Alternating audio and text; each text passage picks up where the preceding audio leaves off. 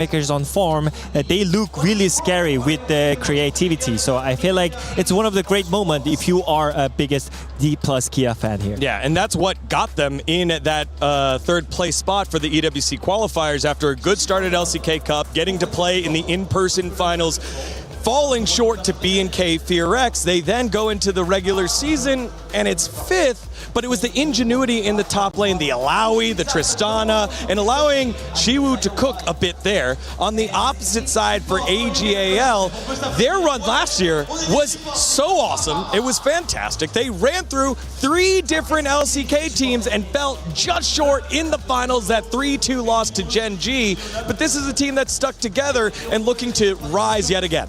I mean, I think this team, for me, has always been one of the most exciting new squads coming out of the LPL as a real strong force, right? Flandre and Tarzan have such a history, but you look at Shanks as well as one of these new heroes of the LPL. Hope as well from his JDDJs wasn't able to find that much success there, but doing much better here. And Kyle, we all know from the LCK, so we're all big fans of him. I love this roster, and last year I thought they were going to get it done. I was fairly sure they were going to win Esports World Cup. They trashed Hanwha, they destroyed T1, right? Weren't able to get the trophy there in the end, but ultimately, I think this team comes in as a force to be reckoned with, and D+ needs to respect them. Yeah, but there's some question mark on this roster because I think it was kind of shocking that they are not appeared in MSI, and I think it's all about, again, jungle and support synergy between Tarzan and Kyle. I think when they're on the form, they're really creative on being aggressive in the early game. I think you have to mark on that one, otherwise they're going to roll the game. Yeah, I mean, it was this tournament, kind of like for Furia and CB LOL, where AGAL stamped their claim of being like, hey, we're a world-class team, and we're just a couple of plays away from being in that upper echelon with the BLG, T1, Gen Gs of the world. And so their fall off since then has been a little bit tougher. There has been more competition over in the LPL, more teams stepping on up, almost all of them here at EWC. And again, just trying to find that consistency, whether that is through Shanks, whether that is through Tarzan. It's so fun to see the mirror images here of D+ Kia and of AGAL Wolf. I think Tarzan going up with Kyle is going to have to be the way. You could see here in these results, like we're first in the China qualifier, similar to D+, finding a lot of success specifically towards the Esports World Cup. So, hoping they can make a good run here. Yeah, final thoughts here with Did before we head on over to the stage? I mean, I think it's different version of T1 versus BLG. You know, it's all about the actions, it's all about the gameplay. All right, AGAL, last year's finalist up against D+ Kia. Let's send it on over to the stage to set ourselves into the game. Bonjour Paris, comment ça va tout le monde? We're about to move into our 3rd serving of what is an all-you-can-eat League of Legends buffet at the STC Arena here at the Esports World Cup. We've already seen the big hitters come out swinging here, Lou. We saw, of course, last year's winners, the title holders, Gen G, start things off really strong, as we predicted. And then the crowd, of course, was on their feet for one of the most decorated legendary teams this scene has ever witnessed play the game. T1 off to a phenomenal start too. Let me just check. Any T1 fans in the building real quick? T1? I thought so. Effectivement, vous l'avez vu, la LCK brille sans surprise à Paris. Gen G, T1 on top. Et comme on dit, jamais 2 sans 3. So is South Korea coming for the three-peat? Or is it time for China to shine? I think it's time to find out. LCK looking for a hat-trick at the World Cup in Paris. La première équipe, it's a legendary name that returns to the international stage. It is DK!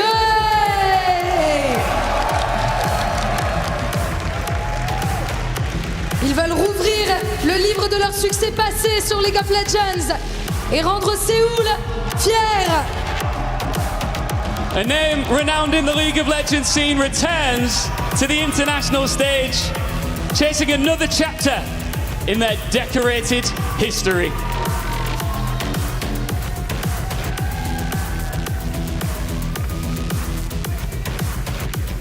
And their opponents, AGAL! They arrive carrying China's hopes, armed with confidence, discipline, and the belief that they can upset any team standing in their way. Un concurrent solide qui nous est venu directement de LPL, peut-être pour faire chuter la première équipe coréenne à Paris. It's one of China's fastest rising contenders, one of Korea's most storied organizations. Only one of them starts their EWC campaign with a statement victory. Paris, Faites du bruit!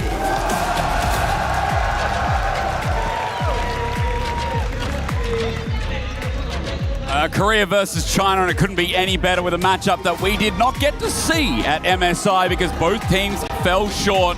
One against KT in a 5-game series that went the distance, and one against BOG, which was a disappointing 3-0 in the lower bracket, thanks to WE trouble that AL was not seen, or AGAL in this case, at MSI. I say something that both of these teams have in common. I'm looking at D+K and I'm seeing 5, 5, 5, 5, 5. Yeah. That's where they end up. I'm looking at AGAL and I'm seeing 4, 4, 4, 4, 4. So they're kind of in that top 5 really strong teams. We've literally seen AL last year in the finals right here, falling short 1 game off of winning it all. But this year has been super tough for all of them. They just cannot crack, not even the top 3. I mean, yeah, it's been a big change, and I think especially on AGAL's side, right, as well. You could say that for DK, it's been a while in this position. Remember the last internationals, I scroll down, was 2024 Worlds, where we last saw them in the Kingen roster. On the other side, AGAL, they lost Tabe this year.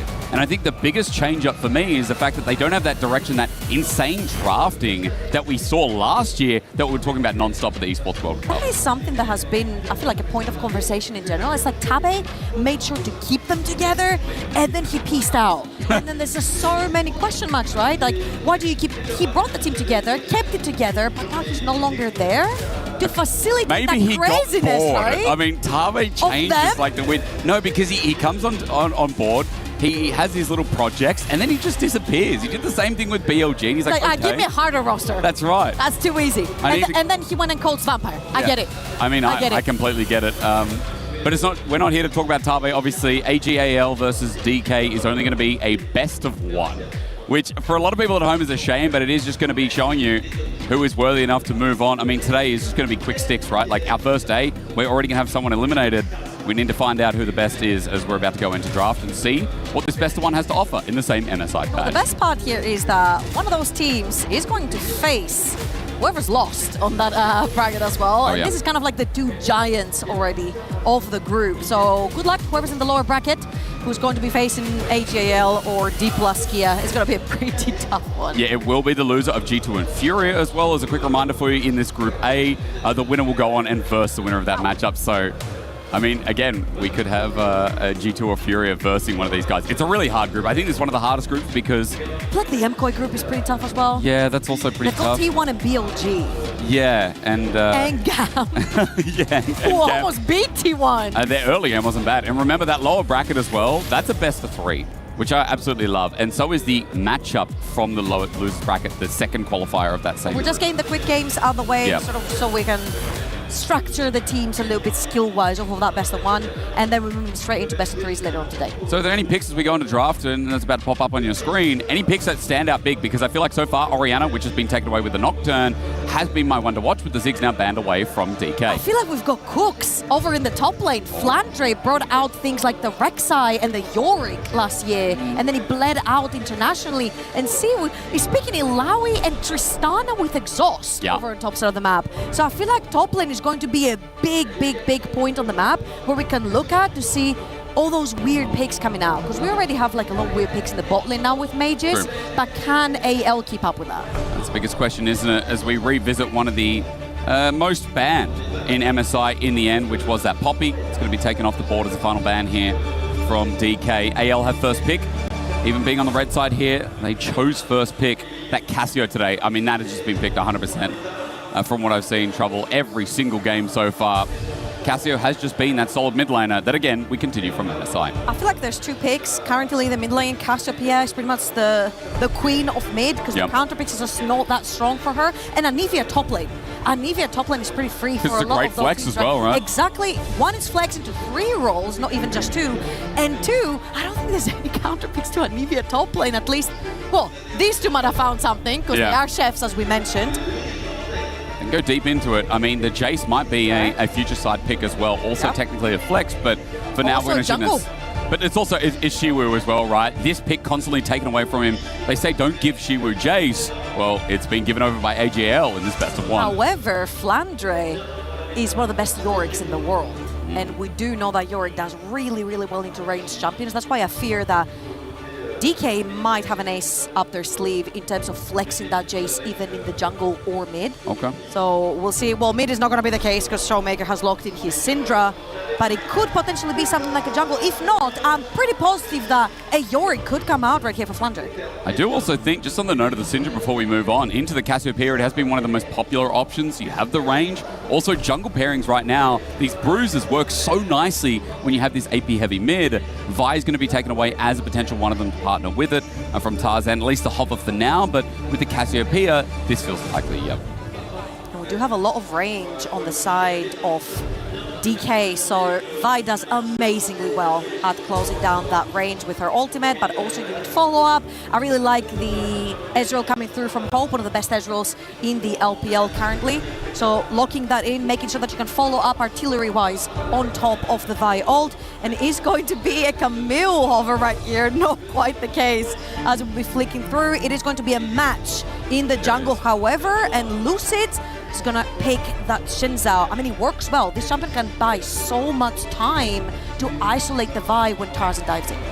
All right, with that getting locked in, let's see what the band's follow-up are, because again, we have no bottom lane here from DK and no top side, which again, you're assuming, I mean, Shiwu, it's his most played in the regular season. It didn't have the best win rate. It's actually not going jungle 33%. anymore, and no, I don't think Showmaker's playing that, Jay, so... But it has been a champion I've been associating with the top laner of DK for a while now. Olaf going to be taken away, so giving him a bit more comfort in this lane, maybe trying to pigeonhole that Flandre plays a tank. I mean, as you said, this guy's got such a strong champion pool. There's so much range on it, but in this comp already, it does feel like they could be pivoting towards the front to back to absorb the range that DK's already built up. Yeah, so far you can see how DK wants to work with. You've got the extra range from the Syndra and the Jace, and then you've got the Shinzao to pretty much build that shield between your carries and opponents, and it works so well versus Vi as well because it isolates her very well. So I'd love to see right here KL. I think we talked about this earlier on. Leona was one of his best champions, and Flandre's Yorick, very importantly, getting taken out right here, which is an excellent pick into Jace. Yeah, it is indeed. Where will Flandre go with this final ban as the Camille support was taken away? As well. Yasuo, the okay. BB special. I mean, we might as well just go through the whole champ pool with Flandre sometimes, I swear. A guy might rotate full circle to the OGs who knew him back when he played Lucian top. You can just open the client. Yeah. You don't even need to type top. True. You just have the whole list right there, and Flandre plays it. All right, well, Bard's going to be taken away as well. This normally a pairing with the Ezreal, but maybe they're assuming that we're going to go Kate Bard or Ziggs Camille. Could have been the option for DK. So are they pigeonholed going to be the biggest question? What do they want to add for the range? As Jhin does go really nicely when you have Jace Syndra. And it also sets up for the whole composition. It builds up range playing versus Ezreal. He's a heavy hitter in the early game as well. Playing into a lane with Ezreal, can play around the creeps, but it's not going to be the case. It did flicker to another very heavy hitter, which is the Misfortune, but both work incredibly well here. However, with Jhin, you're a little bit more safe in terms of staying away from Vi range. There's that Leona question mark. The engagement I love Ezreal. that. I love that. The roam with Vi as well. I mean, the CC layering on this comp already is really nice. Carries, yeah. Syndra, Jace, Jhin, you land an ult on any of them, and it's a pretty free Leona game. What's going to be taken into the Jay? Shen, a nice option, locked in for Flandre. Also, the globality that comes from it as well when you have this Leona and Vi being able to sync up. Seems quite nice here from anyone's Legend. Yeah, that's the biggest question. How do we round this out?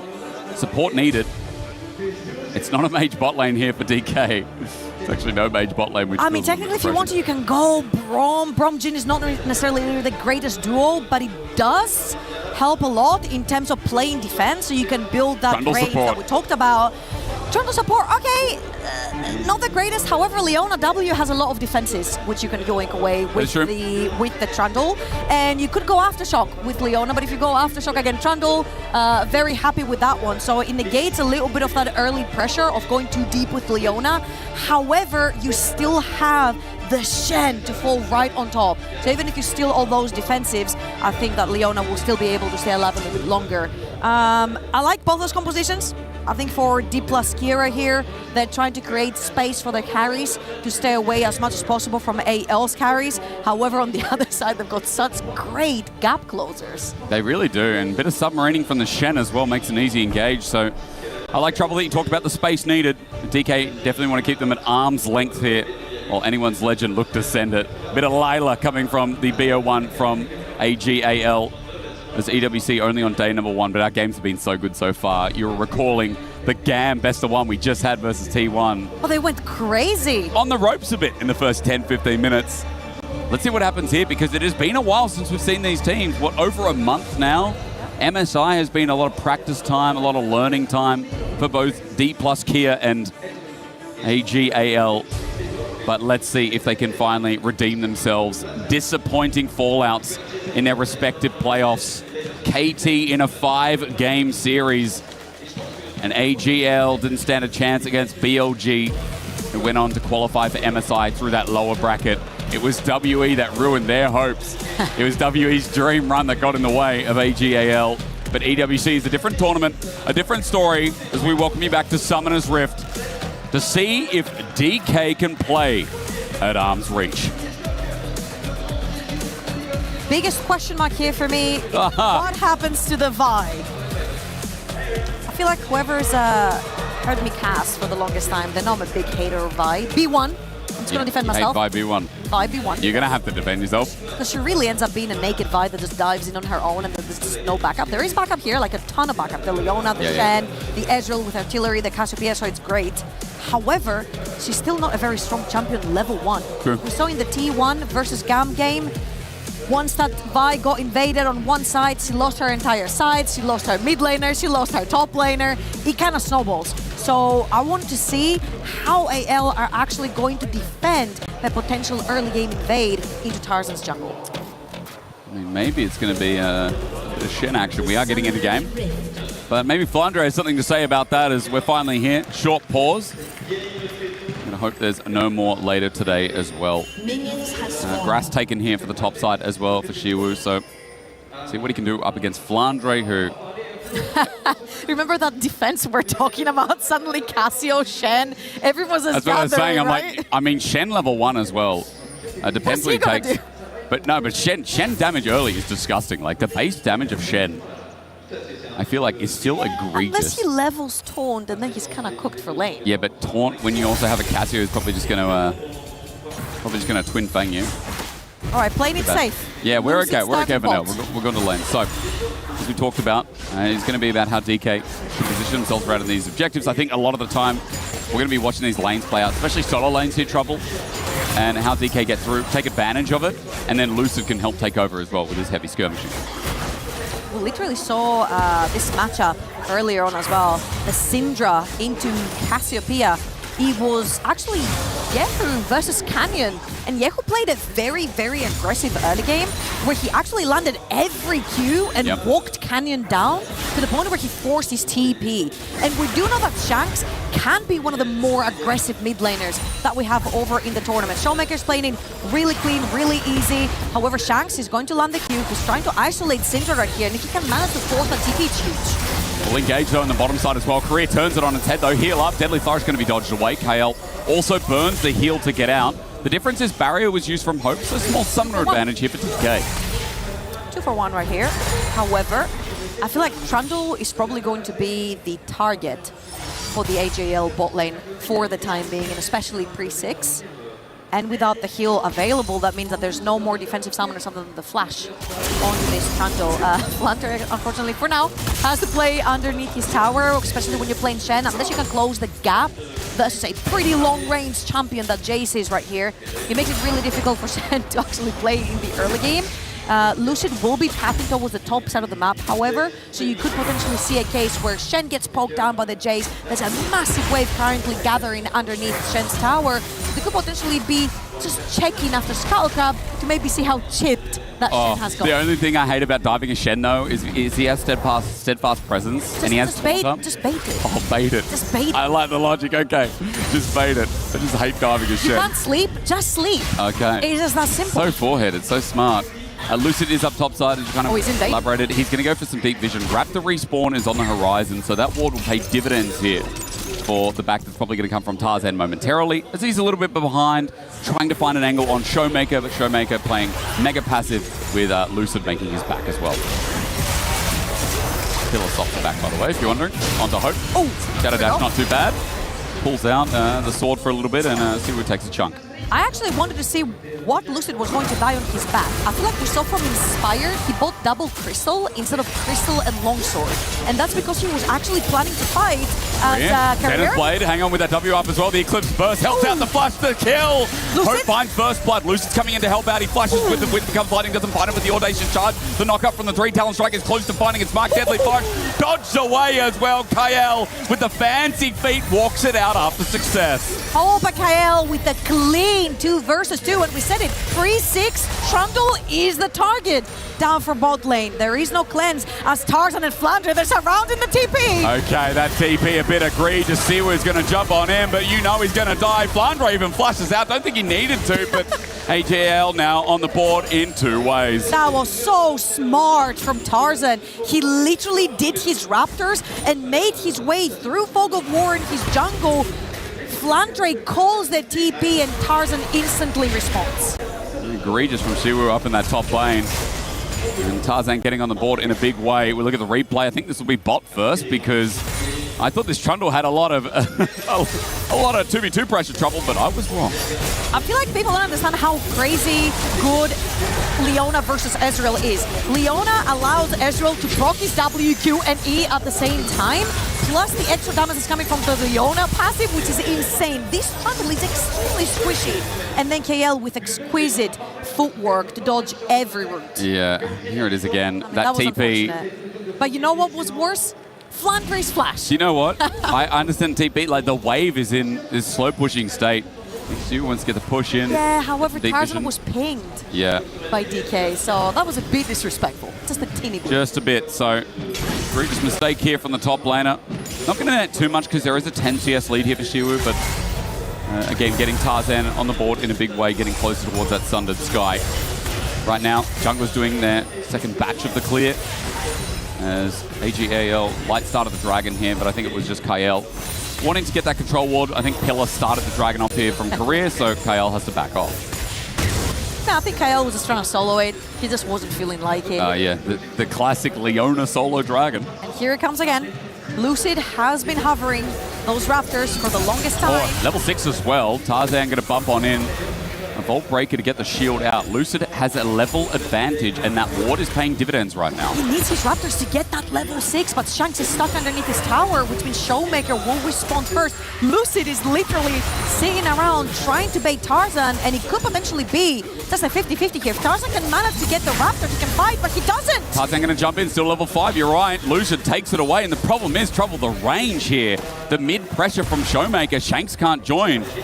And, you know, Siwu also having top pressure as well. It's not like Flandre can stand United out. Career, no flash. Good burst here. Career getting low at level 4. Here comes KL once again. Shield of Daybreak was on cooldown.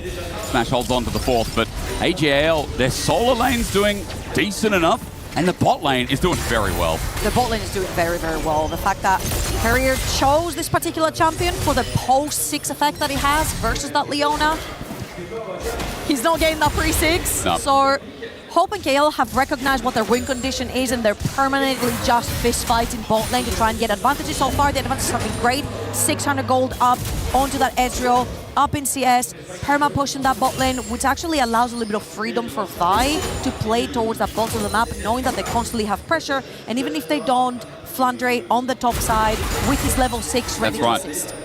I mean, again, it is a flexibility, right? Also, KL can play towards Tarzan, vice versa. And I love that you pull the Shen into the equation as well. As Tarzan starts this off, that Shen ulti is up and available, so... With Lucid backing right here, he's probably completely Stunner and a couple more items. Oh, sorry, he's... Oh! I am loving... No, he changed it! What happened? He was going for Titanic Hydra and he changed it. Now the reason why I love Titanic Hydra onto Shinzao is because you can proc your knock-up super fast, especially versus slippery champions like Cassio and Ezreal.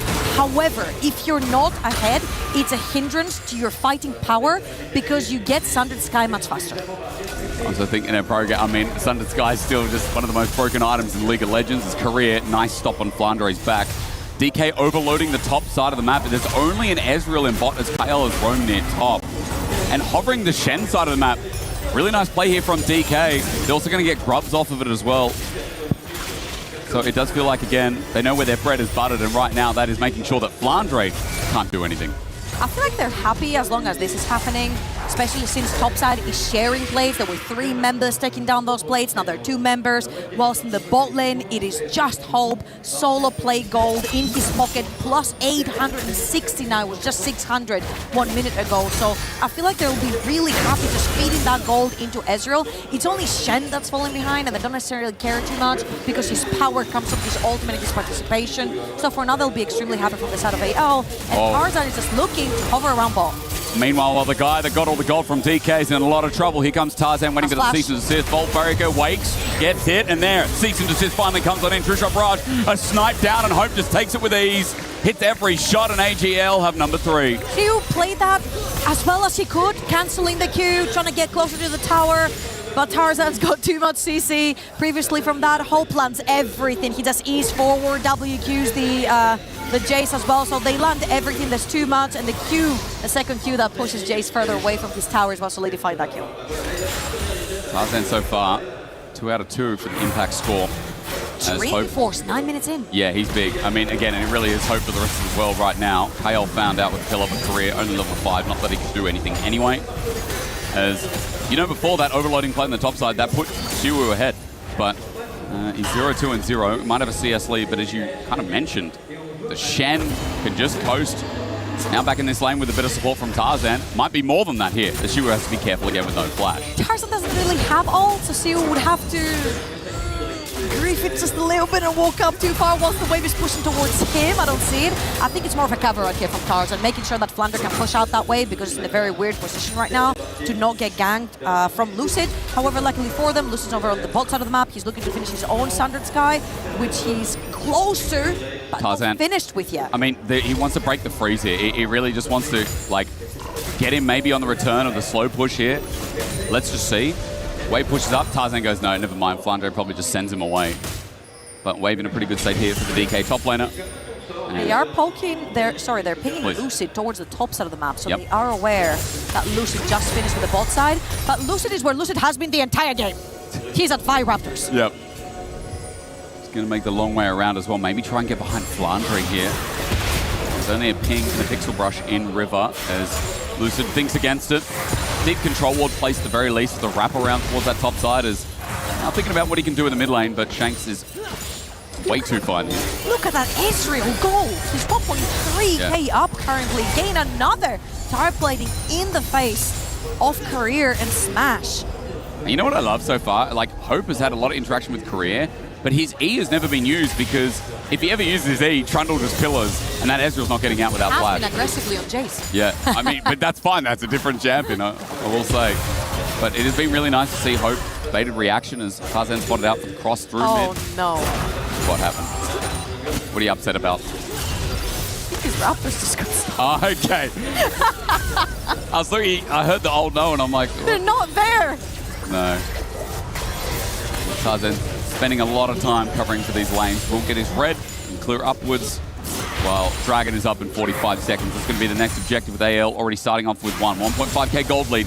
Early game has been pretty well favored towards them, while DK really banking on these solo liners to get towards that first item ASAP for the next fight. I'd love to direct everyone's eyes on the bot side because Hope is the one with the gold, but look at all the vision around him. Not only are they covering for him, there's like 7 wards, some of them deeper into enemy territory, some of them over in the river, keeping Hope alive, allowing him to build a 1.7k goalie. That's disgusting. It's 12 minutes in, and they're fighting for Dragon. They start stacking them right here, then AGAL can actually build up a really good win condition, forcing teamfights earlier from DK. With that bot pressure that he's had, you can see how deep the wards are in this red side of the jungle. It's kind of littered at the moment. So AGAL playing with full information that DK are hovering around this red respawn, and AL drops an even deeper ward. Meanwhile, see we're up in the top lane. He's going to find himself first turret blood here in this game. So gold minimized a little bit here, because again, it is about these solo laners. As Showmaker going to show up big, Miasma down, Petrifying Gaze going to slow down. Scatter the Weak though saves his life. Unfortunately, Showmaker was not looking the right way. I wanted to see the progress on the Dragon, because I'm like, if they haven't started it yet, Seoul was just backing from topside, so they could potentially look for a fight without the Cassiopeia ult available with Shanks. But AL are just going to play aggressive, so they make sure that they contest, that no one contests, this Dragon from the side of DK, and other swaps are coming through with Jace taking over the bot side. You know what's crazy right now is that Hope does not have a bounty on him. Somehow, some way, Hope just doesn't have a bounty being almost 30 CS up and 1,600 gold up. Yeah, DK fans going to be molding about that a little bit, as just like they will be with the double dragon start here from AGAL. Herald up in a minute 10, DK doing their due diligence, hovering around the top side of this map. I mean, Smash will match the mid push coming through from the bot lane of AGAL. Not a minion will be missed here thanks to Career. So that Jhin, also Hexfire Optics picked up. First item across the board really outside of Career. And Titanic was picked up in the end, so you'll be happy, Trouble. Okay. I was saying Sundered Sky is still so broken, but you know what? I'm happy that Lucid went outside of that. Yeah, the only issue is that it's just a bit more expensive, so it takes a lot longer to build. As It's found KL. This is a deep back. He decided back here after dropping all his wards. Tarzan in the vicinity. She was going to chase it up. Shield of Daybreak turns into Solar Flare. The Shen ulti as well onto 2. It's going to be a numbers advantage. Career going to come in way too late. She was first to drop. And next up onto the Xin Zhao, who flushes the way. Lucid running for his life while Career has to pick up the pieces. KL flashes super. Scatter the Weak coming in into a choke would be nice. As Finder drops down, Showmaker might have changed the play. KL the next target while Tarzan tries to deal with the Cinder from the mid lane. Vault Breaker in, but out instead. AGL disengaging the fight while DK at half HP still want to chase on up. They need Smash. He might be low, but hits Xin Zhao with the Titanic Hydra. Is it enough? Almost trading his life. Lucid dies at the last shot in the end. It's messy. It is Lila as Tarzan has to run for his life while the rest of his team scatters. Hope Lila into melee range of Xin Zhao and just gets one shot. They were running backwards, they were kiting, that Ezra was doing so much, and then he decides to E forward. And Hope dying. Is Hope dying in general for AGAL? Because sees all the gold that they have. Let's watch this one more time. It's a great re-engage coming through from AGAL because they have the Shen ult, so they get numbers advantage eventually, and then you suddenly see Tarzan chasing Showmaker over on the bottom of the map, and look at Leona and Ezreal. They're doing a great job. Leona gets re-engaged, and then Hope is into Trundle for the extra damage, and when it dies, that's where DK came around. Showmaker, that flush from the previous fight, now going to be punished. Now turns into a 1v1 with Lucid versus Shanks, trying to get away with his Twin Fang up and available. Wind becomes lightning, not going to be tagged by the audacious charge this time around. Shanks wiggles his way out after the kill, and Showmaker being hyper-aggressive and with a sick outplay in the replay, might I add, is still going to be punished in the end by Shanks. Yeah, solo kill coming through from Shanks. This Cassiopeia heading towards the 2-item power spike really, really quickly right here. Up a couple of CS, but that solo kill pretty much solidifies the lead with about 300 gold. Now, let's have a look at the replay on how this happened. Showmaker overextends, and a Shanks straight up flashes with a miasma. Once you connect the Q, he says E, E, E, E, until you kill someone. Oh, that was kind of nasty from Shanks as well. And then in the end, Lucid chooses not to follow this up. Remember, Titanic not Sundered Sky, so no extra healing. And I guess as well was just worried about getting Noxious Blast and then Twin Fang to death. So nice from Shanks, catches up on a bit of gold that through the laning phase he was down on. Showmaker in the dirt a little bit here as well. His flash timing going to be closely monitored by AGAL. Well, they are looking for it. Very closely monitored apparently as they're bringing KL over on the top side. Now this is the difficult part. They do not have a tower over on the top side. So the only one they can send there is Shen. But they want to have Shen to match the Jace. So they can actually mismatch that. Cassiopeia will be very, very sad. So we might get a fight with his ulti imbued. The only question is that Herald going to be reset as Tarzan gets over the wall. Hope is joining in. That's the big carry from AGAL.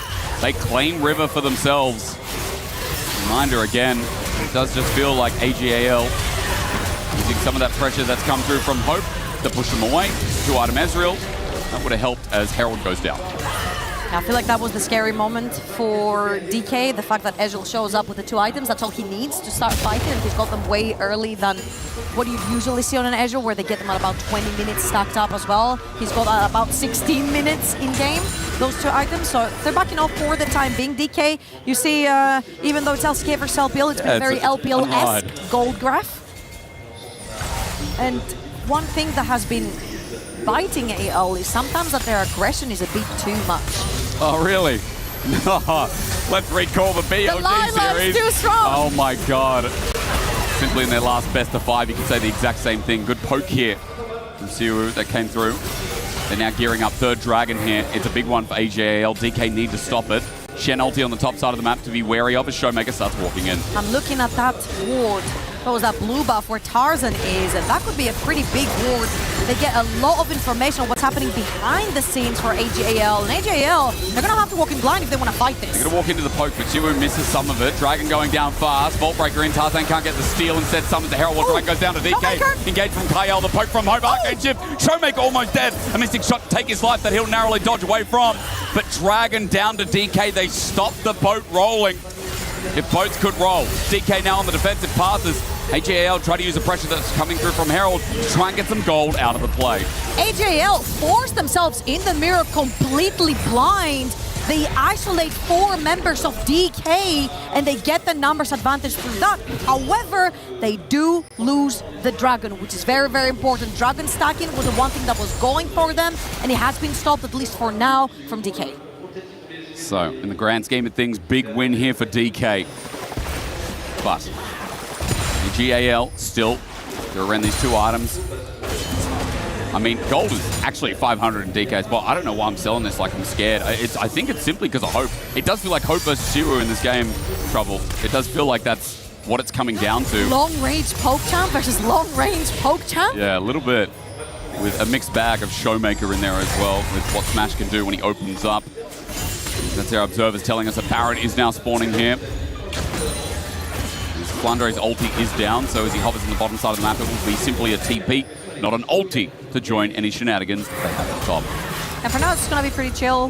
Next Dragon's about 3.5 minutes away, so they're just going to look to push out those side lanes. For Cassiopeia, you're looking for 2nd item for sure. This is where you really want to start team fighting. I feel like Wadid was talking about this on the desk in the previous post-game after the T1 game, where he's like, you know what, T1 just know their power spikes, and they know exactly when they're going to start fighting.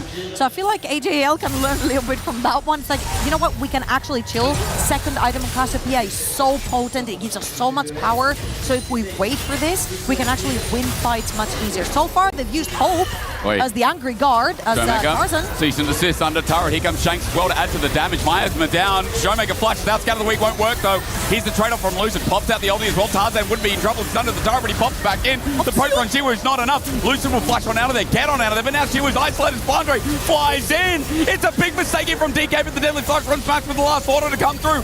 It did enough. Hope over the wall adds in his contribution while AGAL are fighting the front side with fire. Flandre and KO getting the CC down, and Smash flashes out as well. Hope has got them CC'd off, so the career can't add anything in. The turret is yet going to be standing until now.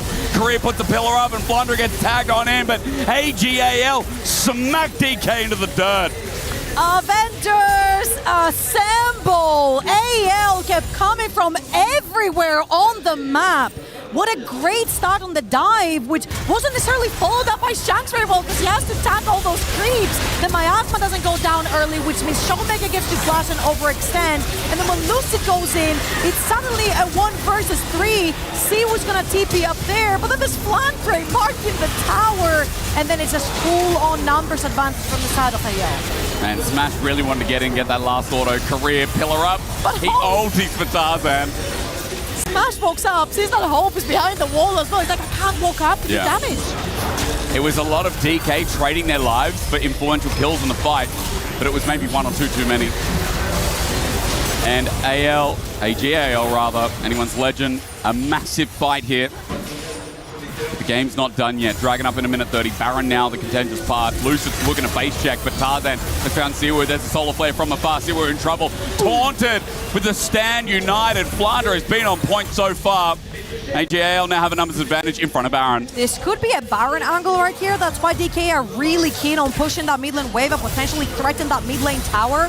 However, again, AGL taking one of T1's textbook.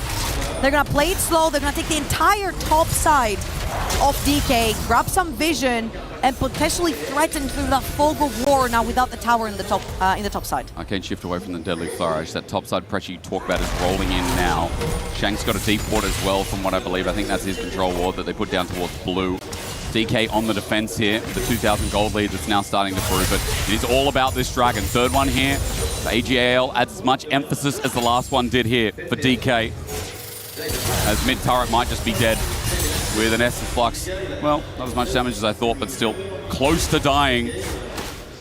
As it is going to be this approach for the Dragon that we're going to study next. And I feel like the story of this game has flipped on its head. Siu suddenly 0-5, only 75 gold from a 1.5k gold lead. Has to make the J somehow work. The TP is going to come through from Showmaker with a rocket belt in his pocket. So 2 items Syndra walking in. They definitely do not want to give soul point to AGAL. However, Flandre and KL are the scatter's good. Curtain call as well. Smash might have an opening, but KL is in the way. Vault Breaker out to threaten. Hope at half HP, and Showmaker adding the poke on in, as well as that 4 shot almost connecting, makes Dragon a little riskier. DK are still going to try to take their chance here. They do not want to give that. Siu on the other side. He needs to come in now, though, I feel, as well. Scatter the Weak is a 2-man. Showmaker with the Deadly Flash. Solar Flare, he's going to proto belt away from it. Tarzan jumps on in onto Lose it. He pops the ulti as well. This could be a great fight for Petrifying Gate. Blocks on down. Kale turns it into engage. Down goes Shiwu. Scatter the Weak to stop the fight, but Cease was still available. Showmaker in trouble. Tarzan jumps in to end his life, but the Xander's Blade follow-up with Shanks getting the Twin Fang. Hope's still alive. If only a breath, if only a slimmer, he will stay standing. Flandre, an unbeatable front line here. It started beautiful for DK, but AL picked the angle. Their team fighting was beautiful. KL and Flandre guarding like proper dogs in front of the gate, not allowing anyone to get anywhere near Hope and Shanks. They only have 2 carries. If they lose one of their 2, their DPS drops significantly in team fights, so they need to make as much as possible to help them survive, and that they did, and that's Soul Point. Give me a replay. Hot damn, that was a fight. AGL come out on top again. They're on Soul Point. And the poke, the pickoffs here were great until Flandre just got in the mix. Look at Flandre. He's playing guard towards Ezreal. Then Hope throws the ult, gets caught by the EQ from Jace, Shanks. but that petrifying gaze from Shanks literally stops the rest of DK from approaching forward. The second Showmaker sees an avenue. Tarzan blocks that as well. And then Flandre and KL kept on re-engaging. I don't know what Vi saved cease and desist 10 seconds into the fight, but props to Tarzan. I mean, I don't think Showmaker was expecting it. He already used his proto belt to get away as well, and he couldn't build any more space. So even though Tarzan dies, Showmaker gets forced to play out the fight until he dies. The classic where you type in solo to your teammates. Vi still has ult. What? Question mark, question mark, question mark. Yeah. So now for Showmaker, I mean, he has no Seekers. Shanks does. And so the biggest question is, who is going to stop AGL now that they're running Soul Point? Baron still in contention, but we saw how DK wanted to play out the fight. Smash does have a 3rd item now, so maybe that range is more influential.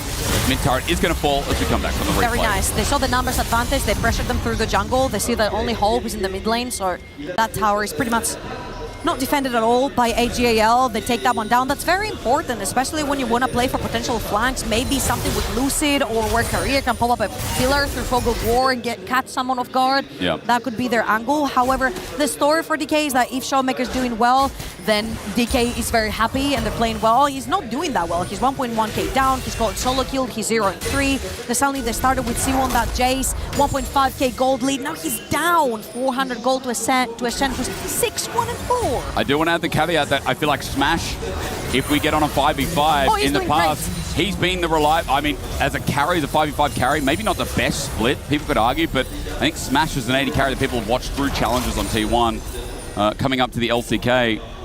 He has been the person they want to see with a gold lead who can stamp over the game for the 25 plus minute mark. The only mark. one who barely has one. Well, that's right. But also a Jhin with 3.5 items that soon will be a rapid fire cannon. His damage is getting quite severe for a team that has a Shen and a Leona, sure, but a team also that has a bit of diving ability if Smash is left isolated and alone. he has he has generally been the one untouched in fights, so Smash could do That's what I mean, a bit of damage. I feel like DK as a composition, they do have, again, that front to back. I feel like Shinzao is so deceptively tanky. That champion, especially with ult up, can create so much space for such a long amount of time. Yeah. That Smash can do a lot of damage here together with Showmaker. It's just been a case of them not being necessarily in formation, like Jace flanking. Do you really want to be flanking with Jace right there, who can get really easily re-engaged on? Siwu not necessarily the best positioning to follow up with his team. And Showmaker has not necessarily been also in sync with the rest of them. So let's see if DK can actually pull a proper team fight together. Thanks. Can dodge away from the deadly flourish. DK move out of their position around this Baron pit. Stand United is up and available for Flandre, and he's now taking a 1v1. Let's see what can Siwu do in the 1v1. I don't know. Dusk and Dawn is hard. Taunt also comes out. Takes a bit of damage. Flandre thinking about going back in a TP flank. They're going to go for him instead of this Baron. Shanks coming in to make a 2v1. The flash from Flandre. They didn't need Shanks. He just solo killed Siwu for a 0-7 Jace. It's not that they didn't need Shanks. It's that Flandre said, get off. That's my solo kill. You've had yours. But really important, right there, Flandre technically wastes a flash, which he will not have in the upcoming fight for Soul. Also and true. It's very, very, very important, especially if you want to catch those super long-range champions that we've been talking about, the Syndra, the Jace, the Jhin. You're going to need that flash available, and I feel like Flandre here should not have burned it, especially with the Shanks coming through. Yeah, I can agree to that. So will it cost them? What do they get as we come back from the replay? You know that Baron's probably not going to start. She was up in 10 seconds. And from it as well, it's a good point, Trouble. We'll see if it costs AGAL in the upcoming potential 5v5. Dragon in 40 seconds. That's the big ticket. And right now, we're going to see if that's going to be a fully completed Zonya's Hourglass for Shanks. GA picked up by Tarzan as well. Bandlepipe's not there yet for the top lane Flandre. Hope on 3 and a bit items, but he does not have that Serelda's Grudge. There's also a Black Cleaver picked up from Lucius on the other side. It's going to help a lot with the Jace and the Jhin. Tarzan angle on a ward though. Level 16. The Vi wants an angle. Lucius trying to clear the ward, but he cannot stay to chat. Shot barrage not bad as well. Missing shot not going to connect. When it comes lightning, Scatter the Weak. Shanks is slithering past it. No fear whatsoever here. With his thickest arm guard, Curtain Call is there. He's going to get tagged on out. When does he go? Golden is the biggest question. Scatter the Weak. It's going to be now, but phase checking. Kale getting low as well. Solver on the spot. Petrifying goes down as well. Lucid jumps back in. Psychotic man to get the 1v1 now. Smash is kiting it out as Tarzan is deep. Season Scatter the Weak as well. DK losing their mid laner fast. And the problem we thought was going to be the snake, but it's this Shen as Tarzan re-engages. The pillar helped Flandre. Howdly doodly, that's a triple kill for the AGL top lane. Flandre saves the day, but Hope and KL are just them.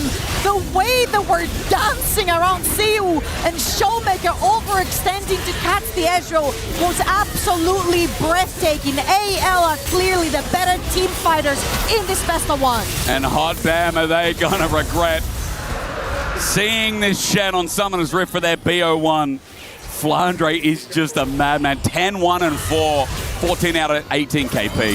Just have a look at the Ezreal first though, because he walks up, Shanks a bit too confident, gets caught by the Jhin W, tanks everything, uses that Seekers perfectly on the Scatter the Weak, but look at Hope. He gets caught, the W lands here by Lucid, he'll jump back, Hope is caught between the two teams, and Siwu suddenly spawns behind them, Showmaker pushes forward, and Tarzan presses R on him again. Yeah. Hope and KL played that so well to bait DK super deep in this fight. I feel so disingenuous actually looking at the replay for Flandre. He kind of missed every shadow dash. He didn't really do much. He just man, I tried, man. I told you, look at the Leona God. better. He got a triple kill, but hot damn, Flandre just walked. What a whack cost.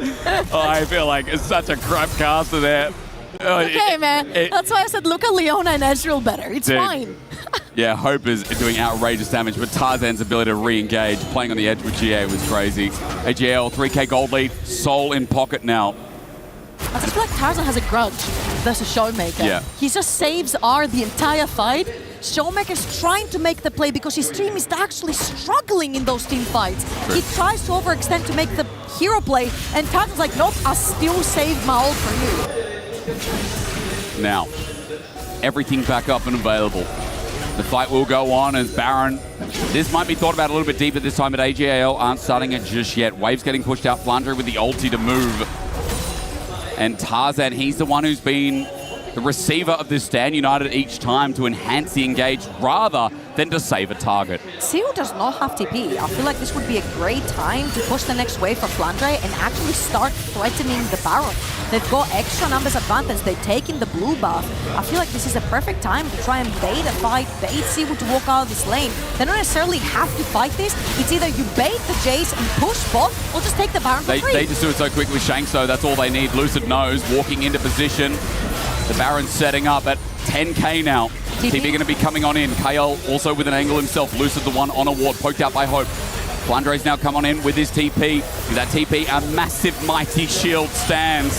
Where's the damage going to come through? Not from Smash for the time being, that's for sure. Baron is just going to drop. DK can't find an angle in, and now AGL look for the fight, but DK have to run for their lives. Baron down, and the power play begins. That was beautiful. DK had to make a decision. Do we transfer Seo into this fight and try to find the team fight, or do we lose the Baron and at least defend bot lane? Well, they did defend bot lane because Flandre TP'd out of it, but they couldn't find an angle to get into this river on top side. There was no vision. AGAL have closed all doors to that objective, and now with the Baron and a 4,000 gold lead, I feel like they've got a better team fighting composition. They've got the engage, the disengage. It's just so easy to play from here now. I feel like it was an interesting laning phase, but it does feel like, again, that Hope lead overflowed to the rest of the map. Tarzan finding early objectives as well. Setup was beautiful. DK now trying to climb back through objective gain. That bot lane turret going down, but meanwhile, what does it cost? Top turret and all its entirety of plates with mid as well. Inners both going down. AGL getting a storm of gold as they run through approaching the base. Top lane, mid lane, both tier 2s gone for AGAL. Only one outer tower, only one more defense outside of that base from DK remaining, and AGAL have no will to take that one as they have 2 cannon Baroned up minions over on the top side of the map, and DK have split up in 2 groups trying to defend that, but they're both falling at the same time. Trying at the very least. Plate's already being taken. Bot wave is a nonchalant wave for the time being. Next wave coming in. Baron for another minute 15. This aggression won't stop. DK might have to make a move. A Scatter the Weak is not bad here on the Tarzan. Solar Flare now thrown out with True Shot Barrage dodge. Tarzan for the Flash Bolt Breaker in. Cease and desist. Rooted down. Smash can't play. Petrifying guys might miss, but it might not matter. Scatter the Weak came through, and look, Flandre's in the middle taking no damage. Where is it? Showmaker needs to land every single thing, and Shadow Dash connects yet again onto Chris. Scatter the Weak is good with the pillar as well. Tarzan jumps back in. Bolt Breaker doesn't connect, but neither does Petrifying Gaze. Probably saves the life, saves the game of DK, but for how much longer? Baron doing all the work. Nexus turrets under threat. AGAL take another body in career. Shadow Dash forward. Shanks jumping in behind enemy line. Showmaker gets his unleashed power, but Hope jumps forward. There's no more fuel in the tank. DK have been taken down, and AGAL stands strong in their first game of EWC 26. Absolutely beautiful team fights from AGAL. That's what made them dominant last year in the LPL. That's what made them dominant in EWC last year as well. And suddenly they seem to be finding their form over and over again. Fantastic early game win conditions with that bot lane. Incredible mid game to collect every kill possible on the map whilst using Flandre. And then the patience on the Shen, knowing that eventually they'll shut down the and it will just be smooth sailing. And it was. They were just the better team fighters. And what was so annoying about that game is every fight I thought, oh man, Flandre is carrying, and then you look closer and you're like, wait, Flandre is probably just unkillable. Not only unkillable, but he's such a threat damage-wise as well. Yeah, even if he misses, it's dusk like, and dawn, it's over. Wait, Shadow Dash only has a 6-second cooldown now. That was a great opening game. Oh, so much bloodshed. I mean, that felt like we're at, a pub brawl for quite a long time. But DK unable to get their setup. Shiwu had a rough day here on this Jace. One of his most played, not one of his most successful, to correct myself from earlier. And now the biggest question is, how will they do in that lower bracket? Because on the other stream, I believe that G2 versus Furia is G2's success. Yep. So DK versus Furia will happen, and G2 versus AGAL will happen as well in this Group A. Probably. Yeah. Will. G2 versus AGAL in a best of 3. That's going to be super fun. I feel like seeing AL come back like this, especially the way KL and Hope were playing not only in lane but also in team fights. Yeah. This is the thing that we were lacking at the start of the year when Tabe was no longer part of the team. I feel like a lot of that synergy and the way they wanted to play the game sort of fell apart. They lost the way they wanted to play those fights, and suddenly it just clicks back together. I feel Tarzan had a phenomenal game. Flandre super patient. Shanks with the solo kill. He was also very responsive. As on stage stands by Flandre after an insane, well, annoying Shen performance. Absolutely insane it was. The breakout team of last year's Esports World Cup, AGAL, get off to a phenomenal start here in Paris. I'm here with June, our translator, Lou, and of course the man of the moment, Flandre. Lou, it's safe to say that a big part of that performance was down to this man. And once again, congratulations for the victory, of course. You know, you've been around for a long time now. You're a very experienced player. I want to know how it feels, you know, still to be able to carry your team like this in important plays also on the stage. 所以大家好，今天我们非常荣幸在巴黎这样美好的地方，要看到我们很棒的选手。那么刚刚呢，就像我们主持人所讲的这样，我们的选手今天的比赛非常棒。我们想要您跟我们讲一下您现在的感受，是否在打完一个如此精彩的比赛之后，还是同样的很兴奋的心情吗？是的，因为我们今天算是。用我们自己的体系，然后我们大家配合也非常不错嘛，然后我们顺利赢下比赛，也对我们大家都是增长非常多信心，我觉得特别好。Yes, absolutely. This is an amazing match. I think we did really well. We collaborated with each other, and this match gave us more confidence. J'apprécie beaucoup la réponse humble de Flandre qui dit effectivement on a eu parce que je le félicite pour sa performance de dingue individuelle qu'il a eu évidemment, et lui répond ça a été un effort d'équipe, on a très bien collaboré ensemble et on a été trop fort finalement. We saw a lot of that confidence last year when you finished second place, the silver medal, and I think to a lot of people you were like a surprise team that shocked a lot of the teams here. Do you think that surprise factor has gone now because you've had some incredible performances since then at other tournaments, that the teams here see you as a true threat going into the next games? 那么我们知道去年您的成绩也是非常棒的，然后呢给大家一个惊喜，是一匹黑马呢以第2名的这个结果呢达到了最后比赛的成绩。但是今年的话呢，您的感觉是如何的？是否我们大家可能不再觉得您是一个惊喜，而觉得您对于很多其他的团队来讲是更多的是一个很巨大的威胁？您对此是怎么看的呢？对此我主要还是更多关注于我们自己团队上的问题吧，就是我们也是会有失误，所以要看我们接下来怎么样调整，怎么样减少嘛，然后肯定也希望减少失误，然后能够走到最后的冠军嘛。Well, I'm carrying my team forward, so this year I think I will focus on my team's collaboration, our tactic, and hopefully we can improve the difficulties and we challenge ourselves, and hopefully we can have an even better performance than last year to win, to be the champion. Ouais, effectivement, la question de Yann, c'était l'année dernière, vous avez fait 2e à l'EWC. Qu'est-ce que vous en avez appris un petit peu? Est-ce que vous avez l'impression que maintenant, les gens vous voient comme une menace alors qu'ils vous sous-estiment l'année dernière? Et là, clairement, bah oui, je pense qu'on est devenu meilleur. On a essayé de focus un petit peu sur notre tactique, etc. pour avoir encore une meilleure performance cette année à l'EWC. Thank you very much. AGL wants that trophy this year. They take another small step towards it. A long journey ahead still to come. Thank you. 谢谢您，让我们共同期待着您的美好的比赛。好，谢谢，我们会继续加油的。Thank you. Pleasure. June, you were brilliant. Oh, thank you. Yes, we did have some brilliance there from Flandre, both in the interview and also on the Rift, showing the power of the draft, how clutch it was here against E+ Kia.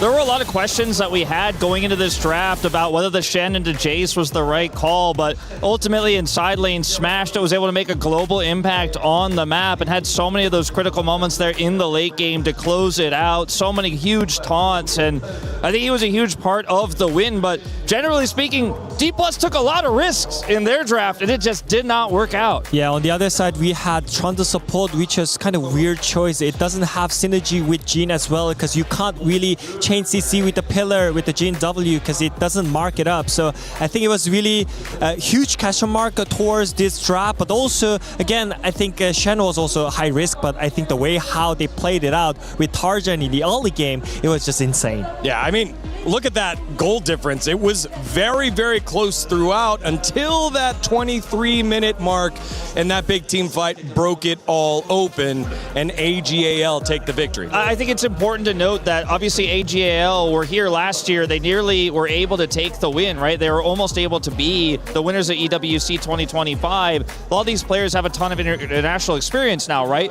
Whereas some of these players on D+ are still incredibly young, right? You look at Career, you look at Shiu, who had a really rough time, and some of those team fights wasn't able to make the impact. I think that experience does matter, and AGL did look like the veterans in this game. And as you saw there on your screen with the Group A bracket, it was G2 getting the victory over Furia. It was a early lead by Furia over on Stream B, but then G2 came storming back, and there's one happy face here about that one. No, I mean, I heard G2 actually smashed them in 24 minutes, so like it's kind of insane in this meta because you can always bounce back with the team fight, but like ending the match in like that early, I think that's kind of insane. It also does mean we know that it is Furia, right? No, it's not. No, it's not actually Furia in the same group that will face off against D+.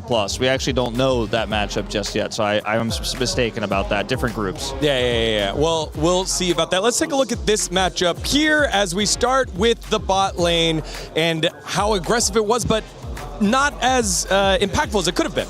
This was a risky choice, right? It's really hard to get Flourish on Ezreal, and then some sidesteps here in this from Kyle also just really ruined their day, because Lucid's coming down here to actually try to make this into a 1-for-1 here, and Kyle just kind of breaks their ankles, gets a second sidestep here, and you just see the difficulty of execution for this draft for D+.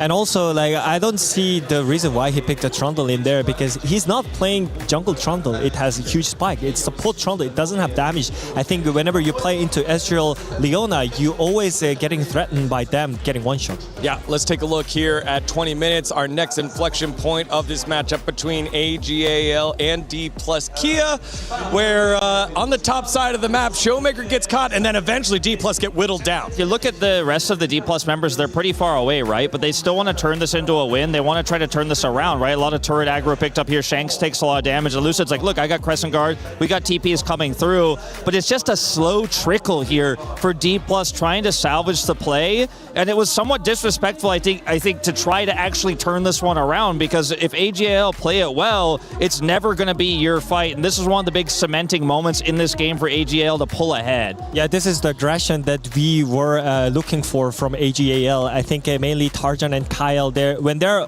opening up the map, their aggression and the chain CC is on point, and I think DK couldn't have a chance against this team. Yeah, and then finally, you've seen a theme here of a couple of these critical shots by Smash going wide. We've got our Drake fight that popped up here, and here was another opportunity for Smash to put him away, and he misses. Shanks lives and turns the fight around. It looks like in the beginning of this fight, this is unlosable, right? But they missed the shot. The Zonius comes out, right? And then some wonkiness happens, like Shio's Shock Blast here, a complete whiff, right? Hope is able to buy space, flashes, shifts away. They bought so much space. And you can see in these moments too, like if you hit your shots, if everything lines up, if the scatter goes through and the follow-up is there, this draft can absolutely work, but it's just too many conditionals. AGL had the way easier win cons, and they just outplayed them time after time. And I think this type of risky drafting is what the D+ coach is known for, right? CV Max loves to really throw a wrench into the gears, but in best of ones, if it doesn't work out, you don't get to go, well, I'll go back to standard later. Now you're in the lower bracket. Yeah, that's why we won for some target CCs, you know. I think in theory, you have some control with the pillar, you have some lone snipe with the Jhin, but at the end, if you miss the skill shot, it doesn't work at all. And I think this is one of the reasons why D+ Kia didn't have consistency in the regular split in the region as well, because I think they always bring up some fresh idea, but it doesn't look good at all. Yeah, AGAL able to capitalize on those missed skill shots and allow Hope to glide around and get themselves to that victory. 1-0, they move on to the uppers. In the lowers, it will be that Furia versus D+ Kia later on today. But we're not done yet for our best of one opening matches. Our final one, it is MIBR Los versus the reigning MSI champions, newly crowned Hanwha Life Esports. We'll be back right after this.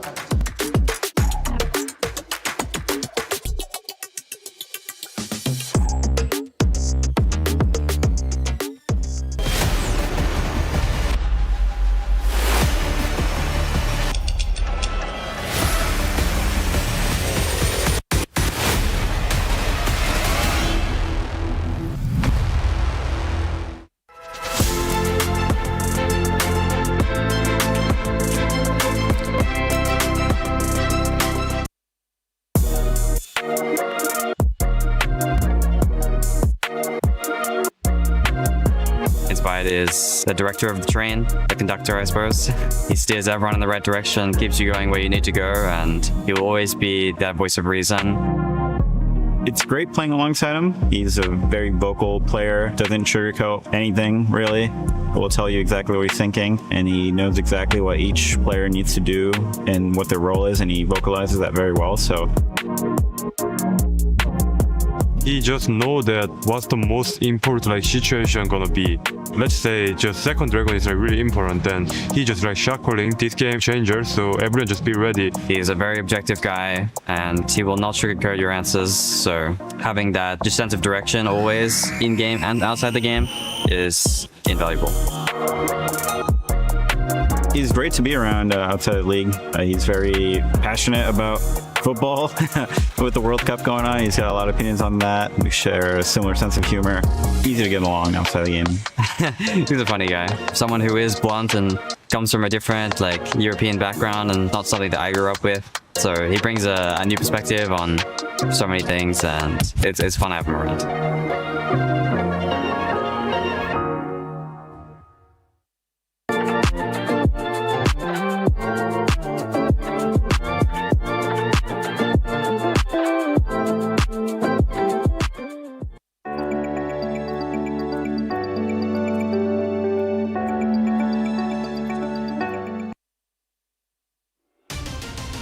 It's the E-Cap, the EWC Cap, the Esports World Cup. Okay, whatever it is, this is what happened in week 1.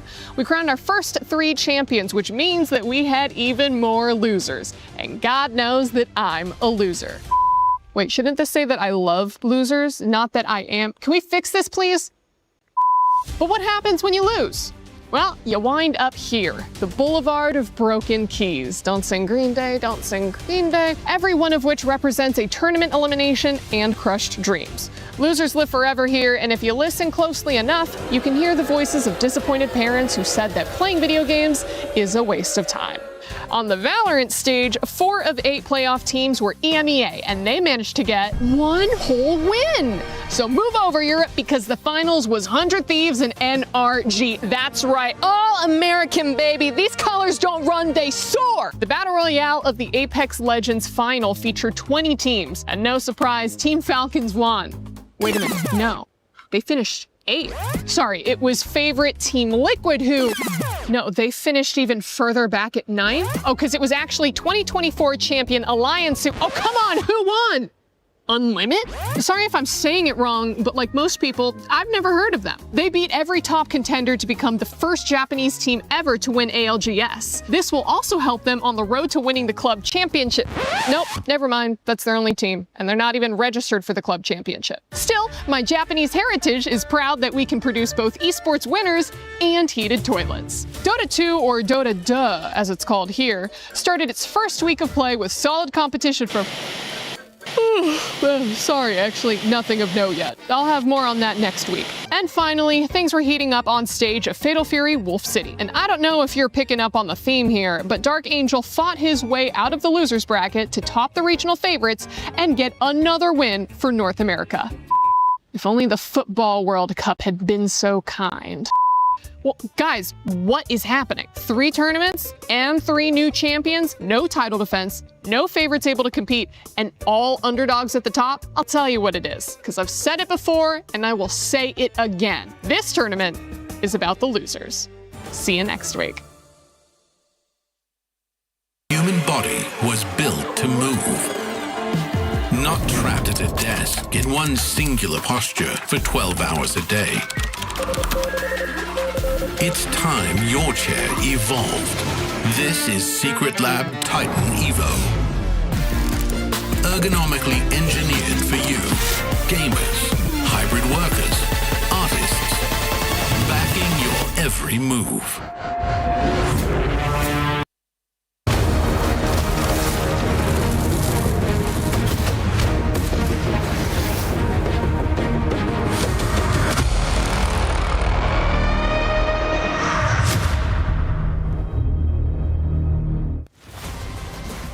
Hello, everyone. Welcome back to the Esports World Cup 2026, presenting League of Legends. And there they are, the reigning MSI champions, straight off the plane from Daejeon and into Paris. Up against them is MIBR Los, the proud representative from CB LOL, looking to make an upset for the ages.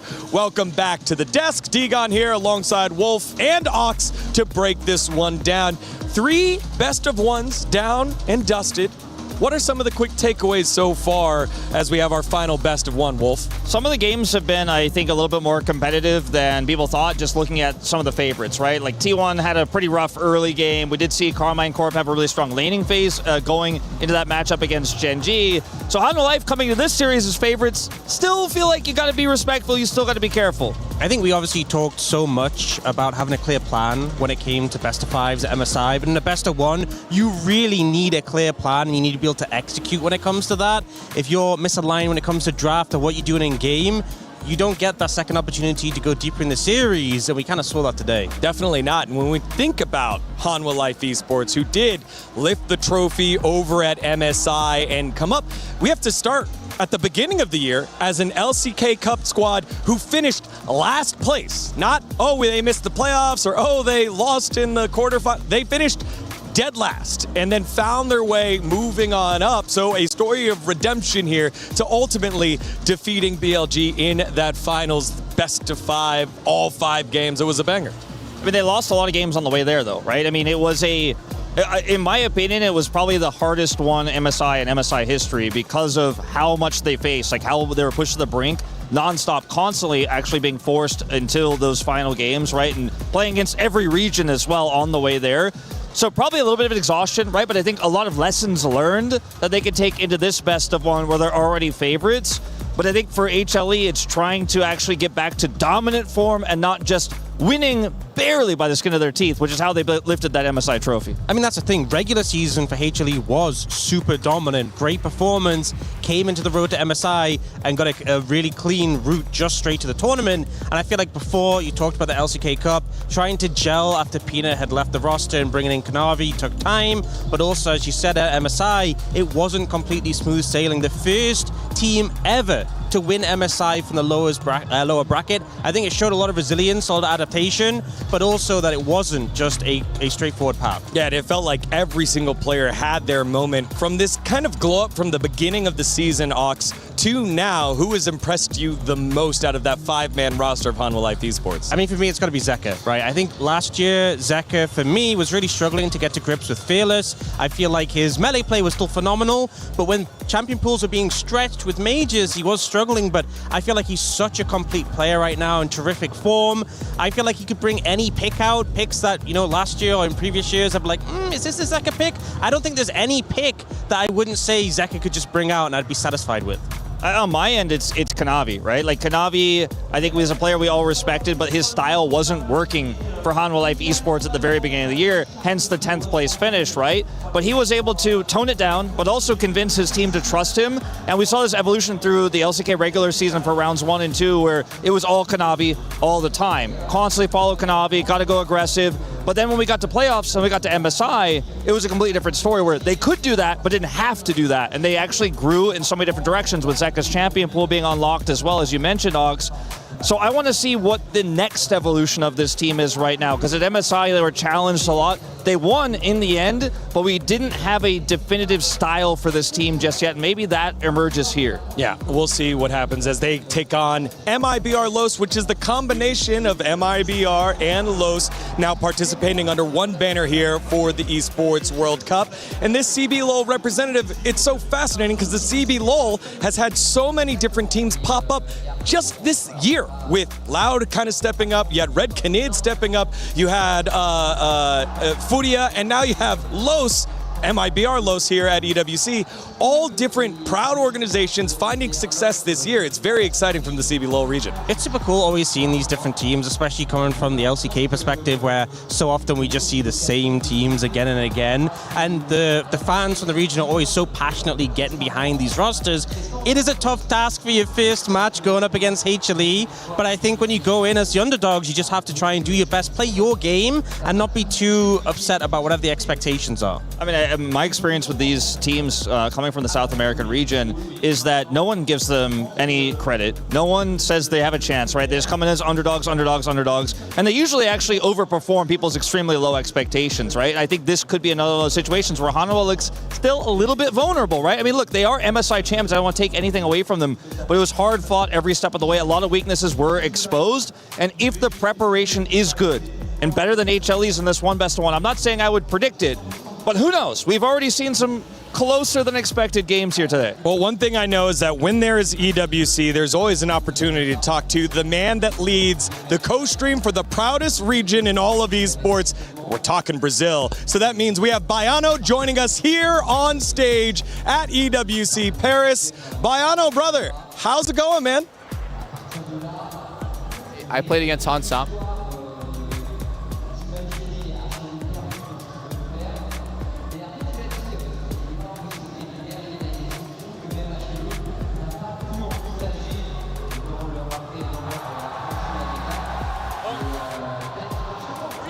How are we feeling about that one? I think they're a little bit tired from the MSI, so maybe we have a chance. We have really good players on MBR, so of course they're really good. They have Zeus, Guma, Yuzi, they have Zeka, but maybe they are tired, so I think we have a chance. I mean, it's BO1, you know, so we just need one game, one really game, good really game, and we have a chance. Let's fight. I really love the Hopium that's coming out because I had a conversation with the players as well on Monday, and they said, you know, we're taking this very seriously. We're doing a lot of prep. We are very confident because they had such a good bracket run. Do you believe in them to make it out of groups?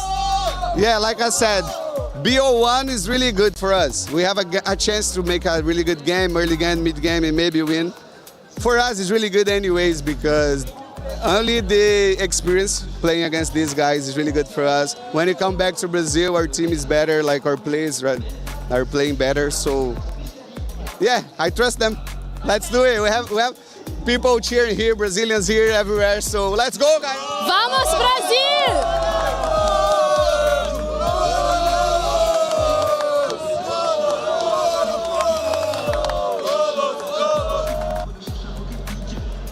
Thank you very much, Ginny and Baiano. Always great to see him at every EWC, leading the cheers and charge for Brazil.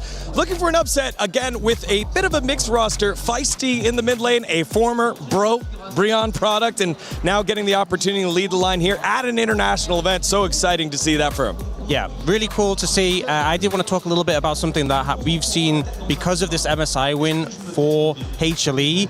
Now we have Zeus is the first player to have won EWC, First Stand, MSI, and Worlds. And Zeka, if they win in this tournament, can match that, which is just absolutely insane achievement. The cool thing to mention as well, Zeka won all of these tournaments on his first attempt. First try. So with this, you know, isn't his first EWC, so won't be able to do that here. But still a great track record, I think, and just shows these players the achievements they've been able to get, the legacy that they have. I mean, just from going from winning Worlds and being the patch guy, right? People were saying, people discredit him. Not anymore, right? Now he's won everything, basically. He's got just one trophy missing.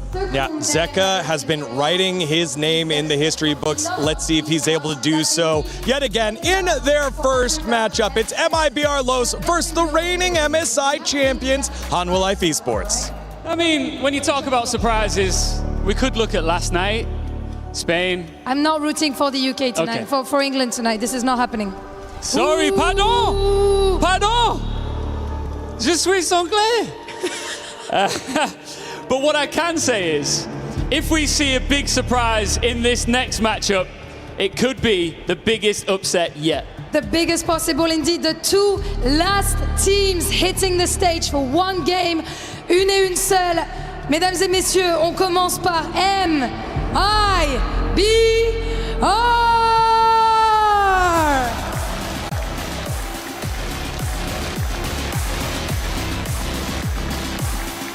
One of the most iconic esports names in Brazil. They're carrying the passion of their region here in Paris. Peuvent-ils le faire face aux géants venus de Corée? Their opponents, Hanwha Life Esports! Squads. They arrive here in Paris as the reigning MSI champions, carrying the form, confidence, and expectations of the tournament favorites. For MIBR, this is an opportunity to announce themselves against one of the world's best. For HLE, this is the next step in an incredible month defined by international success. Pour HLE, c'est un match censé être trop facile, mais MIBR peuvent-ils surprendre les favoris? C'est parti!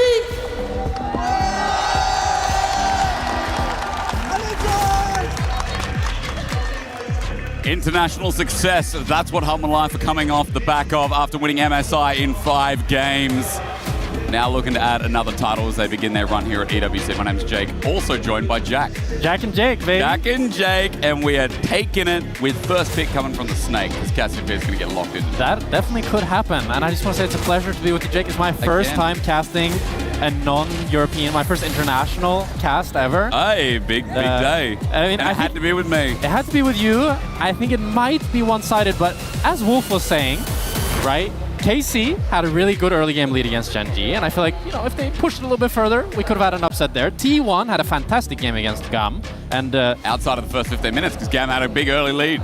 Yeah, that's what I meant. Like, GAM had a fantastic early game. That's what I meant, exactly. There was nearly an upset there on the table. So I do think that if MIBR Lost has been watching that, and then Homo Life, I think it's very common that we see this, where a team slightly slumps after they've just had a good tournament. Yeah. Because you kind of have this, like, it's really easy to not stagnate, right? But it's always harder when you come in as the favorites versus coming in as either neutral or the underdogs, because the burden of expectation is on your shoulders, and I think that can be something that weighs on Homo Life's backs. But at the same time, I feel a bit silly for saying that, because there are players that have so much pedigree, like Ox was saying, that they're pretty used to the pressure at this point. Yeah, they are. And again, you know, that pressure comes around to a guest CB LOL team, a team that's come in, not as one of the partnered organizations. The only guest team in the CB LOL made it all the way to EWC, which is such a feat. But now as MIBR Loss, can they cause an upset in a best of one? What do they got up their sleeves? Because this is a team on the other side from Korea that is known for their amazing draft. I mean, I think their drafts are so flexible, so versatile. Yeah. Zeus comes out with this like Swain top. Oh crap, what are we gonna do? You know, Zeka has all these melee assassins that historically, even before his Worlds win, he started becoming known for. Now his flexibility has outranged that. Yeah. Solo lanes are crazy from Hum Life, and I feel like that's what helped them win the MSI title. For sure. I think the fact that Zeus can play a really good weak side and just chill, like we saw in Game 5 against BLG, he picks the Dr. Mundo. It's a really bad matchup into the Aatrox, and he goes down, 10 CS at 20 minutes, you're completely fine. Runs the game. And then he takes over the team fights, right? And the fact that he can both do that, and he can play a hard-winning matchup and take over the game, adds so much consistency to their game, because now you can either have Gumayusi on more of a pivotal carry and play for him, or you can just leave him on the 6, leave him on the Jhin, leave him on the Ezreal, like we've seen them do a lot, and just play up towards Zeus. I was talking to Widid backstage, and I'm like, you know, who do we think the best mage bot is right now? Player or champion? I mean, player, I think. Player is Gumayusi. I mean, that's right. That was the answer that came back Actually, to me. it's Viper. For me, it's Viper. Well, but I love Viper. I'm biased. From the top teams, that's the versatility we talk about, and it's not like Mage's bot have been a thing heavily outside of MSI, but we are in that MSI patch. We've had a lot of time, and HLE have had so much time on that patch and so much tournament time that they're coming fresh off of it, only a couple of days off their giant win. We're about to get into pick and ban. Reminder, 26.13, we're still on. And no one's asked yet, but I will remind you that Locke is still banned. He's not available. That's why you won't see him at this tournament, which is a shame. You have to wait until summer. Is it a shame? He seems so broken. Like when I played against him, he seems so broken. He's so broken, but the skill expression is The skill expression is cool. He's definitely a cool champ. I think the design is very cool as well. It's amazing, yeah. It's good for first timers, because first timers always jump in with that leak, you know? Like very easy to int. Yeah. Once again. All right, here we go.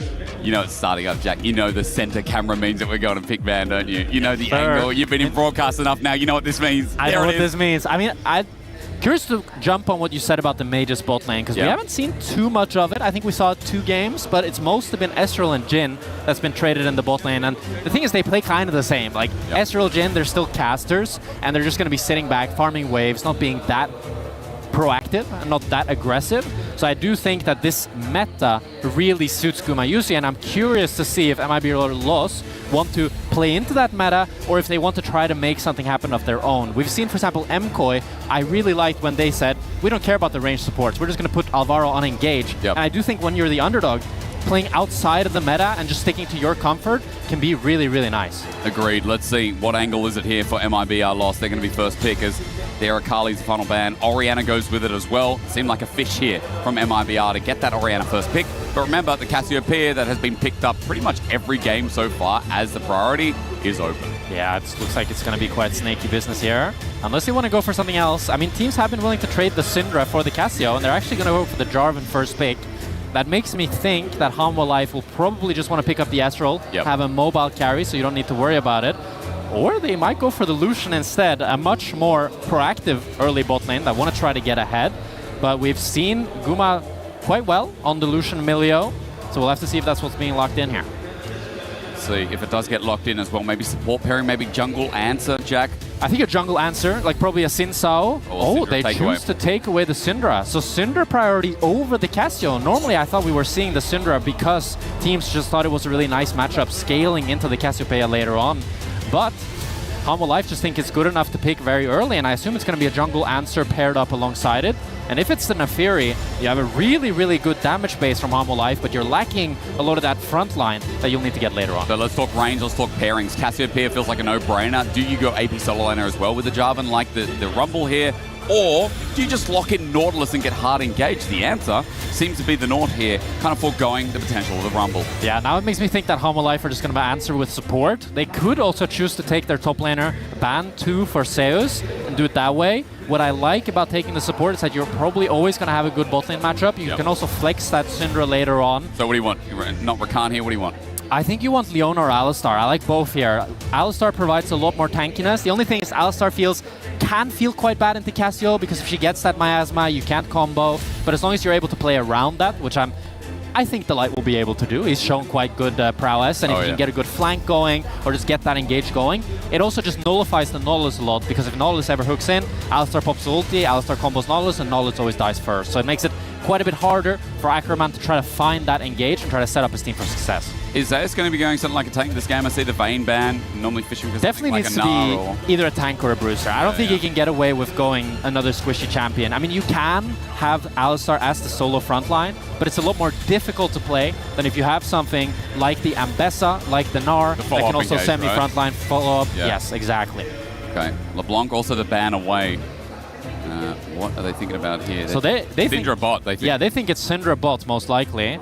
And they choose to take away the LeBlanc. I'm assuming, I didn't think it was that good of a matchup into the Cassio, but I can see how it can be good quite early on. But I feel like as Cassio gets tankier, it should get easier for her. But we've seen Seka do quite nasty things on the LeBlanc and absolutely style on his opponents. I think it was against G2, I remember that he was styling on us with the LeBlanc. So a good ban here from MIB Los.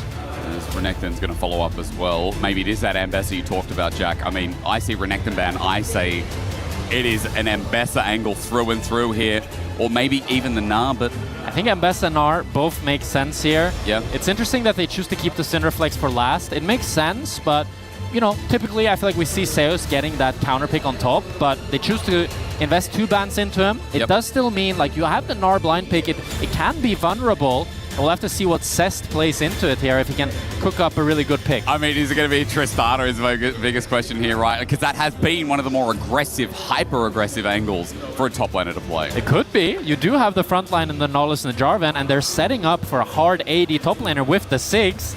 And you have a lot of kill threat with this Tristana. I mean, this is going to be a game where we are all in watching top lane. It's all going to be about top lane. Bot lane is just going to be farming. Unless Gumayusi pulls something crazy out here on last pick, I think top lane is the name of the game. Because there is almighty scaling throughout the board, even the Tristana for sides later, but we can talk about it as the comps are rounded out. For now, I want to see where's this Syndra finally going. Is it going to be bot towards Gumayusi, or are we going to get a Syndra to Zeka? Oh, Seraphine. I mean, that would be a Seraphine bot lane for Gumayusi. You have a lot of team fighting power on this Hanwha Life comp, but a lot of damage on the MIRB loss as well. I do think, though, in a straight back 5v5, front to back, I do favor Hanwha Life because they have so much shielding from the Seraphine, so much healing. They have a tanker front line with the Alistar and the Mega Gnar. So I do think if it gets to that 30-minute point and MIBR Lost doesn't have an early advantage, they can't have that split pushing threat from the Tristana, it's going to be tough for them. So we're really looking at the Tristana to get a big lead early game so that she can be the split push threat, be the difference maker in the team fights. It's going to be an interesting team fight at that regardless as well. Let's see how MIBR go through that top lane. As you said, it's going to be all about Zest here. Zest is going up against the Light, and Jack, I was looking through the history, and I was looking at like, well, where has Zest been, right? Yeah. And I see this little caveat in 2022 summer, I believe it was, where he played a series versus Nongshim on Gen G 2022. He played with Ruler, Lehens, Chovy, and who was the jungle? Peanut was the jungle. Wow. So, you know, Zest has been around obviously through Gen G challenges as well. And you played against him. I played against Zest. Recently. I played against him in 2024. He was in EU and he got rank 1, I remember, in solo queue. And he was very well, impressive. Right? Yeah, I played against Feisty as well in the Spanish league. He played for Giant X Academy. Yeah. And he was always really, really good in scrims and definitely gave me the vibes of a really good, aggressive player. Kind of the stereotypical like Korean coming to you, just better mechanics, outhands, diffing everybody. So I do think that like Zest, to me, seems like a player that he's both willing to take this gamble and try to kind of stomp Zeus in the 1v1, and I could see him taking it as well. There's very little counterplay for this Gnar early on. You're just kind of trying to survive in the early laning phase, and I think it comes a lot down to the junglers and how both top laners play around it, because if we can just get that isolated 1v1 for Zest, that's going to help him out massively and maybe allow him to snowball that game. Let's see, can the CB LOL take a game against the MSI champions? Technically, Jack. Yep. MIBR lost, undefeated. Okay. That's true. They've come together, added MIBR to the name, and they have not dropped a single game. That's true. They're also undefeated at this EWC right now. That's right. But so is Hanwha Life, so. But Hanwha Life did drop games recently. We have no idea about CBLOL. Who knows? That's true. That's true. It's going to be the Doran's Helm for Zeus here to just try to survive that early game, and the exhaust on Tristana that we've seen quite often when you pick these really high volatility matchups. Do you like the lethal tempo in this lane as well? Because obviously it accounts for what Na's going to try and match the duel early, or? It's quite interesting actually that he decides to go for that. It makes sense because he just wants to try to match the power that the Tristana has in those long elongated trades, and because he won't be hitting the wave too much, he won't be able to keep the grasp proc stacking consistently.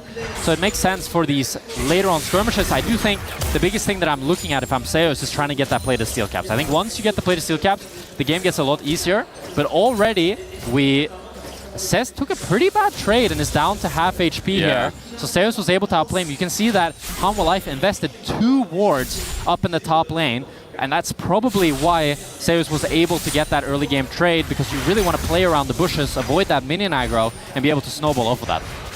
Zeus getting pushed in the meanwhile as well. We just have this triple picture. Top lane, Kanavi, can he do anything here with the opportune moment? Boomerang dodged.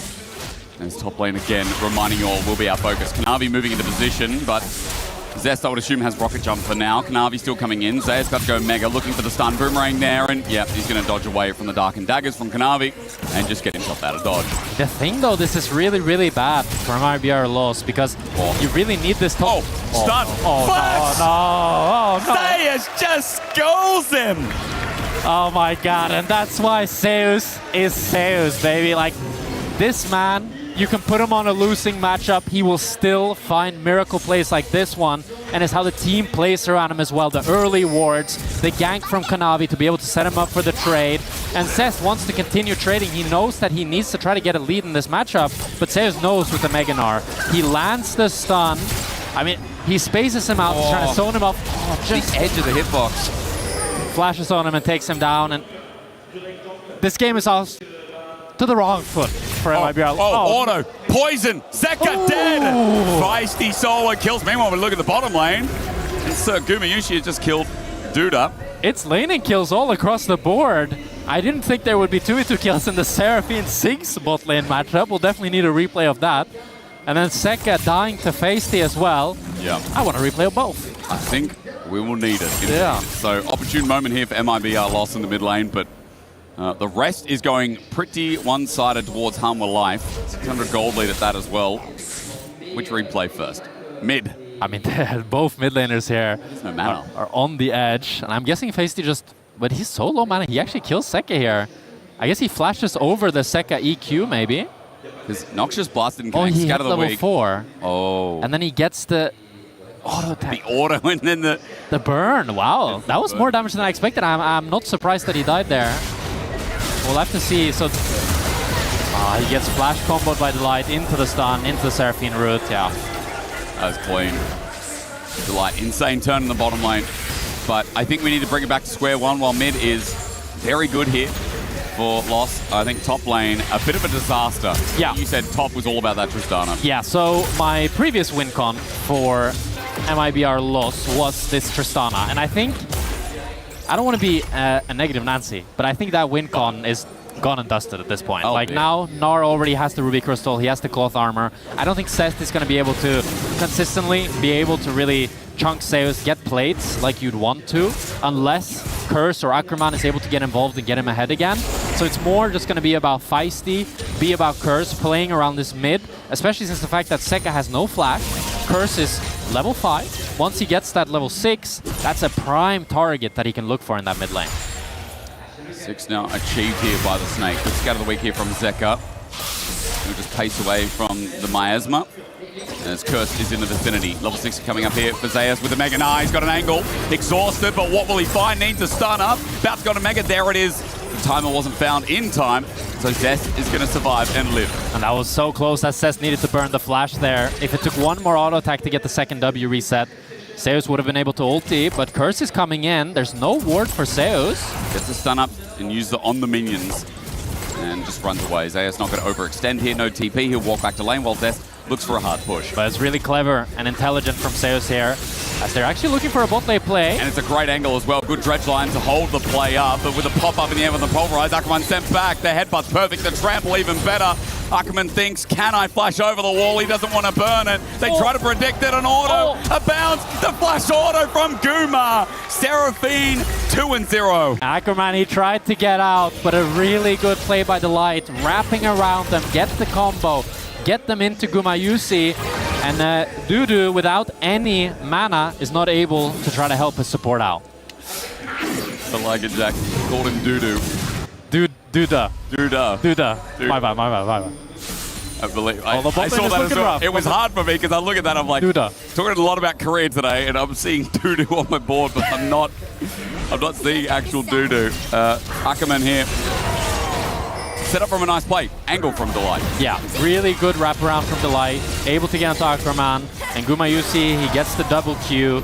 And it's just pretty easy. Like, it's a good flash from Ackerman. He holds it at the last second, flashing the Seraphine Q, but we're not done. Cest jumping in. Ackerman Making the Curse roam. right here. You said it needed to happen. Here it comes. Curse looking for the roam as well. Going to go into Meganar, though. 3 members top first here. For MRBR. The engage, so Hummer Life are here to support the pop away. Zest is out of there, but he's abandoned the rest of his team. Zeus gets on the board, and Curse gets the hell out of top lane. And Zeus, he's just too tanky. He's able to buy enough time for his team, so he doesn't go down. He takes down Ackerman, and he's now 2-0, 700 gold up. Absolutely destroying this top lane. Well, the fear as Guma gets flashed on him by Duda. No, he just satcheled instead, excuse Yeah, me. he satcheled forward. I was like, that's a bit of distance. Seka's here. So, Seka's here. How does Ziggs get out of this? He's going to take some plating. He's going to put the minefield down. Bouncing bomb, scatter the weak. Zeka's here. Unleashes power. And Duda is in the dirt, 0-2. There's some nice attempts here. He tries to get Gumayusi low, but Seka with the roam is able to pick him up, and now Cest might be in trouble again. He wants to break this wave, but the light is in the bush. Can the rocket jump be buffered? Zest is like something fishy in this top lane. He doesn't want to go too close. The wave in a horrible spot. Kanavi's moving up as well.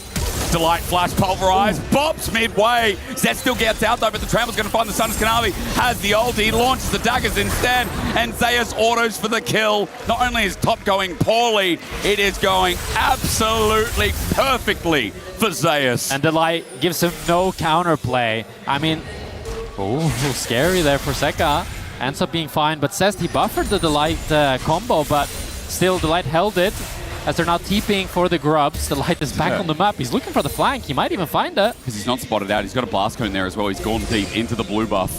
Is he going to shadow top lane again for Zeus for the respawn is my question, Jack. But into grubs, he's got a lot of angles. Yeah, I mean, Curse might look for the grubs here. Does Ackerman want to fight? Dredge line, but Ackerman's by himself. Yeah, it's gonna be 1 grub for MIBR loss and 2 grubs for Hamwa Life. Oh, and it resets. Well, he smited it. It's fine. Now, of course, 2 went over to Kanavi, but Curse got the last one. That's why the logo popped up on the screen. But, you know, as Zeka comes down again, oh no, again? I think Duda needs a break. He's got flash. Beat drop. He flashes in into Guma instead, but Encore on the ground. And Guma will move to 3 kills as well. Bayana was hoping that Hamwa Life were tired, but I think they've found a solution for that, Jack. They'll just have a quick BO1 instead. They don't look tired, and Zeka's roaming more on the Syndra than your average Sylas. He's everywhere on this map as he shuts down Duda one more time, and now he's already back in mid lane, TPing, stunning up Feisty, dodging the Nautilus hook. Ackerman's going to get the auto attack down. Petrifying Gaze with the slow. Zeka in a bit of trouble with the Twin Fangs. Noxious Blast follow-up. But the kill's knocked down. At least Zeka, after teleporting back in, is a bit low. As he levels up, that'll heal a bit, and passive from Delight will get his health back up as well. There's a jump on. Zaya's in a bit of trouble. No Megamart to rely on as well. Zest jumps back in. Zaya's getting on out. Lethal tempo's great. Setting up with the satchel and the explosion. Zest gets a bit of damage down, but no kill either. I do wonder there if Zest chose to exhaust Zeus immediately. He maybe could have tried to burn the flash. Oh, Ackerman, I don't know if he wants this. X-Flash away in the nick of time. Delight was looking at it. Scatter the Week comes through as well. Orbs are down. Zeka thinking about the angle. Dredge line not going to connect. And now over the wing, there's Curse. If he can find the angle onto Zeka, Ackerman needs a Dredge line. A heroic angle as Kanavi stealing away the Raptors. It's a 3v3 through the mid lane, but Hamwa Life now know with this deep ward, they're not going to take it. Yeah, Feisty has no ultimate. They're going to have to back off unless Ackerman not able to find the hook. And with that, it's going to be just Curse farming up the top scuttle. And Hamwa Life remain in full control of this map. You can see their bot side vision. They've set up such great wards. We keep seeing Delight able to get full deep vision, making it so hard for Curse to do anything. 0 kill participation in this game, and a lot of that has come from all the wards that Delight has invested and how intelligent the Hamwa Life solo laners have played around any sort of ambush from Curse. It's been an intelligent game, it's been an explosive game. It feels like an insult that it is currently 7-1 versus Brazil, but I will say, I mean, they put up a good fight at first, but top lane falling down. Jack, you initiated the conversation about how important it was. Dredge line's going to connect here. Depth charge as well. Feisty in a good angle. Myers went down, but they don't have the kill. Navi's here to stunt their growthers. Delight gets knocked up into the air. He goes into the Unbreakable Will. Good stun on the Curse, but Hamwa Life, they're taking more damage here. Feisty's getting some DPS down. Dredge line only onto a dog. Navi thinks about the re-engage. Guma's coming in. Remember the man with the most gold on the team so far. Ackerman gets launched on as well. Delight gets a flash out as well. Encore flies through away from the Ziggs Mega. Phono Bomber's Curse is low. Kanavi jumping on the turret. Here we got the reset now. Duda came in. He thought he could add input, but no. Kanavi will take 3. Takes a chunk out of MIBR. And Hamwa Life are up 11-1. And this is why Hamwa Life are your MSI champions. You can see it in their team fighting, in their skirmishes, in their mechanics. All of them live on such low HP, but they just continuously outplay in the team and fight. Now Delight's ghosting in on top of Zest. He knows he's going to be trampled against the wall. He buffers nicely. Zayas with the rock almost there. Dredge line in, I don't know. Delight gets flashed on rather so. Zest finds Zayas, but he needs a recharge. Flashing back in. Delight gives Zayas the auto attack. The engaged mastermind is 009 and is having a field day in EWC Day 1. And they're just styling on him, Jake. I'm not gonna lie. This is brutal. This is crazy right now. It is tough for MIBR loss. They need, I think, 3 miracles to be able to come back in this game. As we watch this replay, it starts off pretty good for MIBR loss here. They have a lot of damage onto the Light, some damage onto Kanavi, and it's looking decent. The biggest win for Hamwa Life is that Gumayusi is coming first, and with that knowledge, Kanavi goes into Ackerman. He's able to get him really low, and then, I mean, they just clean up the fight. They're able to just continue fighting. Kanavi flashes out of the tower, takes down, hits all the Qs. Makes it look easy.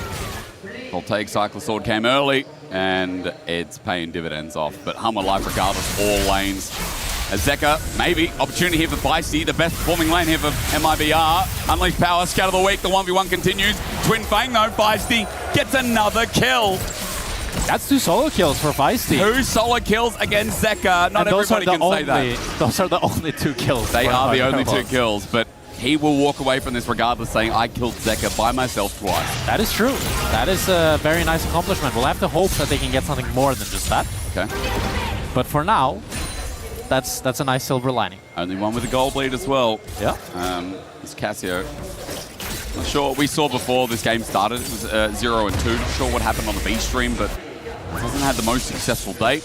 I mean, it's interesting that Humble Life chose to pick the Syndra over the Casio. I feel like thus far we've seen the Syndra win against the Casio, but I feel like the Casio overall to me looks quite a bit stronger than the Syndra. True. Although once you get to that 20-minute, 25-minute point, it can definitely get a lot more annoying for the Casio playing into the Syndra with how much range she has with her stuns and Scatter the Weak. Delight again, great engage. On to Feisty, want to get revenge here for their mid laners. They're going to walk on up. He bounces forward, going into Mega Petrifying engage, dodge away from Nexus Blast as well, doing damage. Kuma teleports in to run away, Dredgeline in. Not a bad fight here for MIBR as Zez gets engaged on again. There's the on-call, the charm out as well, but the damage is all pretty much melee outside of Gumayushi. Mega Inferno Bomb chunks out the Gnar, and Humble Life, it's strange to say, but they're not winning this fight because 5 members of MIBR in the bottom lane, but still Curse is about to drop on down. Zez looking for the auto attack, Flag and Drag goes away from him, he can't get the Cataclysm off.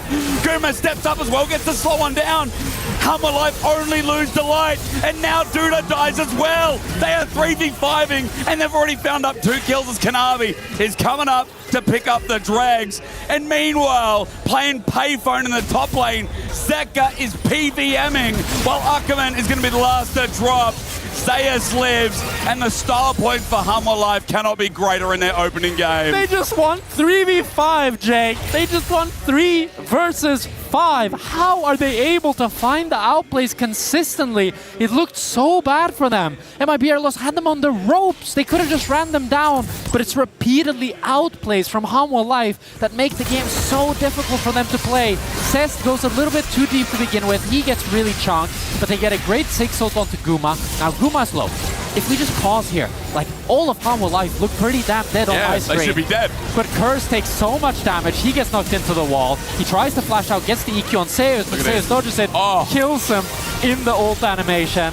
And then Guma is able to find the Q onto Duda as well, take him down. And it's just so difficult for MIBR Lost to be able to play anything if you can't win even at 3 versus 5. No.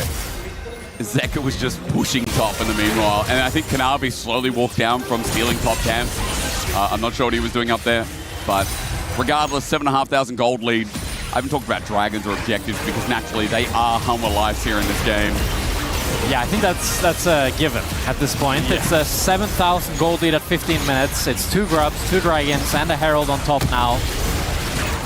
It's not going to be a perfect game for Humble Life, but it's pretty damn close to it. It is pretty explosive regardless. Delight, is he caught out? You know the answer, probably know at this point. Duda might be the one as well. Satchel charge away, really nice movement. He has to flash in the end. As Herald is going to open up the mid wave with a couple of orders from Humble Life to follow through as well. And the siege will begin.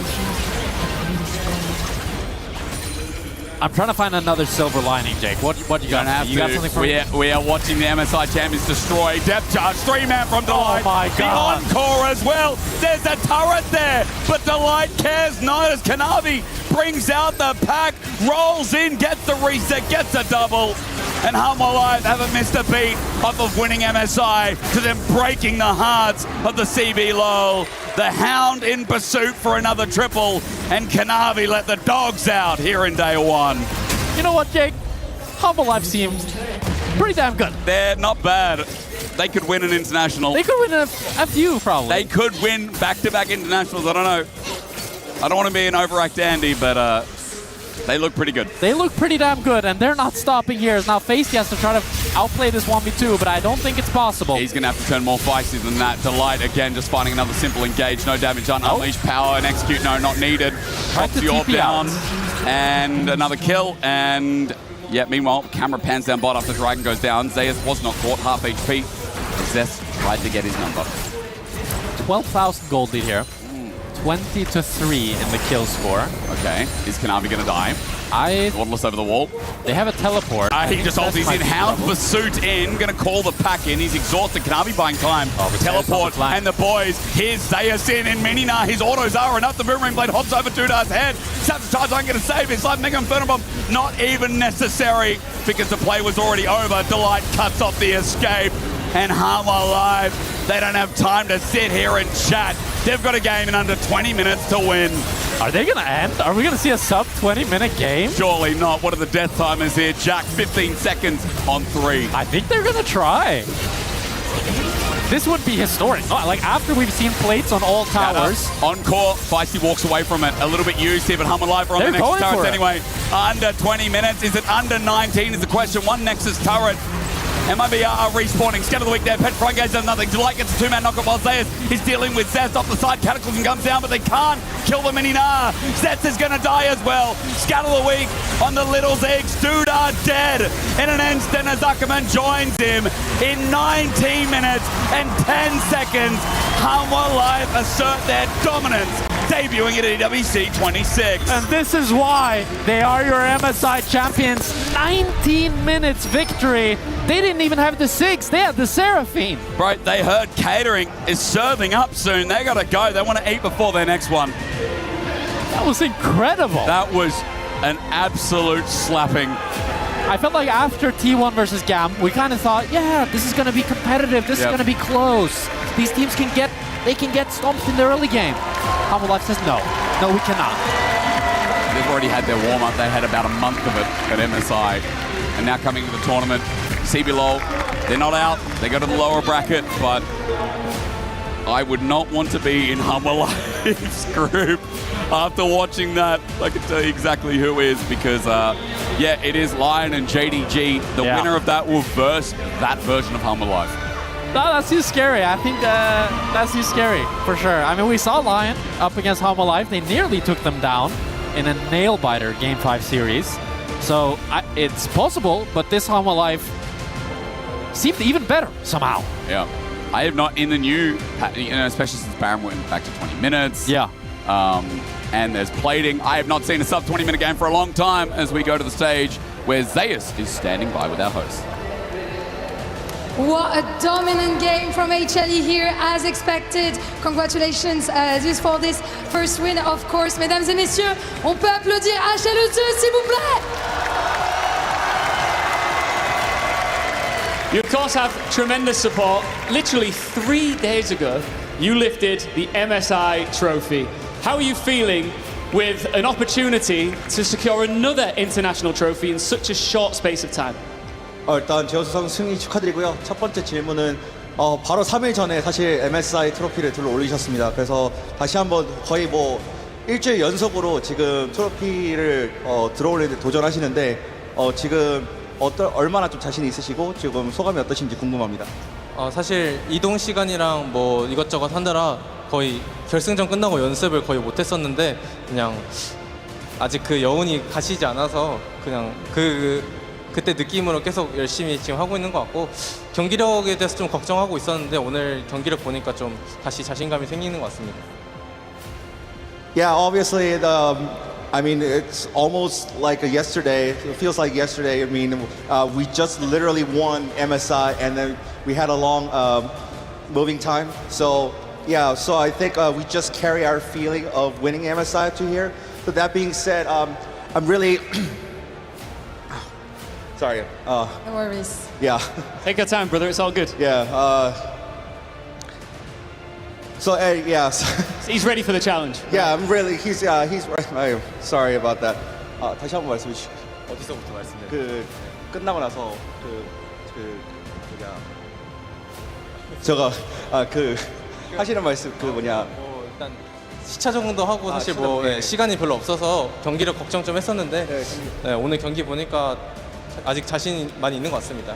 Yeah, I was very worried about our performance because there was a long moving time. Yes. But yeah, we're very prepared and we showed a good game. So yeah, I'm feeling really great here. Seems like it. Très rapidement, le MSI, c'était il y a seulement 3 jours, tu soulevais ce trophée. Est-ce que tu as envie de garder un petit peu ce momentum ici? Bah ouais, j'ai l'impression que c'était hier. En plus, on a eu un long temps de trajet pour arriver ici à Paris, donc j'avais un peu peur qu'on n'ait pas forcément ce momentum. Et là, on revient en confiance. And I want to ask you, Zeus, there's nothing much that MIBR could do against you in this game, but who do you have your eyes on in this tournament? Which team do you think is the best here at EWC apart from your team?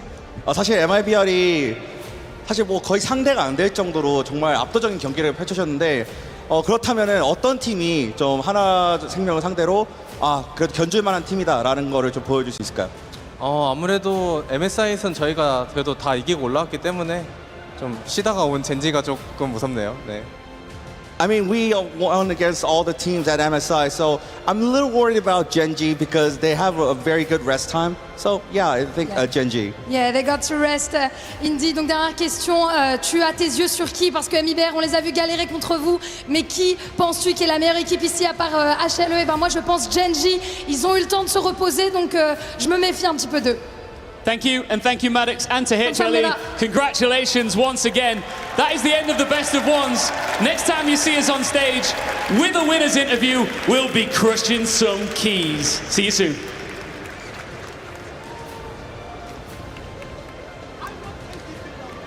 Los and the rest of the squad here not able to bounce back against Hanwha Life Esports as Zest, Curse, Feisty, Duda, and Ackerman will go back to the drawing board in their best of threes later as Hanwha Life Esports poured it on. Despite a solo kill in the mid lane, it was all HLE. Yeah, I mean, HLE, it's not a surprise the form they've been in, but especially the fact that Zayas came out so far ahead in the top matchup. Delight on his trademark Alistair. So much in the early stages of the year, there was a lot more Enchanter play, but seeing him back on these engage picks, he just puts on a clinic. He really does, and I think the draft here for Hanwha Life Esports was fairly risky in that it's running a Syndra, right? It does not actually have that much damage throughput. The Seraphine can do a lot of CC and can do damage later on, starts to do a lot of AP, but it can also, if it really struggles to get off the ground, be very low damage. And then you consider, if you look at the top lane matchup here between the Gnar and the Tristana that Zest picks up here, pretty risky for Zayas, tough matchup for the Gnar. So my concern going into the game was, what if Zayas doesn't get off the ground? What if the bottom 2v2 ends up struggling? This could be a rough draft for Hanwha Life Esports, but all resources were given to Zayas. He ended up getting 3 kills early on and exploded, and this game just fell apart, it seems. I think one of the most frustrating things going up against Zayas that I've seen for teams is that you can give a favorable matchup into him, and he just ends up navigating it so well. Here, we saw the attempt to take the 1v1, and this max range, just the edge of the wallop catches, and the immediate punish with the boulder into flash auto. Just so well played. And it's set up by Kanavi too, right? The wave gets held away. They're not able to follow up. And then here, they think, okay, we've got to punish this Gnar. We still got to play through this Tristana. Has level 6. Zayas buys time here, baits it in, and then as the rest of the team is showing up and going over here, he gets the crush in, gets the knockbacks. And essentially what was an attempt to get back into the game here is the end of the game, unfortunately, here for the CBLOL squad. Yeah, again, just seeing the power of the winningest top laner of all time. Definitely of recent history, having won all the titles. We showed that graphic earlier with them and with Zeus and Zeka, the Z's doing work. Showed his might and power there, and then it was time to see what that gold lead looked like in the mid lane at around 16 minutes there as they dove into the second turret. I mean, this combo, this 1-2 from Goom and Delight is so slick, so flawless. I've always said, whenever Delight plays Alistair, it feels like the engages. His Pulverize has a bigger AoE, he has a longer range on the headbutt, and here they're syncing it up with the Encore. The game was done long before this, but this was just the icing on the cake. Yeah, if they were behind and made a play like this, it could have changed the whole trajectory of the game. But ahead, they ended the game in sub 20 minutes. It was around 19:02 or so when the Nexus fell, and this was really the back-breaking blow. The game was done before this, but Hanwha Life Esports finished it in style. Yeah, and with that, we also have the update from B-Stream, where JDG took control of the game and slowly choked the life out of Lion there. So it is the LPL squad up against the LCK squad in Hanwha Life Esports, and then we have an Americas matchup with MIBR Los versus Lion. That one will be later on today. Yeah, and we heard Zeus talking in the interview about how, they beat all the teams at MSI. They feel confident against those. Obviously, he talked about Genji, but JDG, another team who wasn't at that tournament, they haven't got to test themselves against. So I think HLE definitely favored in that matchup, but it'll be interesting to see how it plays out in that head-to-head. All right, as you can see behind us, it is time for some best of threes, and it will be a French affair as it is Carmine Corp doing battle against Team Secret. After this content, don't go anywhere. You're watching EWC 2026.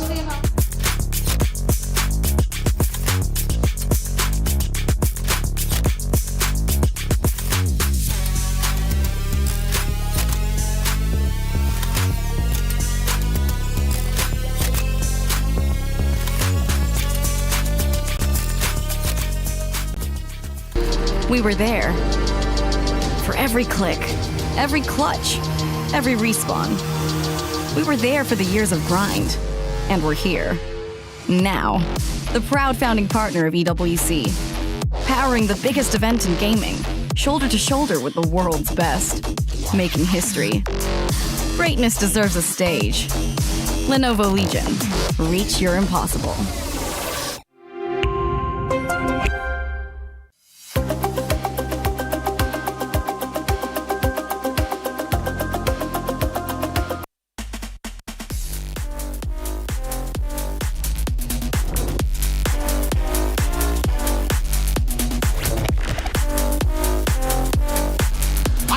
Right now at EWC at the FanFest League of Legends booth. Guys, they have League of Legends Classic, an exclusive. You cannot play this anywhere else, maybe on PvE, but right here. Now come with me. Look at this beautiful Baron.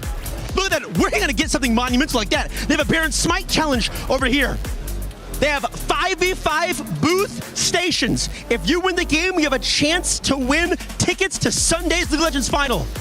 That's sold out, by the way. It's sold out. Walk with me now. We have much more. Excuse me, gentlemen, excuse me. We have a beautiful, beautiful tournament right here. Millions of likes, I swear to God, by the way, I swear. Beautiful over here, Katarina visual, monitor. Guys, and let me remind you one more time, this is an exclusive experience to play League of Legends Classic, the game that you remember from years ago, but that's like, we're talking about 15 years ago. You can play it right here, EWC FanFest. Come to the League of Legends booth. I'll be waiting.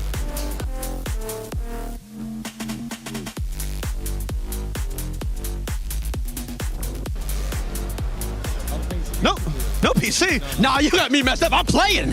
Hey, get off the computer. No, what? Get off the computer. Let's play.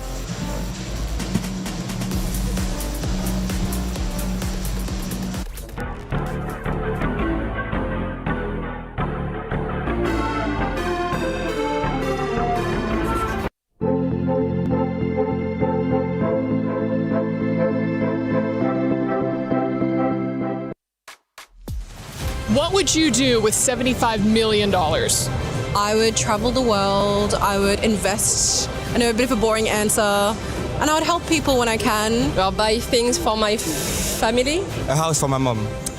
Yeah. Invest so I keep some money for the future. Everyone's just out here saying, oh, I'd spend it on my family, I would invest it smartly in smart enterprises. We need Americans, because Americans will come out here and be like, I buy 10 Ferraris, bruh. What if I say that I think you're lying? I don't know. Do you think I'm lying? Yes. The first thing that you're gonna do is buy all of the jerseys from your favorite players. I think you're gonna buy 10 fancy cars and go crazy. Okay, I'm lying. I would invest it into probably a retirement account. Why are you such a liar? I'm a finance major. I just graduated with a finance degree, so. So don't lie, you're gonna pay off your student loans first. No, actually I wouldn't, because I have an interest-free loan from my parents.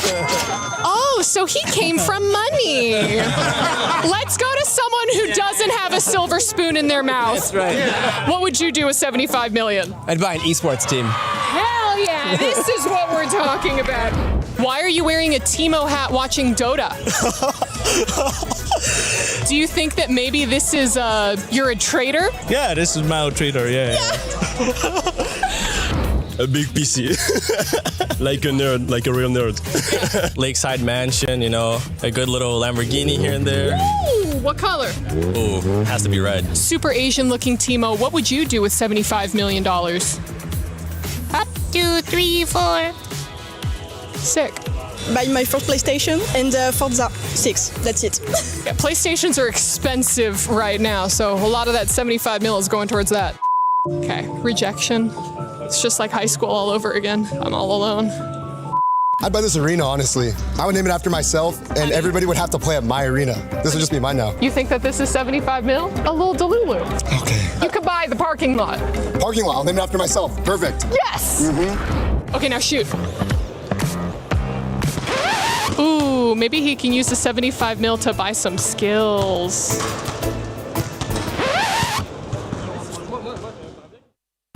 Play is in our DNA. whenever we let it out, it becomes our superpower. Now imagine an entire city being built to supercharge it. Kadir City, powered by Play.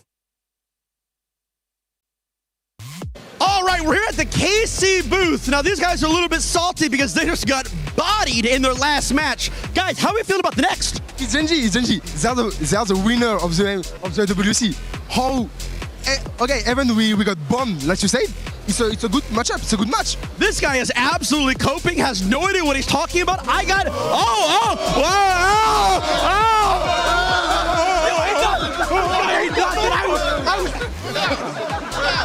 They're getting real rowdy over here. Guys, be honest here. Out of 100%, what are your chances to beat Genji? Team Secret. Oh, we won against Team Secret. So. Any wins this tournament, what are your odds? This guy is thinking about it though. He's not even confident in his own team. Nah, it's a free match. It's a free match. We're gonna start. Hey, free match, like you have 90% free, like for free. Maybe 10% because they're Korean. That's all day. Like 3-0. I think I can go on the. I can be titular in the match. I can play against Team Secret. We won.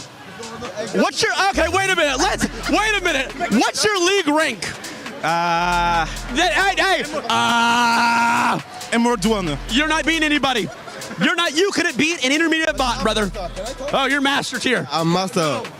Master, you don't get 20 CS in the entire game. Guys, sorry, let's not get sidetracked. Let's keep this about KC. How long have you been KC fans, and why do we support this team? He doesn't really know. Okay, anybody? From the start at the Div 2. We support KC because we like Kamel, we like his project to one world. We are French, it's a French organization, and we have the same dream, so we support KC. For sure, it's Kamel. From the very beginning, when he started streaming, we support him, and that's the. From the Div 2 to the top. Honestly, wait a minute, hold up. This guy wants to talk? Yeah, because we've been following KC. I mean, personally, I've been following KC since 2020, since the beginning. I've been following Kameto since earlier, even than 2020. So it's just like, following your favorite streamer, creating a team, realizing, achieving his dream, and it's just like beautiful to watch, And I've been a KC fan, and I'm gonna be a KC fan until like. Okay, well, I came here to trash talk these guys. I kind of feel bad now because you guys are like die-hard fans a little bit, but I have a question. What related you to T1? Except the fact that you are friends with Faker, anything, you have a big relation with Riot Game and League of Legends. What relates you to T1? Okay, he's asking why I'm a T1 fan. I would love to answer that question. Unfortunately, production is cutting me off. Guys, I can't wait to see KC lose their next game. Back to you.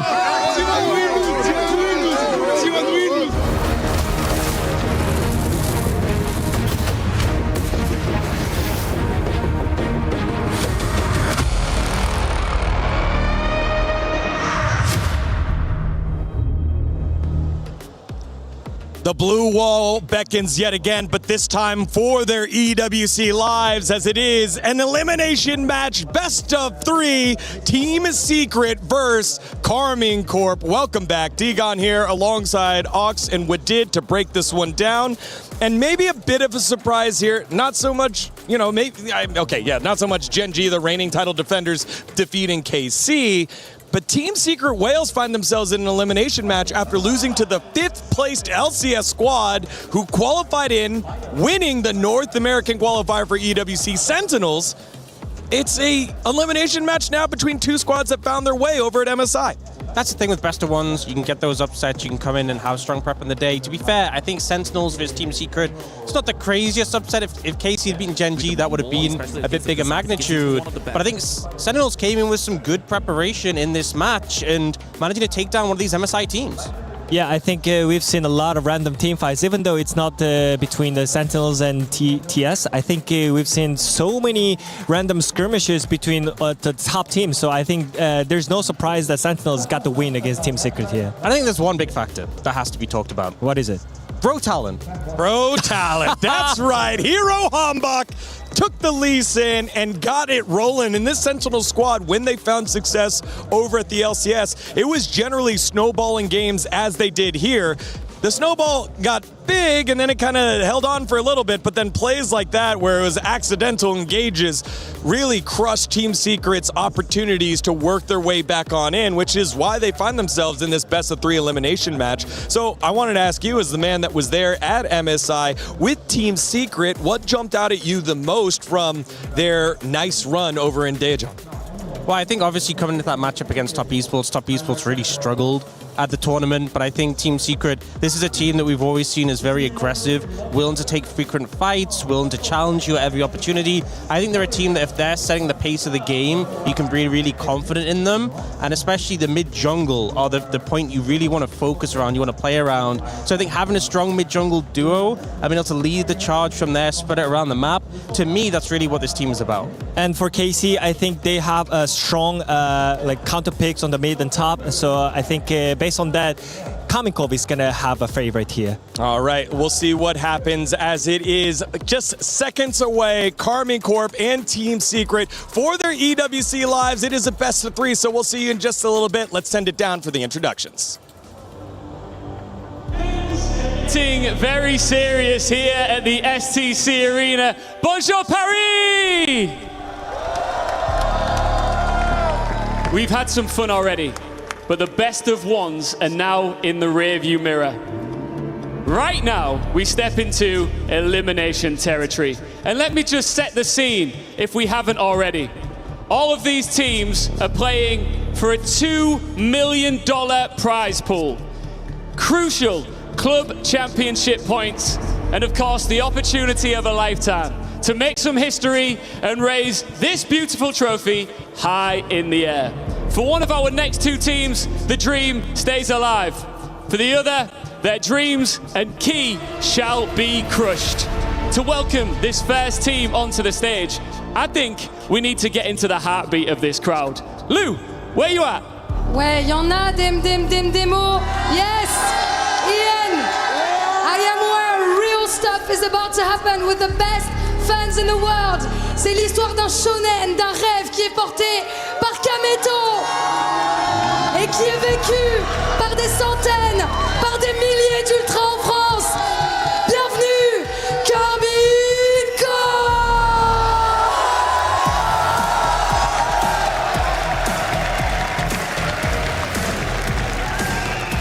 One of Europe's biggest names, driven by one of the most passionate fan bases in esports. KC now find themselves with no margin for error in front of home support.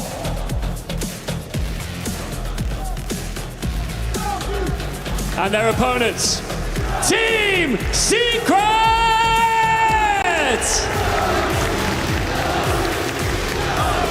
It's the story of underdogs. They were not expected here, but they can do good, they can do great, and they could eliminate the French org out of Paris. Do they have what it takes? It's about to get loud. It's about to be a ruckus in here. Both of these teams have already suffered defeat today, and now they are fighting for the right to stay in the tournament, to keep their dreams and keys still intact. Mesdames et messieurs, je n'ai plus besoin de vous le dire, mais quand même, faites du bruit!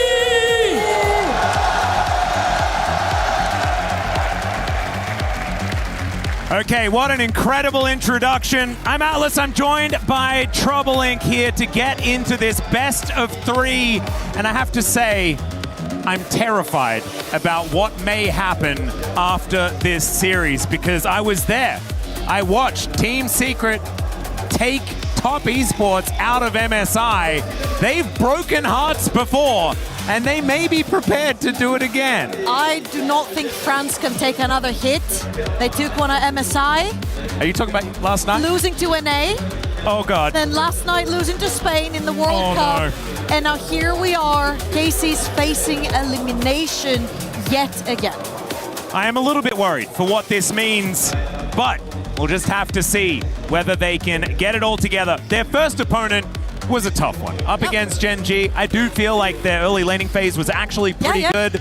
I think that Yehu especially looks like he's on form, being able to outlane Chovy for the first few levels at least. And so I think that KC should definitely be the favorites, like Wadid was talking about. But the amount of curveballs that can be thrown by a team like Team Secret is kind of terrifying, right? They've got Pun in the top lane. This guy plays volley bear. He plays set, and he looks so good when he does it. I hope he just doesn't play Cassante again, because like Cassante's just, it's Cassante, it's boring, you know? I think we need him to cook, otherwise it's not going to work. Yeah. No Cyan. I feel like Kana is so used to it though. In the LEC, there are so many weird picks that are being played over in the top lane. I mean, Broken Blade brings in whatever is played internationally, right?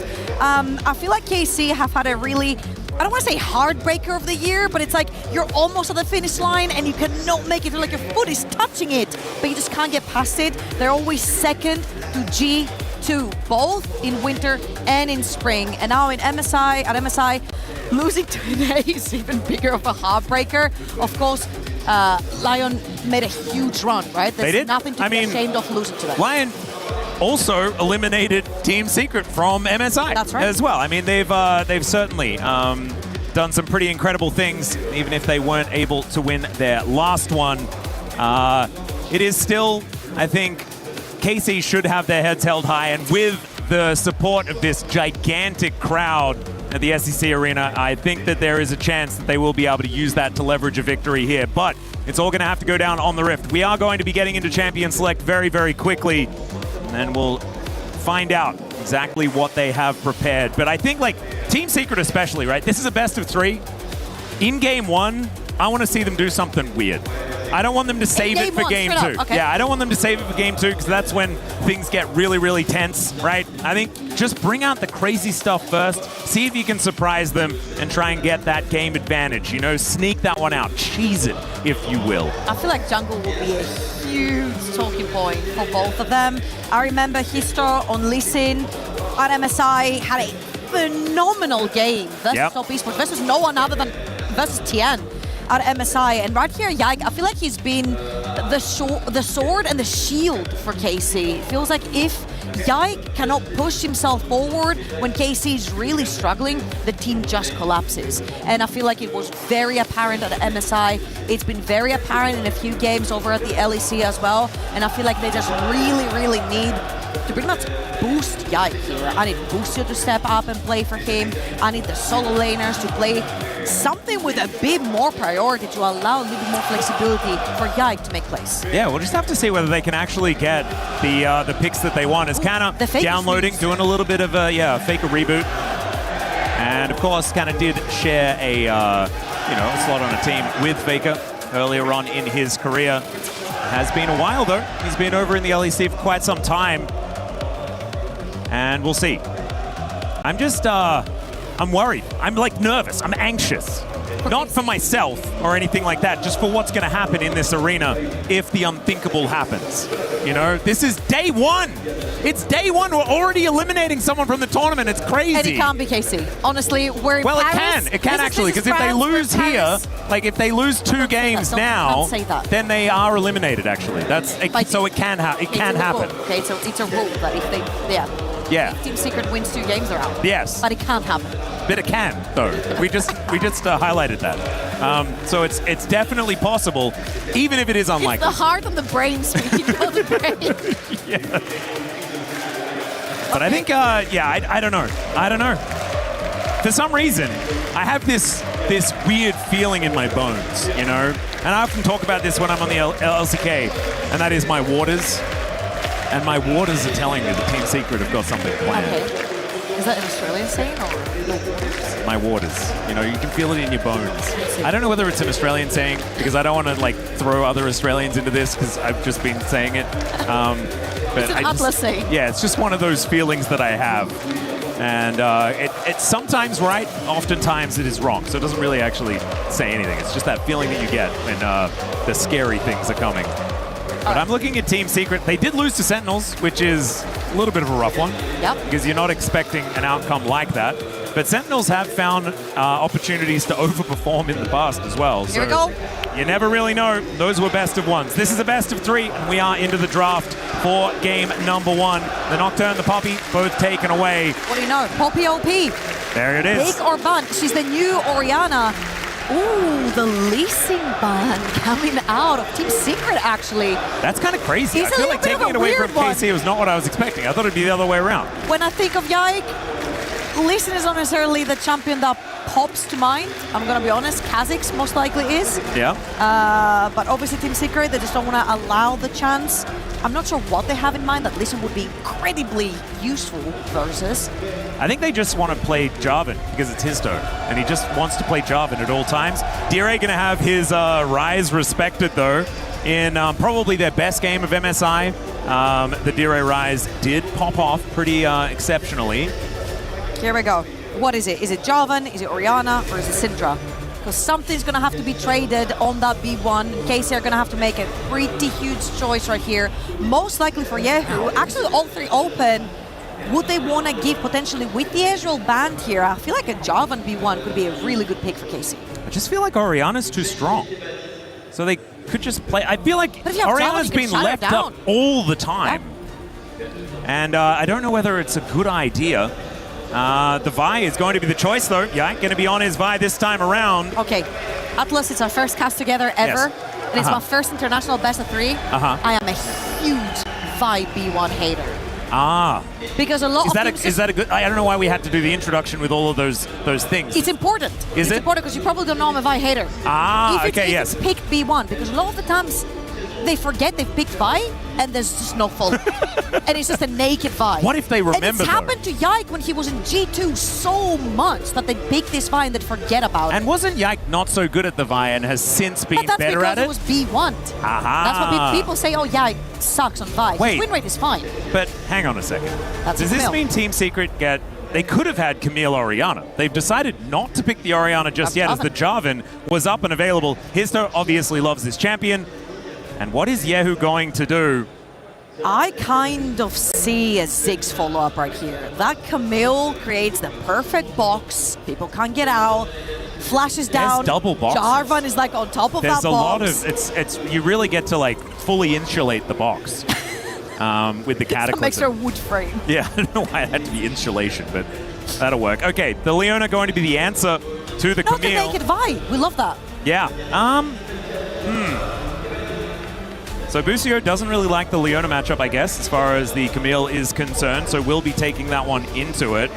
I wasn't expecting it to be picked this early, though. I feel like you could have kind of got away with leaving that one and then picking a little bit later in the draft. But Yehu, will it just be a bottom lane pick? Will he take something like the Ahri? Instead, the pick away of the Ziggs. I actually love this a lot as well.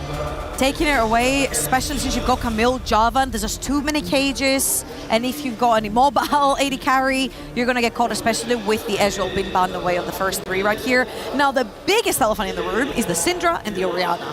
Yeah. They've both been completely ignored. And we actually talked a little bit about KC and how they've been drafting over the past year. It's always been Yehu being picked for in the first 3, which hasn't necessarily been the best thing for KC because he's been countered plenty of times, and that was where he couldn't follow up with Yike and give him that freedom.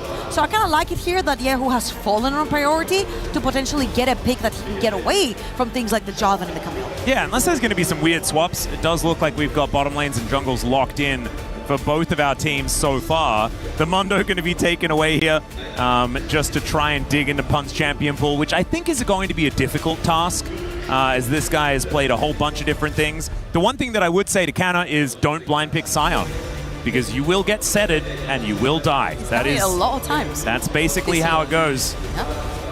Pun basically solo won that game. It was absolutely incredible, but I don't think they're going to walk into it as it has been shown so far. There is the Syndra ban, as you were mentioning before, one part of the Orb Lady duo.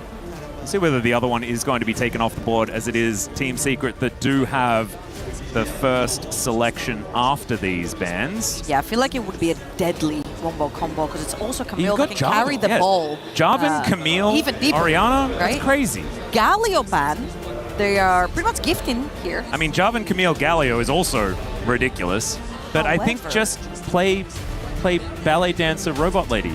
That's probably what you should do. AKA Orianna. That's what we've been talking about. Yeah. However, Akali is still up in but there. Cho'Gath was available. That's a good point. No, Cassio going to come in instead. I actually like Orianna in the Cassio matchup though. So I really don't. Like I think I don't mind it. I feel like Cassiopeia, if she lands a few Qs, she can really force Orianna off of the lane. We actually saw Yehu play a fantastic Cassiopeia into Canyon Syndra in that first match of the day. Yeah. So we'll see if Yehu's going to choose to go with the Orianna right here, which follows up really nicely with the Leona and the Vi, but it's not necessarily the follow-up that I want to see. With the when you classic do hover. have the Vi. Akali is kind of the champion that I want to see here because she's very elusive to the Camille and the Javan, and she can slide into the backline to get to the Sivir. All right, Pun's playing with our hearts just a little bit here after the Akali does come in. This is often banned, actually, when the Cassiopeias do get locked in. So interesting that Yehu does get that option, and it's been locked in. So we're playing Urgot. Pun, he's listened to me, and he's decided, you know what? I am just going to cook game one. And up into the Gnar. Like, this has been a good matchup. I think this is a matchup that I've watched Canna play into Kane back in the day, like a long time ago. A more recent one, we had a conversation with Flunder and Whip on the podcast, and Whip was saying that he doesn't necessarily think that those niche picks are that valuable anymore because of Fearless. Once one champion is taken out the pool, then your counter pick goes out the window with it, right?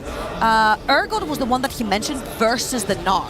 But it's a really great pick. Yeah, it's a good matchup. So I'm really excited to see how Pun is going to actually leverage the early game with that Urgot to try and create more pressure through the Javan. The more lanes you've got pushing, the more freedom you give to the Javan, and he loves early game. Level 2, level 3, he can regang. There's a bunch of immobile champions on the side of KC as well that you can very easily punish. Yeah, I kind of like how both of these drafts are looking, to be honest. And I feel like we got our wish, right? It's Pun doing something a bit strange towards the top side of the map, but otherwise it's a lot of team fighting on the side of Team Secret.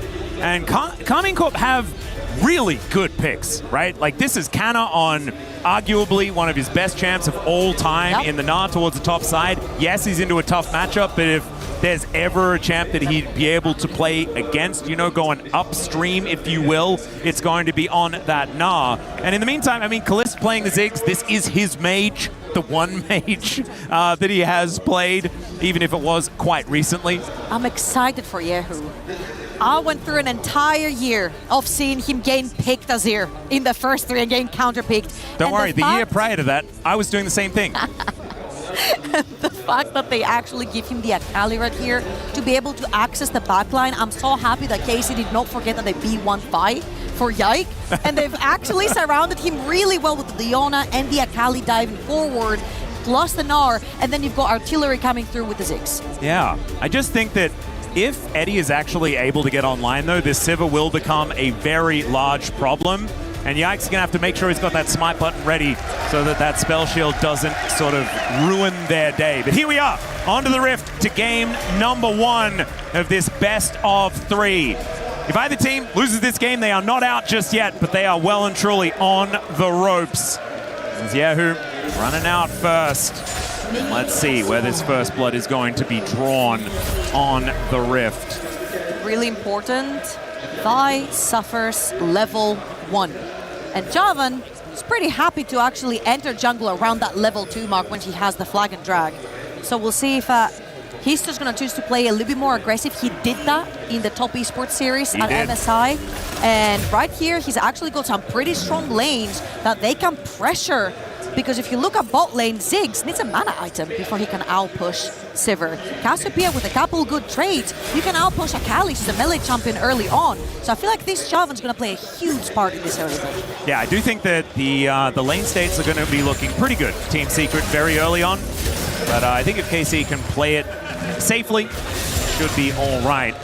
And there might be some opportunities for Yike to get some stuff done early, given the pushing nature of the lanes out of Team Secret this time. Still, I think it's going to be a tough time, unless Kalist just lands every bouncing bomb and Eddie just goes to no health at the very beginning of the lane. So usually the way that we can break down sort of a mage versus an AD carry, I want to bring back the old mid lane meta, which was Syndra versus Lucian. They're pretty similar in terms of how they play the game and their spells. However, the AD auto-attacker will always outpush because their auto-attacks do more damage and they can actually push the wave without having to expend extra mana. And of course, with the ricochets from Sivir, that becomes even easier than with the Ziggs. So that's why we're saying Ziggs needs his mana item so that then he can continuously pressure with his actual spells before Sivir can push the wave. Yep. Eddie is just, like you say, going to be hitting minions as much as he possibly can. This lane does have a Camille in it though, and so I imagine that Eddie's probably going to be alone for quite a bit of this early to mid game. Late trial. Yeah, and yeah, so there we go. Happy Level 2, jobbing. and he's out. There is Histo in his own jungle towards the top side, but it looks like BA is going to start the ganking a little bit earlier. Oh, okay. Dire maybe doesn't need the help. Yeah, BA's like, well, just going to leave. Honestly, it looks like you've got this one. As never mind. We're just going for a real deep dive. In he comes, and even if they zone him away from these minions, it is still going to be a lot of work, because it looks like it's going to be a plate that they're going to opt into first. Hextech sweep, not a whole lot more, is going to be coming out now as Busio makes his way up. He's still in position. We'll actually get over here. Vision available for Yike as he does take down his blue buff. And now Vault breaks over, so good defensive play here from KC so far. Yeah, and Yike has to do the walk of shame from the top side Scuttle Crab to the bot side Scuttle Crab, as the pressure from BA right here was fantastic. The fact that they actually called off the play. They might look here though. Yeah, Busio does have that Eclipse running, so he is next to unkillable at this point in time. We've got the flag for a bit of extra damage on Viejo here in the mid lane, who just desperately wants this wave in a different spot. It's actually so important for Akali to get her first item. That's when she truly becomes a champion. Having that gunblade, being able to get the slowdown, reach other champions. And it's just so important for Yehu to hit every single creep. The fact that BA puts so much pressure in that mid lane, the fact that they're forced to put Busio there is just heartbreaking for Akali. Yeah, Busio now in a fair bit of trouble actually, as the hookshot does get the flash out of Busio. And look at that, the poison ticking down alongside the ignite. Every dot available now on that Leona. Busio will be going back to base. Now Flashless does have Hex Flash, so activating Hex Flash this early, I do very much like. But I'd probably still put it in the cons column. You're a glass half full guy. You're like, no, just burn both summons, but I'm just a Hex Flash fan. Okay. I'm just a massive Hex Flash fan. I will say though, that wasn't very successful sort of shadowing from Busio right there. Overextends, BS sticks around, Camille does so much damage with Halo Blades early on. The TPs are gonna land in. Yike is surrounding this area. There's that Hex Flash. That's my asthma. And well, that looked so good. See? It's so useful now that it's been activated, as BA is going to stop Canna's back. Might have been shopping there momentarily. You know what's going to happen at some point? What is going to happen? Around the 10-minute mark, especially when you've got two roaming supports, the AD carriers get so bored that they actually go at it 1v1. And suddenly they show up at Dragon, on second Dragon, and they have no flashes. You're like, how do you have no flash? You've been alone bot lane the whole time. They're like, well, we just 1v1. Yeah, sometimes it just happens. Yeah. And Eddie's actually taken the cleanse. It's interesting. And then I saw the Leona, so maybe not as interesting, as that's a great stun to get out of the hookshot. We'll get the flash out of BA. As Pun just ignoring that, utilizing the shotgun knees to do a fair bit of damage to Canna. It looks like Team Secret will be able to just move themselves back, but without the flash on the Camille, means this next skirmish might be a little bit more difficult here for Team Secret, as Busio really has unlocked himself from the map in this game. This is what we've been wanting to see from him. Looks a lot more comfortable on the Leona this time around. As okay, the hookshot comes in this time. I may have cursed him. I'm so sorry, Busio. First blood goes over to Pun. Yeah, Hexflash didn't help you much there. That was a 2 versus 3 as Yike headed towards that bot side of the map. And Busio, I'm actually scratching my head a little bit there, because with Yike heading towards that bot side Skullcrab to get his level 6, what is Busio still doing in the river? I don't know, dying, as it turns out. We're going to have a look at it one more time. Please tell me. It's such a weird angle. Busio walking around towards river, knowing that Urgot and Camille are still there. He still just makes a drive-by. They donate 1 kill to Urgot, which was already an advantageous matchup. And Kanna's like, oh god, Urgot just got a kill. Yeah, in fact, a lot of people sharing that sentiment right now. As if it wasn't hard enough. Okay, Busio back at it again, though. There's possibly an angle towards Dire, but he has got a whole bunch of rocks in his inventory right now. He's been on a hike, I think. Bunch of crystals. And whatever he can find on the way. Yeah, he's been mining or something like that. Not entirely sure. I think I saw something about this in Snow White. But he is now going to go back and build an even bigger rock, and that one's going to be helping him out in this laning phase up against Yahoo, who does have that Hex Tech cookie already completed. Talking about rocks, Mountain Dragon, and BA is top lane again. Kana does a flash, and he's Meganar, so it shouldn't be too much of a threat for him. However, again, BA has been such a pain in the ass for every single lane. Because everyone moving backwards means that the wave is not at the position you want it to be. You cannot CS, and Trinity Force is so important for Gnar, but so expensive. Gunblade is expensive for Akali. She has been put behind as well, and just BA has actually managed to pressure 2 lanes, but just roaming constantly.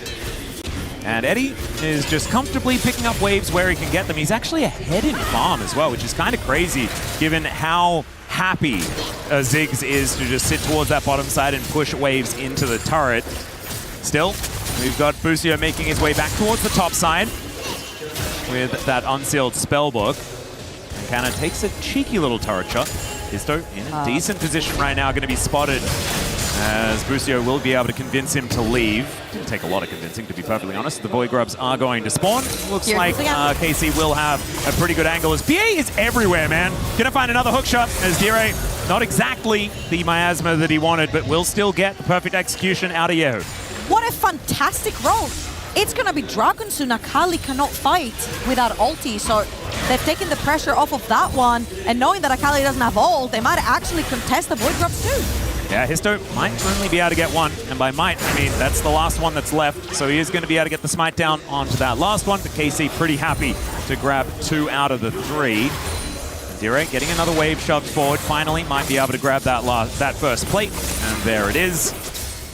Looks like Team Secret just biding their time at this point. Currently 1.5k ahead though, and it looks like they really have been able to slowly but surely add on to the initial advantage that they picked up after Punt gathered that first blood. Histo down here towards the bottom side will just be able to take down the Scuttle Crab. Has started off this dragon as well. Obviously Mountain Drake with a lot of health, but doesn't have a whole lot to worry about just yet. He doesn't have friends either though. Cassio and Sivir are both backing, so he's kind of helpless if he wants to start this dragon. However, I just want to speak about Beard because I remember his Nautilus game versus Top Esports, and he was absolutely instrumental. His roams, and right here, we're talking a lot about, you know, the silver lining of how much aggression is the correct aggression. I felt like he's been putting pressure without necessarily putting himself in the case where he can die and be over-aggressive, and it's been beautiful. As Yikes looking top, has level 6. Oh, Pun just going to eat the CC. Very, very nicely done there. Gets himself out of the way as now Kalisz possibly in trouble as Eddie is on the hunt. Needs another auto attack, and he just spell shields the ultimate. That turret was doing a lot of damage, but not enough to kill the Sivir, and they just walk it off. That was so beautifully played. Kalisz was pushing the lane way too far without any vision. And Histo just walks down the lane and just beats him up. Takes the flash as well, which is so important for the next dragon.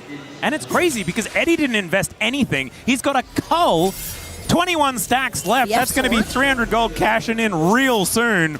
And we all know that Sivir can make the game so incredibly difficult if you're trying to sort of cheat waves around the map, right? Because she just does it right back and does not really care. So Eddie is in a very good position. Still yet to put that first item together, but that will be coming through very, very quickly as Yike is on the dragon first. I like that. No information over to TS. I'm not sure what Team Secret have been doing. They've created so much pressure to the both side of the map, and then they're slow on the Void Grubs. They're not getting the dragon, and I feel like they have not necessarily been syncing up their resets correctly to actually juice up all their efforts that they've been putting to take over the map completely. Let's see whether they can remedy that now with a potential little bit of attention in the mid lane. Looks like no. As we'll check out the replay here, this was Histo just flashing on top of the Ziggs. Okay, Kalisz was very out of position there. He did have the satchel, but it just didn't do anything. But Kalisz was way out of position right there. Way too far up on the wave. He was trying to get the bouncy bombs onto the Sivir for a bit of poke as well to try and trade. But walking that far up in lane with not a lot of vision allows Java to just walk you down. All right, that is going to be a bit of an engage out of Busio, but takes some Twin Fangs back. Histo just going to get himself out of there with a flag and drag. Happening all game. Busio and Bia just going at it, but nothing really happens. Just yet. But Team Secret just wanting to, they were listening to you, right? They were like, now we've got to try and get out and do stuff. Yike is going to stop that from happening. Solar Flare comes on down here as Histo's the one tanking up everything. Gets a good old shield, but it's not going to be enough to keep him alive. And now Pun is next on the menu. 2 kills here for KC as they come alive. The double wallop from Kana, who just sees himself out, finds himself the Q there as well, and knocks down BA. An absolute disaster for Team Secret, but KC looking way better now. Absolutely gorgeous play by Yike. Sees the opening, calls the Jarvan as a target, and everybody piles on. We're gonna look from Kana's POV, but the Vi ult lands on Jarvan, Leona lands on Jarvan, Gnar lands on Jarvan, and there is nothing they can do. They isolate him, and it turns into numbers advantage for KC. Oh man, beautifully played here for Kana. And the last flash as well. And then the flash out of the way. Goodbye, BA. And just having a look at the zigs on the bottom side of the map as well. Kana just poking his head in. Wow, that was better than we thought. And so KC, they were at a deficit, and they have turned that all the way around now. And by all the way around, I mean they're in much less of a deficit. 700 gold going to mean not a whole lot. And just have to find out whether they can continue on that foot, because that team fight really hurts Team Secret, right? Like, you lose something like that and you are feeling terrible moving towards the rest of the game. Yahoo finding a bit of an angle. We mentioned as well about these item spikes, and that gunblade is there. Dire not going to be able to save his support, and also not going to be able to fight this Akali either. And Yahoo is just stacking up that money now. 3-0-2 on the Akali. Add insult to injury, he killed him with the gunblade, which he very freshly last hitting with gunblade, from that was my team fight. favorite thing to do. You know, it could be a rocket bell, that's even worse. Oh, no, I don't mind that one. All right. Well, I think just like being able to click on them and they die to the... Because I feel like gunblade just, it's mainly the slow, right? It doesn't do very much damage. Well, Yahoo on this Akali is actually now a champ. Team Secret gave KC what they wanted. Skirmishes and very chaotic flanks is exactly how KC want to play the game with this composition. They choose the target, everyone jumps on that target, they isolate them and they kill them, they turn that numbers advantage, and that's exactly what they did. Trinity Force is the next one they should be aiming for. On to Kana, however, they've caught him as mini-Gnar. Booster is there to cover that. Not sure about that flash though from Pun as he picks up the turret aggro. Busio comes on down, Mega Inferno Bomb, good night, Urgot. And Pun will be hitting the deck. The rest of Team Secret just trying to run away as Yike positions himself in that pixel brush. And it feels like the early game was going really well for Team Secret, and since then, nothing has really worked. They're going to go for another thing here as Dire is sinking the fangs in. Busio are kind of realizing that he had nowhere to go, and so he is just dead once again. Probably a price they're willing to pay, given the fact that Pun is dead. But Bia is the one cashing in on that kill, so you don't really care about your level 7 Camille getting extra gold in the pocket. Yahoo also had a fantastic positioning there. If Dire decided to push up on that Cassio. And again, KC are just finding targets all over the place. This Akali, in particular, the second Yahoo pressed that TP down bot lane, everyone started scattering. You do not want to be fighting a Gunblade Akali at this point. They're not tanky enough to sustain through. And let's watch this one more time. They see that Kana is mini-Gnar, but his bar is loaded up. He'll turn Mega really soon. And the flash coming through from Pan, whilst Busio was already on his way towards the bot side. Great cover by KC. Yeah, excellently played here by KC. And yes, Busio does get caught out towards the end here. They're probably happy to sacrifice himself for the good of the colony. In the meantime, though, I mean, I feel like Eddie has been still just putting items together. He's got that Storm Razor done, cashed in that Cull. That's why he's close to a 900 gold advantage. As Team Secret looking for Dragon number 2. Busio and Bia kind of fighting one another. Ricochet's flying through this mid lane as Kallista's moving on over. Yahoo, so incredibly scary. And the flag and drag will get Histo out of there after he secures the Dragon. Mega Inferno Bomb, Bia gonna get caught. And yes, the Ricochets are bouncing through, but there is not enough here for Team Secret to stick around. Hexgate's on the Rift now as well, as a Hextech Soul is a terrifying prospect for either side, but Ziggs with Hextech Soul, oh man, that is revolting. I'm not gonna lie to you, that early game really worried me for KC, but once some of these items started coming in, after that skirmish at the Rift Herald, they've been looking so decisive. And I feel like for Yehu, that's also a redemption arc, because at the very beginning, it just wasn't so hot. Now with the Akali, very decisive, look at his target, kills his target, and a call. All right, yeah, Connor is gonna hit Megan, but doing so much damage here to Pun. The shotgun knee's not going to be enough, and Histo just has to get out of there. Boulder toss not gonna land, but Canna doesn't mind. He's already taken down the Urgot, and he's looking for the turret. He's not trapped in there with you. You're trapped in this Cataclysm with him. They keep engaging onto Megana. I don't know whether it's a good idea, but from the results, it looks like the answer is no. I mean, don't knock it until you try it like 2-3 times. Yeah, don't worry, I tried it. Right? It's never worked for me either. But I'm not a pro gamer, so I cannot judge. Yeah, though, looking for an angle towards his bottom side, just waiting, see whether he's stuck in the shop, and he passes the test. Diore goes home. They say don't be in game one, Andy, okay? So to have some analysis, you need multiple instances of the same thing happening. So they're trying to engage on this Megana over and over to see if any of them stick. If it doesn't, they'll stop eventually. Trying to build up the sample size. That's right. I don't like that. I like small sample sizes. Personally, I think that they're more funny. But Team Secret obviously disagree, and that is absolutely fine. 2,300 gold, though, going to be the advantage here for KC as we check this one out from Kanna's perspective. And already, I mean, Pun just took way too much damage. And yeah, he lands the ulti, but you need to hit a threshold for that to ever mean anything. Look on the map as well, Buxio was on his way. So Kanna was buying time for his support to get there as well. I feel like he was actually looking to kill the Jarvan too. He's so strong. The second they gave him that Trinity Force through the first couple of kills and assists, again, those champions, the Gunblade we mentioned, the Trinity Force for the Nara as well, those two champions become so strong on that one item power spike. KC, still a little bit of work to do as the 2.6k gold lead is not end of the world here for Team Secret. They are still in a great position. We were talking about those one-item spikes. I think KC will just continue to get stronger as the smite not going to quite work out there. As Oathbreaker comes in, Flag and Drag doesn't hit. He's feeling himself. We're just playing around, I guess. Yeah. Histo comes on forward. Histo is just trying to stick around in the area as Pun deals with that minion wave. BA's moving in. Trying to see where this Sivir is, and Eddie is finally going to move on over. 1-0-1 now, as he does have 2 items completed.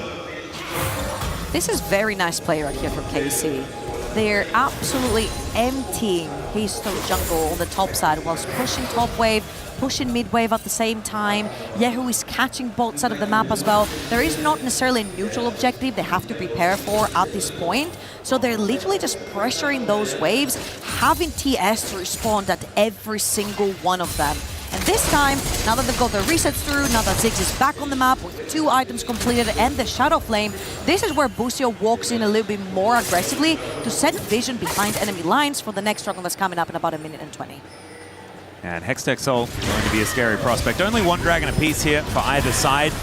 So I believe like TS can just give 1 up, right? Let it go. Maybe 2, but I don't know whether Soul Point is something you ever really want to give away. For this next one, they don't necessarily have to fight for.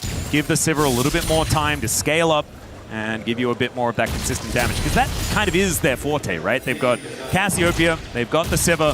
If they can avoid spells, get through the opening salvo, they will kind of be fine as the fight continues. The problem has been someone's already always dead at the very beginning of the fight, and that's largely because there is a 4-0-2 Akali in this game. Shadow Flame now completed, like you were talking about. The Hextech cookies being put to work here as the Gunblade has been done for quite a while. And yes, Eddie's happily catching waves. I feel like he's just going to be collateral damage. I'll give hope to the Team Secret fans. Okay. This Sivir is almost 3 items. That's when the clock starts ticking. You give 3 items to Sivir, I feel like Jarvan's kind of tanky, you know, he's got the Black Cleaver in there, same for the Urgot. If these 2 guys live long enough, you've got low CC from Cassiopeia and Camille coming through as well. couple of auto attacks can do a lot of damage on the side of KC. They are pretty squishy overall. So 3-item Sivir could really, really break through those team fights. And of course, we'll see, you said it, can Team Secret stay alive long enough to allow Eddie to put down those autos to do damage? Just thinking as well, like their Baron damage is kind of absurd. Sneaking a Baron is actually a possibility here, although they don't have Leandri's. It was Rylai's second here for Dire. So maybe without quite as much. We were talking about giving up the Drake. That is absolutely going to happen here as Yike just going to take that one on spawn. 5 minutes until Soul Point for KC. And their ducks are looking like they're in a row at this point in time.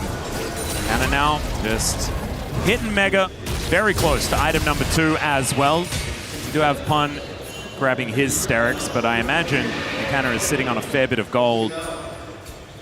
Busio just clearing out vision all over the map. You can have a look there, like they've lit up this map like a Christmas tree. KC kind of know everything that's going on right now. Their control of this game is kind of ridiculous as Histo finds himself a little bit of controlled vision. They've been playing so methodical. They've not done any egregious, aggressive moves, knowing that this Akali is ahead, knowing their Gnar is ahead. They're just waiting and playing for the neutral objectives. They understand that they have the power in their hands right now, 5,000 gold in the lead. They know that they've got the Ziggs that's scaling super well into the late game together with the Gnar, so they don't necessarily have to put any extra pressure. They already have the extra items, and if they keep that gold lead, they will keep having those extra items. They'll eventually get to that soul point as well, which means that they can force Team Secret in team fights that don't necessarily want to take. Well, so far, I feel like Team Secret need to do something pretty soon, otherwise they will just kind of start falling apart. As BA is going to show up here, diving the Cassiopeia could be a problematic position as there's a Hextech ultimatum. Does yell at them, but I don't know whether it's going to do quite enough as Busio is going to be the collateral damage once again as Pun finds his way in. He does manage to pick this one up. There is a Ziggs just doing some damage to the structures, but that is 2 on the floor and the shutdown is picked up by Team Secret. The Cassiopeia TP came through as well to try and find the Ziggs potentially through the jungle. What a fantastic play. Ask and you shall receive. Yeah. They need to do something. Well, 2 items on Cassiopeia is when you actually start doing something. Super tanky on the Cassio as well with the Rylai's, and Kanna has found himself a crab. Yeah, looking for a bit of an angle here. Does manage to do a fair bit of damage, but here is the Mega Gnar from Kanna. Throwing the boulders around. We'll see whether the wallop is going to connect. Just keeps collecting them, but BA is going to show up. Great Gnar just to play defensively. As now Histo finds Yike, but Busio is right here. Dire, is he going to be able to do anything? The answer is no, as Histo does flash and flag drag to try and get out. They get a ward over, but there is nothing they can do, and the Jarvan just walks it off. Dear Karthus, please press R.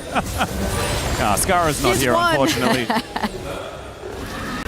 Well, Histo gets out by the skin of his teeth. As BA is looking to play a bit aggressive on Yike. Yeah, solo play comes in, does slow him down. Mega in front of him doing a lot of damage. The flash out from this Camille as Pun just trying to hold him in position. There it is, manages to get the fear out, but it's not quite going to do too much. As it's only Yike falling down for now, but now Dire finds the Twin Fangs. Eddie's on a killing spree now. And Team Secret even out the kills. And yeah, you're right. I think that this should just be them taking down the Baron. What a great catch. KC overextends at the red buff, knowing that they've sent their jungler packing back in base. And now Yehu and Kanna are needed to make the impossible possible. Well, they're going to have to try and kill them because they do not have a smite.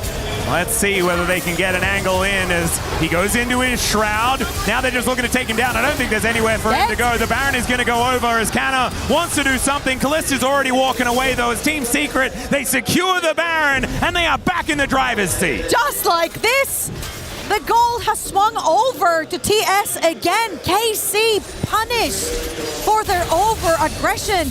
This Ergo champion comes online on 2 items. Yeah. The second that Sterix got locked in, you saw Pan making aggressive teleports down bot lane, catching 2 members of KC, then flipping it over on its head, getting towards the top side, punishing KC again for being over-aggressive. And now this is where Team Secret is not a squishy team anymore. Let's have one more look. Cassiopeia in base, Javan has to back. This is the perfect time for KC to pressure. Great Ziggs ult, sends BA back as well, but Pan tanks forever on this Urgot, and by the time he's out, Dira then takes over with Eddie. It is a fantastic back and forth for TS. And then the Baron comes on through. We'll have to have a look at where the power play is at this point, because I imagine they've been able to get this Sivir into some lanes and done some damage, because they hadn't taken too many structures before this. As in the replay, I mean, absolutely nothing he could do. And now, I mean, the Dragon is going to pop up. Even if Team Secret only get this off the back of this Baron, that is still worth it. As Pun's moving in, Canna is still pretty strong, as he's got recurve bows for days there towards the top side. Kind of crazy. Definitely does want the wit's end at least, though. I hope you're sitting comfortably. Eddie's not sitting comfortably at all. Yeah, well, he's going to go on the hunt for an escape, and he's not going to quite find it, but the Petrifying Gaze will mean that the Akali will be traded. Hextech Ultimatum is going to be answered here, and actually keeps himself alive. BA surviving for so long, and it's only Busio that's here. And Dire should be able to sink the fangs in and take him down. Yike is going to die to this Urgot as well, as Canna has been ignored until just now. Now just looking to escape, as Team Secret finding all the angles here as we get out of this mid-game. Canna TP's out as well, but BA baiting an entire stadium. He will sub 5% HP for this whole fight. And Eddie makes a crucial mistake. He does a classic Jaculov, overextends in that mid lane on his own, gets caught. No, you say overextends. I say baited. True. That's when Pan gets to come around. Look at BA. He's just mocking KC right here. Yeah, calculated. Yeah. Able to walk it off. And it is a little bit of a heartbreaker. We can't believe it either. Yeah, losing a fight like that. However, there is still a slight advantage here for KC. By advantage, I mean the game is entirely even. This could be anyone's. And we have 2 Drakes apiece. This could not be closer, but the outer turret falling down, and Team Secret having the Cassio and the Sivir means that I feel like control of Baron is going to be such an important thing for KC to make sure they have, because this Baron will not last very long as this game goes on. We saw it already as they took their first one, but the next ones are going to be even easier here for this Sivir composition. And I feel like this was very representative of why Team Secret cannot even push with Baron right now. Fog of War gets so scary when you're playing against champions that can jump at you from everywhere. Everyone can jump at you except the Ziggs from the side of KC. So for the carries of Team Secret to push even with Baron, it gets very scary. Eddie got shut down instantly, and he was the 4-0 Sivir that was carrying them this far. So they've got to be very, very careful with their positioning and their vision. And talking about both, yeah, Canna is just going to hop over here as the Mega Inferno, but man, that looked like the classic Ziggs Camille combo, but they were on different teams, and the Camille just died. Talking about being aware of their positioning and vision. BA was not. No. Walked into enemy territory, did set up the wards, so I will say worth for now. Yeah, he's at least managed to lay some groundwork here. That's right. As Team Secret still with a kill lead, but not with a gold lead anymore. As this red buff is going to be their target. We'll be able to secure that one as Eddie takes so much damage here from Kalis, who's got his death cap complete, as well as that blighted jewel. KC's getting deja vu from that positioning. They don't want to push again. Jackshot completed for the Urgot. Very important. If he was tanky before, he's tankier now. And I feel like, again, with how squishy the composition of KC is. Oh, flashing on top of Eddie, who does get the spell shield off. There's the knock-up onto Yike. Mega Inferno Bomb comes down, though. Eddie's still alive for a moment, but Canna gets in there. Yehu's able to shut him down. And that's a great kill onto the Sivir. A lot of that consistent damage now taken out, as the rest of KC will back away for now. Eddie does the Jaculov twice in a row, and KC just punishes his 2 fall forward from his team. Again, we said, if there's Fog of War, you cannot walk up from Team Secret. There's just way too many threats looking at you from Fog of War. Vi engages into Leona, and all they need to do is just keep him still for a second for that Ziggs bomb to drop on his head. Yeah. And they managed to exhaust him. I like the spell shield. Managed to get that on the cease and desist. That was pretty nice. Might have been why he felt so safe, but wasn't able to flash his way out of there. Now has the flash up and available as he is respawning. So maybe this Civic can do something in the next fight. The problem is it's now a 2,000 gold advantage, and KC are getting control back of this game. Yahoo's still an absolute monster. He has a cool hat now completed, but Kalist, he's got a Void Staff. I mean, this Ziggs is just kind of artillery fire now. Yep. Double death cap on the side of KC.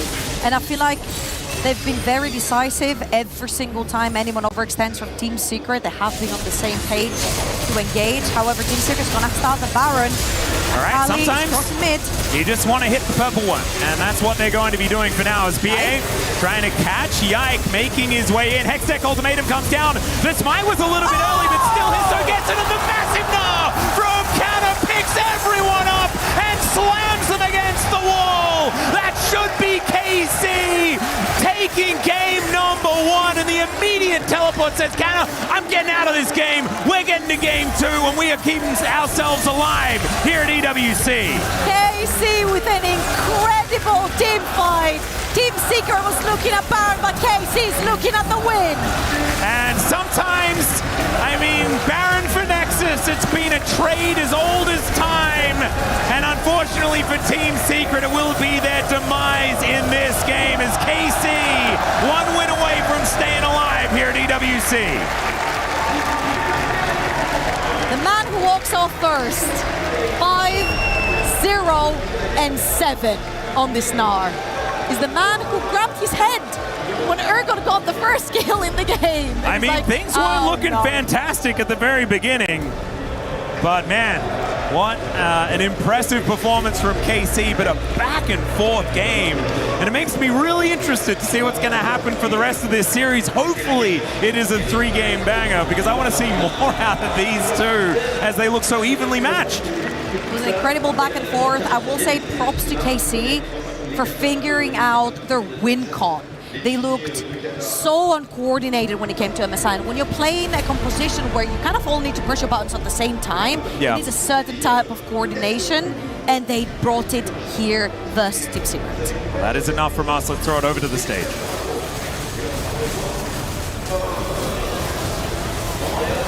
Thank you very much. And there's that explosive moment that ends the game, that closes the question with an exclamation point, and it ends in French as KC take 1-0 after a fantastic mid-game here by Team Secret. That was an explosive end in many ways, but that was a pretty close game throughout it. I feel like Team Secret put up a good fight, but ultimately KC really bringing it together and utilizing this Ziggs so much damage. I think Canna as well on the Gnar had some fantastic moments in this game. I think initially Team Secret had a similar idea in the MSI as well, because I think Poon is the player who loves to pick some poke picks on the top side, and this time around he picked the Orgot into Gnar, but Canna be able to have insane moments just like that, and I think that kind of stopped the Team Secret from the snowball. And again, we saw the Camille at support, but this time not in the hands of Buzio, in the hands of BA, and it wasn't quite strong early, and then it starts finding some picks, and then the one big throw where all of a sudden it's in the hands of Team Secret. They find themselves in the driver's seat. It looks okay, and KC find their fights. I think Camille at the moment is kind of suffering from that thing when a pick emerges and then becomes really heavily into the meta, where it worked so well when it was picked later in the draft, but now that we're early picking it, teams are starting to counteract it. We're starting to see Leona a lot into it, and we're starting to see it just get blown up. And it's a pick that has a high bar for execution. Even though the pick has an insane level of potential, we're seeing a lot of our pros struggle and just kind of get exploded in these fights. All right, let's take a look at some of the highlights here, and we start over at the Grubs early on in this one. And this felt like the highlight moment. We're like, okay, job's done here as Kana gets his big moment in front of the crowd. I think it was really great focus on the Jarvan and reposition by Kana here. He takes the pit, and I think when he gets the Mega Gnar here and lands a big ulti on 2 targets and chain CC there, it was just complete a 1v9 moment right there. Such a tight window. He nearly went down, but gets it just in time. And then here, flashing away from the Camille stun, BA doesn't get a chance to finish him off. Not the first amazing moment from Canada this game, but not the last either. No, definitely not. But you're thinking there, it's done. But Team Secret showing some resilience, finding ways to bounce back in this one. And then they take the Baron here. It was like a pick into all of a sudden KC starting to panic.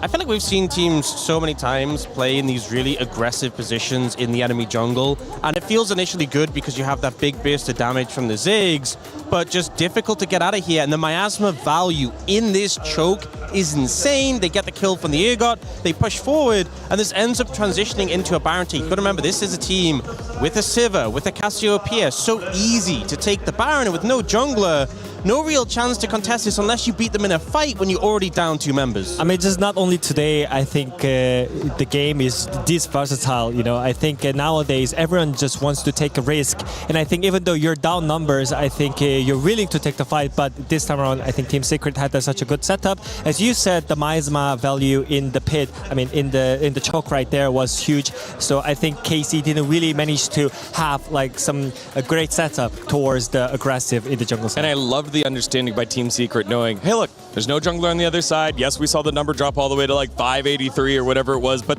there's no smite, we've got it. And they look composed in a way that all of a sudden you're like, oh no, is this going to be KC out early in groups, down 1-0? And then the hero moment yet again comes out for KC at the next Baron, the huge Wombo combo. This is now the 3rd time I've seen this, and it's just insane every single time. We end up getting the big Zigzag spell shielded by the Sivir, but this gnarled, the immediate Akali punish on top. Oh, it's so slick. These are the plays you dream about, and making it on this stage in front of this crowd, just massive. Yeah, and I think Akali ulti on the top as well. Everything was just cherry on the top right there. And I think this is what happens nowadays. You can never just play for the objective. You always need to think about the team fight and setup. Otherwise, even though you get the objective, you're going to lose the game. I mean, honestly, going into that Baron pit against the Ziggs is so risky. That's illegal, man. So illegal. And then the fact that the Gnar turns up with Mega, it's just, I feel like every single time Kana was getting Mega at the perfect time for him and at the worst time for Team Secret. Especially good for Kana there early on, that first blood that was given over by Busio. They panned over to the player cam of Kana being like, it's okay, it's just 1 kill, and he's able to make the big play that leads to KC getting themselves a victory here in Game 1. But this is a best of 3. There are keys on the line, so Team Secret still alive, but only by a thread. Let's see if they're able to bounce back after this short piece of content. Don't go anywhere. You're watching the Esports World Cup 2026 presenting League of Legends.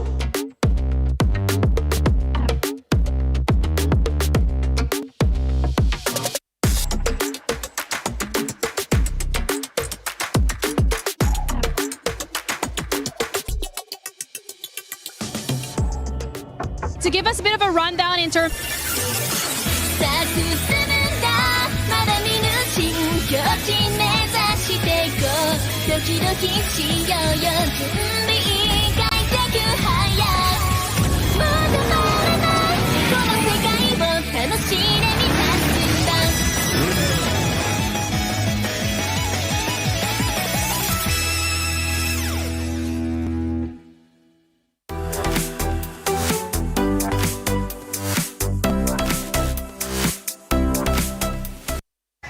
and the lovely Glitter joining me today to give us a bit. What is going on over here? Yeah, besides the drums. Right, besides the drums. We've got some crazy crowds up there on the Superfan area. However, we have Free Fire starting off now for week 2. This is how it's going to work. We have 2 groups of 12 teams. They're both going to be playing 2 series of 6 matches, 1 series per day. Okay, so now we're in day 1. We've only made it through 1 series so far. What does this mean for Club Championship? How does this all tie in? Well, of course, in the first series, we already have Falcons playing. They're done and dusted. Now, in order to survive all the way through to finals, you need to end up in the top 4 after the 2 group stage days. Falcons ended up in 6th place after today. So not great, but not too shabby either. Totally doable to get into that top 4 after their series tomorrow. But another team we need to look out for is AGAL. They ended up in 3rd after their first series today, so they're already in a very comfortable spot heading into tomorrow, which could then set them up well for some CC points. But Falcons are one of the top teams. They won in 2024, and you know they want to do it again here in 2026 after missing out in 2025. So that's what we've got going on here so far. That's a lot on the line for the side of Falcons when it comes to the club championship points. Excited to see how it plays out for AGL because we got them competing on our stage as well for the STC. They've had a banger first best of 1, so we'll see how the rest of the day is going to play out. That's it from us. Bye.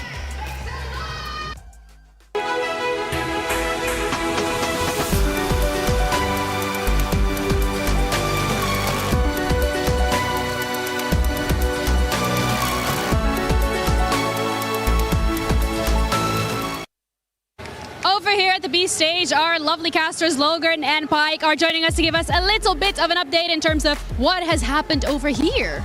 We've had some pretty hectic games, if I'm going to be honest. Like, there have been some pretty spicy. The last game we just had, JDG just absolutely blew Lion out of the water. But it was, every game so far has been nail-biting, close. Everyone's hungry for those wins, and it's just really good to see really big competitors here at EWC. Yeah. Yeah, absolutely, and the energy of the crowd has been phenomenal. It's been really driving us all, and we had the fortune of having Tyler One join us on the cast as well with Lion, so that was pretty hype. These games have been great, Ginny. Are there any teams that particularly maybe took you by surprise that you didn't expect to perform the way they have today?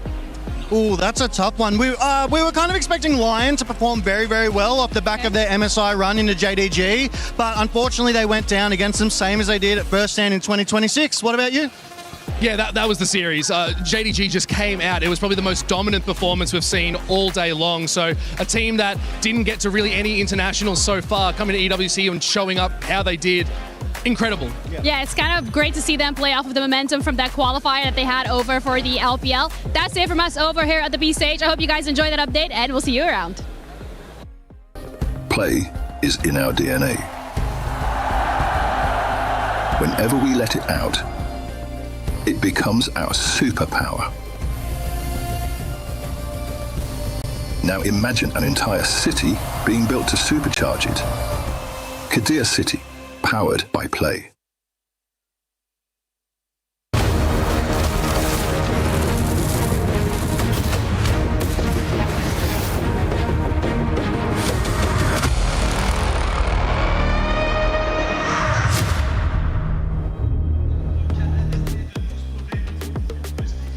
Welcome back, ladies and gentlemen. It is time for game number 2. Team Secret are on the ropes. And unfortunately, it is not a secret. It's actually quite obvious that they need to win 2 games to keep themselves alive here at EWC. And KC, just 1 win away from staying like an extra day at least. And losing the home team heroes day 1 would be absolutely heartbreaking, but it'd also be heartbreaking to lose Pun, because he's really fun. You know, he picks Urgot, he picks Volibear, he picks Set. I think that it's just going to be heartbreak no matter what. We're still to see the Volibear in the set, perhaps in games 2 and 3. The Urgot looked really good. It did. Got that first extra kill, and then snowballed it from there. I want to say props to KC for pulling it back together, because that early game did not look hot, and then I feel like Yike pulled the trigger, called the target, and ever since that, they just looked way more cohesive. They were playing as a unit. Bucio was a lot more connected with Yike in the jungle for the 1-2 and the CC, and it just looked great from there on out. I feel like they really needed that win coming off of what happened at MSI. I would agree, and especially coming off what happened in that best of 1 against Gen G as well, where things kind of were okay and then they were really not okay a lot after that. But Gen G are obviously the EWC winners of last year, and it is a tough ask to take them down on day 1, and they should be the favorites of the group as well. But KC, I think probably looking like a pretty solid number 2, especially if they're able to put another win on the board here up against Team Secret. The problem is, this team can definitely throw some curveballs, and we'll see whether they've got some more of them ready for us as we get ready to get into the draft for the second game of this series. I think Dire probably needs to get it together, though, because I feel like the way they played around Yehu, hitting that first item was beautiful out of KC, and then Dire just built no damage at all, and then nothing really happened. I don't mind that, because he was buying time for Eddie to be able to hit on that Sivir. I felt like Eddie getting caught twice at very pivotal points was what completely opened up the game for KC. I'm not the biggest fan of just like having more tanky items on Cassiopeia. However, in that one, I don't particularly mind. The more time you build for Sivir, the better it will be. The more you survive, the more the Sivir is going to hit. My question mark here is, what's going to happen to the Orianna? Ooh, that's a good point. Both teams completely ignored it throughout the entirety of Game 1, and it wasn't even banned. Well, let's see whether it gets banned away this time around, as the Ezreal continuing to be taken away from Kalist, and the Olaf and the Nocturne. The Olaf ban is an interesting one, and that means that the Jace ban will come on through. Pun did play the Olaf in the test series, and it looked very scary. Got the solo kill versus Zoyan as well. Yep, and it's a pretty good matchup into the Jace at the same time, so maybe showed their hand just a little. I think KC are going for Ashe Seraphine, where Olaf is fantastic into. It's their bread and butter. One of Boostio's best champions as well from recent year.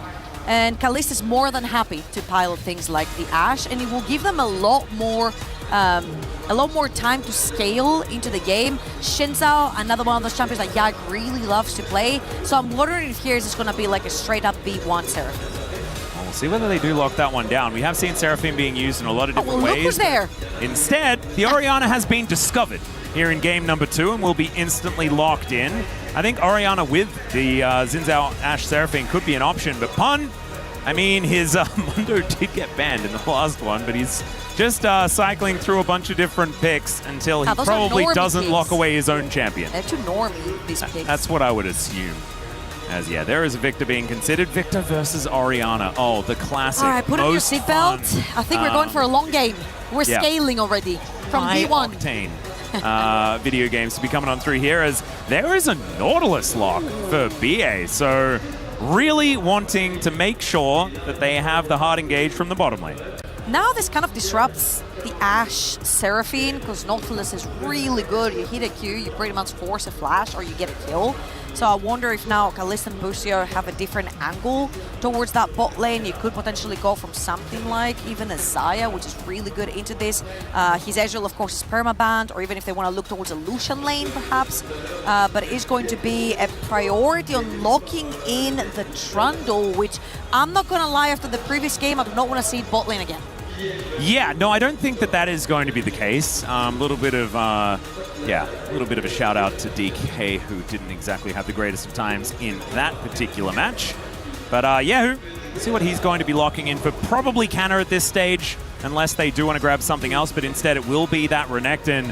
Renekton Trundle can really bully a top lane. We'll see what Pun is going to be doing, unless they do just decide to round out the bottom side of the map or grab themselves a jungle, and it looks like it will be the jungle angle, as this Nefiri is going to be the consideration. And now picking a tank here on the side of Team Secret is going to be a real difficulty. The problem is the Trundle is being picked face up very, very early in this draft, so subjugate value might just be protected here. Yeah, I really like the Nefiri into the Trundle as well. You get a pretty free matchup right here to farm around the Trundle, and especially the less amount of champions that you have that the pillar is useful into, the better for the side of Team Secret. Reminder that KC is 1-0 up, so they really need this win to keep themselves alive in this tournament, and they've still yet to lock in something for that top lane. I'm expecting that the R4 that's going to come through for Team Secret right here is going to be an answer into the Renekton. Of course, with the Gnar out the picture, things like the Jax potentially could rise into priority for Pun. Yeah, saving counterpick for Eddie would be a crazy one. And we are going to see the first ban of the second round here for KC. We'll see what they're going to be attacking. I wouldn't mind a Folly Dead, something like that. But the Mundo are going to be taken away first. A good matchup into the Renekton. You guys were watching MSI. There was a certain guy called Zeus who did some things on the Mundo in a Game 5, and it was kind of ridiculous. He was pretty immovable. He was pretty good. Yeah, with his barcode health bar.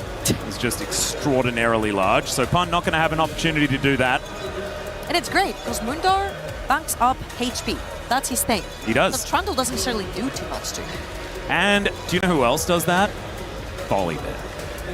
But they Seraphine have an gone. opportunity to take it away yet. The Seraphine also going to be removed. I think we might be looking for something like a Lucian Nami lane for KC. I know that playing Nami is kind of scary into the Nautilus. Or Lucian Melio, the normal one. Lucian Melio, yeah, Melio also pretty scary played into the Nautilus. I feel like with Nautilus locked in so early for BA, again, he was one of the game changers in that top esports game in MSI when he was playing that Nautilus. It was played with Senna in that particular one, and it would make sense if they could lock in a tank from Samus Deep Secret to play it again with Senna. So I'm actually expecting to see here top lane and then keep that R5 potentially for AD carry. Let's see exactly where Eddie is going to go, whether he's picking for himself or picking for Pun. That Volibear, still there. I'm still thinking about it. Could also go for like his set from before, but it's not the Scion matchup that he does really, really like it into. And there is the bear, and they will lock that one in. So glad that we get to see this, even if Team Secret do leave the tournament here. At least we go out with the Yorick Burnison there towards the top side of the map. Shout out to Philip Pullman. Here is KC locking in their bot lane. What do they want to play here? Zyra Khan, always an option if they want to play it more safe. Something like a Lucian lane could also work. Yep, getting a bit of a ball carrier here with the Rel could be an option, and that is what they're going to lock in. And now what is Kalista going to be playing alongside it? Oh, the Shock Storm. Yeah, the Magnet Wave. Magnet Wave. Yeah, well, Busio always going to hover Vayne. Cover, yeah. Yeah, so it caught me off guard the whole tournament because it was banned a lot. You know, this is a good champion.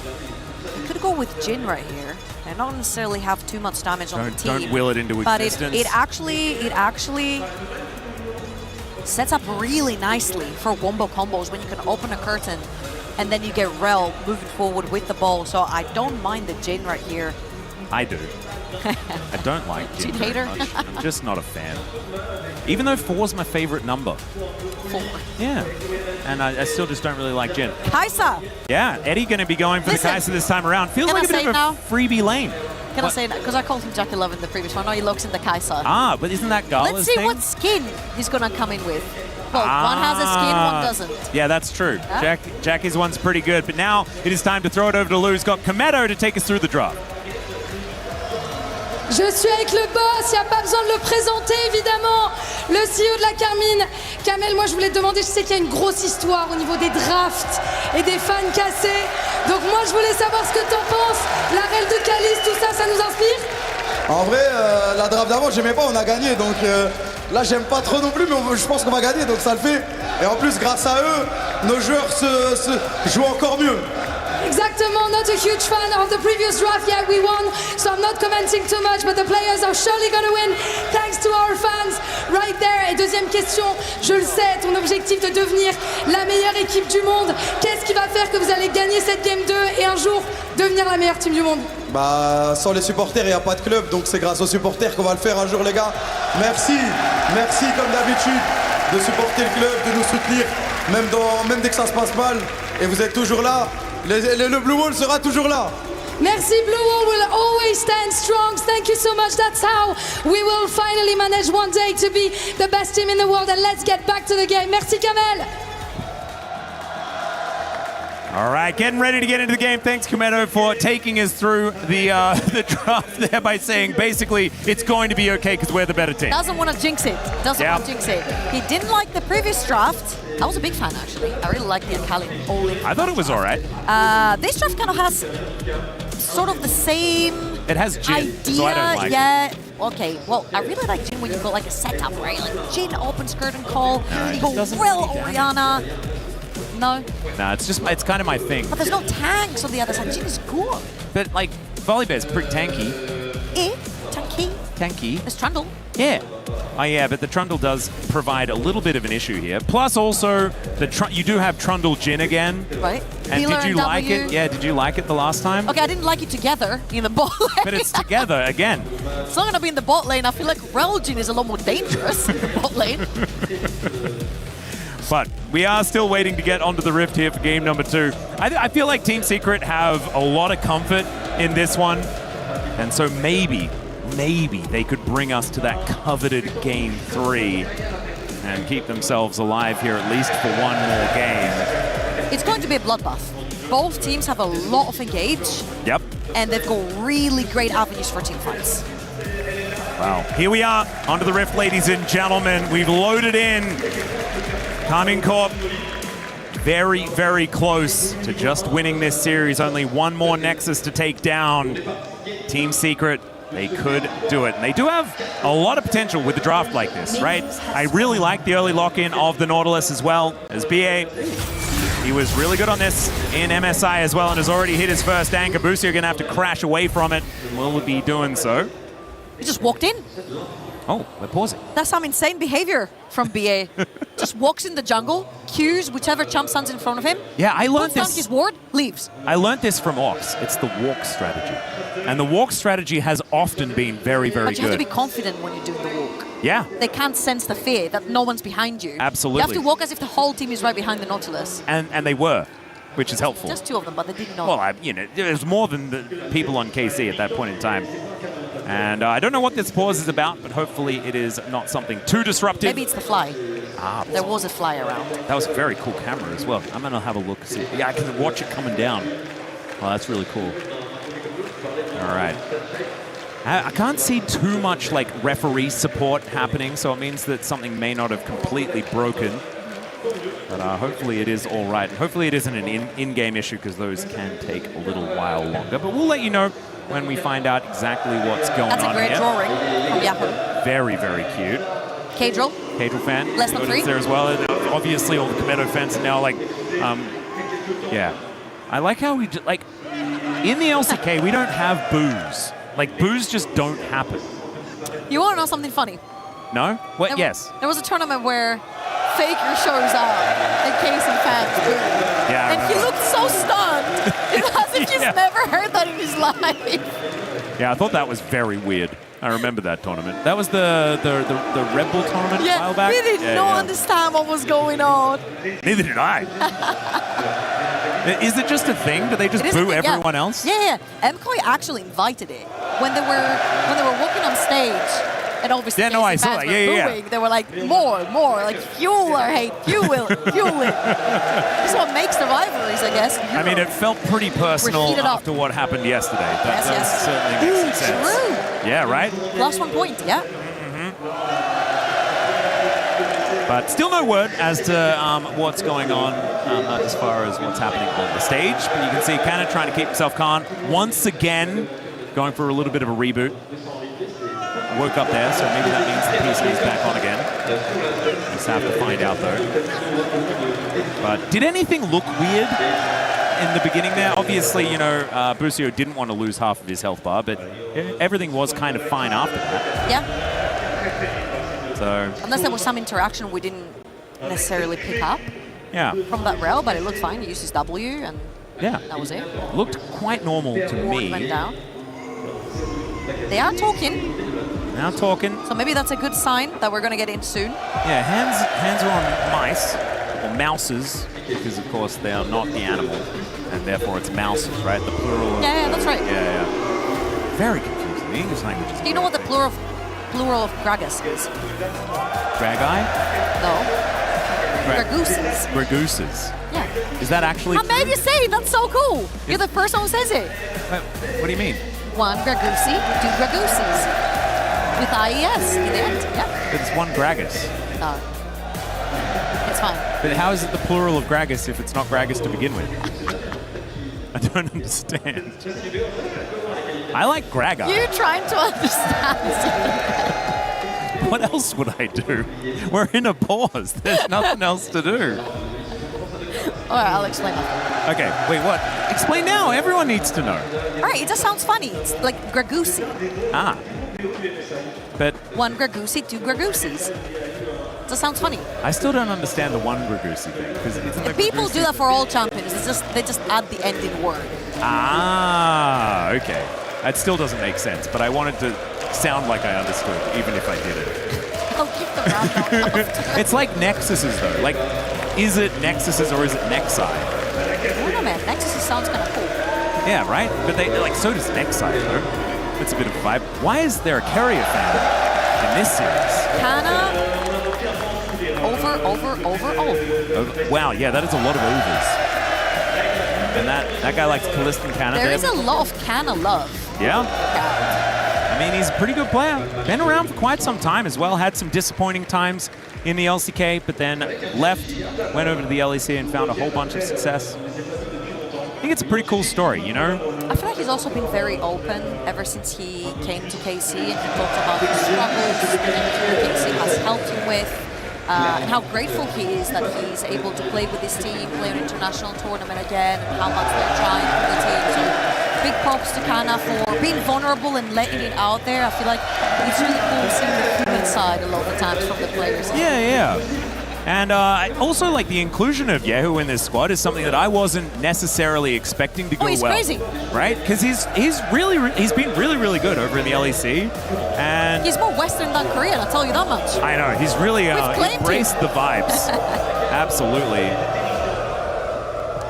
But when he was on DRX, I mean, he was trading places a lot of the time. He didn't really come on in until they were already sort of stuck in the Rise group, the more recent time anyway. I don't know whether that sign is necessarily correct. Over. That's a lot of overs. Maybe they cancel each other out as you continue, and that's why he remains the GOAT. I'm not entirely sure, but still. Yehu is he's a bit of a success story that I've really enjoyed watching, because even when he came in to DRX, he was actually sort of saving that team at the same time as well, who were having a lot of struggles. Even though now it's still not so good because they lost it. I feel like in Europe there's always the conversation of LEC and Caps being the GOAT, and teams are always looking to find the next mid laner that's really gonna shine up, going up against him. And I feel like Yehu has actually stood up pretty tall versus Caps in a lot of those iterations. And even though this time around, this year as we're going in, never mind that. The video game, it's back! That's what we're here for. Forget Caps for now. I'd forgotten. I was too busy thinking about Greguses or whatever. Oh my god. I think there's a drink called that. Speaking of Gragas, I feel like it's on theme. It's all right. We're going to have a look at this one. As the Nautilus Kai'Sa. This is a bit of a throwback lane. Seen a little bit more Kai'Sa more recently in the evolution of this meta since MSI. It's just not easy to play. It's super long range. But it's into Jhin, and Jhin doesn't do anything, so it's fun. Well. It's like such sword range. It's not very fun. Yeah, Jhin does have a lot of range. That's correct. And maybe I should start. I know Jhin is fun. I feel like Jhin and Rel are really good into Kai'Sa. As you can see, oh, there you go. Yep, that one. Bit of an engagement here as we're trading aftershocks, but that is a lot of damage there from Eddie, actually, as the hook is going to land. They turn their attention towards Kalista. Good crash down there on the right-hand side of your screen, but that is first blood going over as Busio just explodes. About that, Huh. Jhin is really good into Kai'Sa if you can keep the distance up. If you close the distance and get queued by Nautilus, Eddie and BA gain a huge early game advantage. And Pan, well, we've got Bausi at home. Oh, he's doing his best impression. Dear me. Let's have a look at this one once again. Take me through it. Look how Eddie's kind of using the fog of war to get his creeps. Once they hit that level 2, BA plays a little bit more aggressive. They take down Busio super low, which means he can't cover for Kalist. And as Kalist is falling low, unfortunately, Busio has to pull up. Passive. But he didn't flash in time from the passive, and all Eddie had to do is just flash pull. And so Busio at least retains his flash, but he doesn't even activate Hex Flash Trouble. This is the problem. Would have even been better if he flashed, because now he gets the option of Hex Flashing. And I guess the counter argument could be Flash is better, as BA going to find him one more time. Yike moving up, but I don't know whether he's taking this grab as Histo's over here as well. Level 2 to level 3, more buttons available for this Nautilus as they do Managed to stun up Busio for now. Yeah, who's moving on over? Dire right hot on his heels as the death ray comes in. There's the pillar going up, and it looks like KC will be able to bully them out of the river and take control of the crowd. Very big from Yahoo. He ditches the wave and walks in, takes some poke from Dire, but makes sure that he's first on that river so that Yai can take the Skull Crab. Histo is going to do the Walk of Shame, gets the top side Skull Crab as well, so one apiece, but really nice aggression right there from Yahoo as Booster's looking mid. Yeah, does manage to get the crash down here, but Yahoo is going to get zoned away by the gravity field. Really well placed there by Dire to make sure that the follow-up was not there. Oh, okay, a little bit of an animal battle. Bear versus Crocodile in the top lane as Canna does have to worry about this as the big old chomp comes out, and Pun is going to push him away. Look at that healing from this Volibear. So Volibear is one of my favorite champions of all time, especially when he was in the jungle. He's just one of the more active junglers, but top lane, he's just so good into melee champions that like to burst, because his burst will always be better. His entire kit is just curated around taking short burst trades. He's got a stun, he's got damage output, he's got shields, he's got slows. This whole package is just so good for 1v1 interactions that he just beats straight up any melee that shows up to him. Well, doing a pretty good job so far. 10 CS in the lead as Canna does have to try and lick his wounds, at least for the moment. A little bit of a menagerie when it comes to the top side here for Team Secret, as we've got a doggo and a bear. Kind of fun. You could say licking their wounds. There is the dog. Yeah, see? It kind of worked, Perfect. didn't it? Poetic. I imagine a bear would do a similar thing. How would a crocodile do but that? I haven't seen that.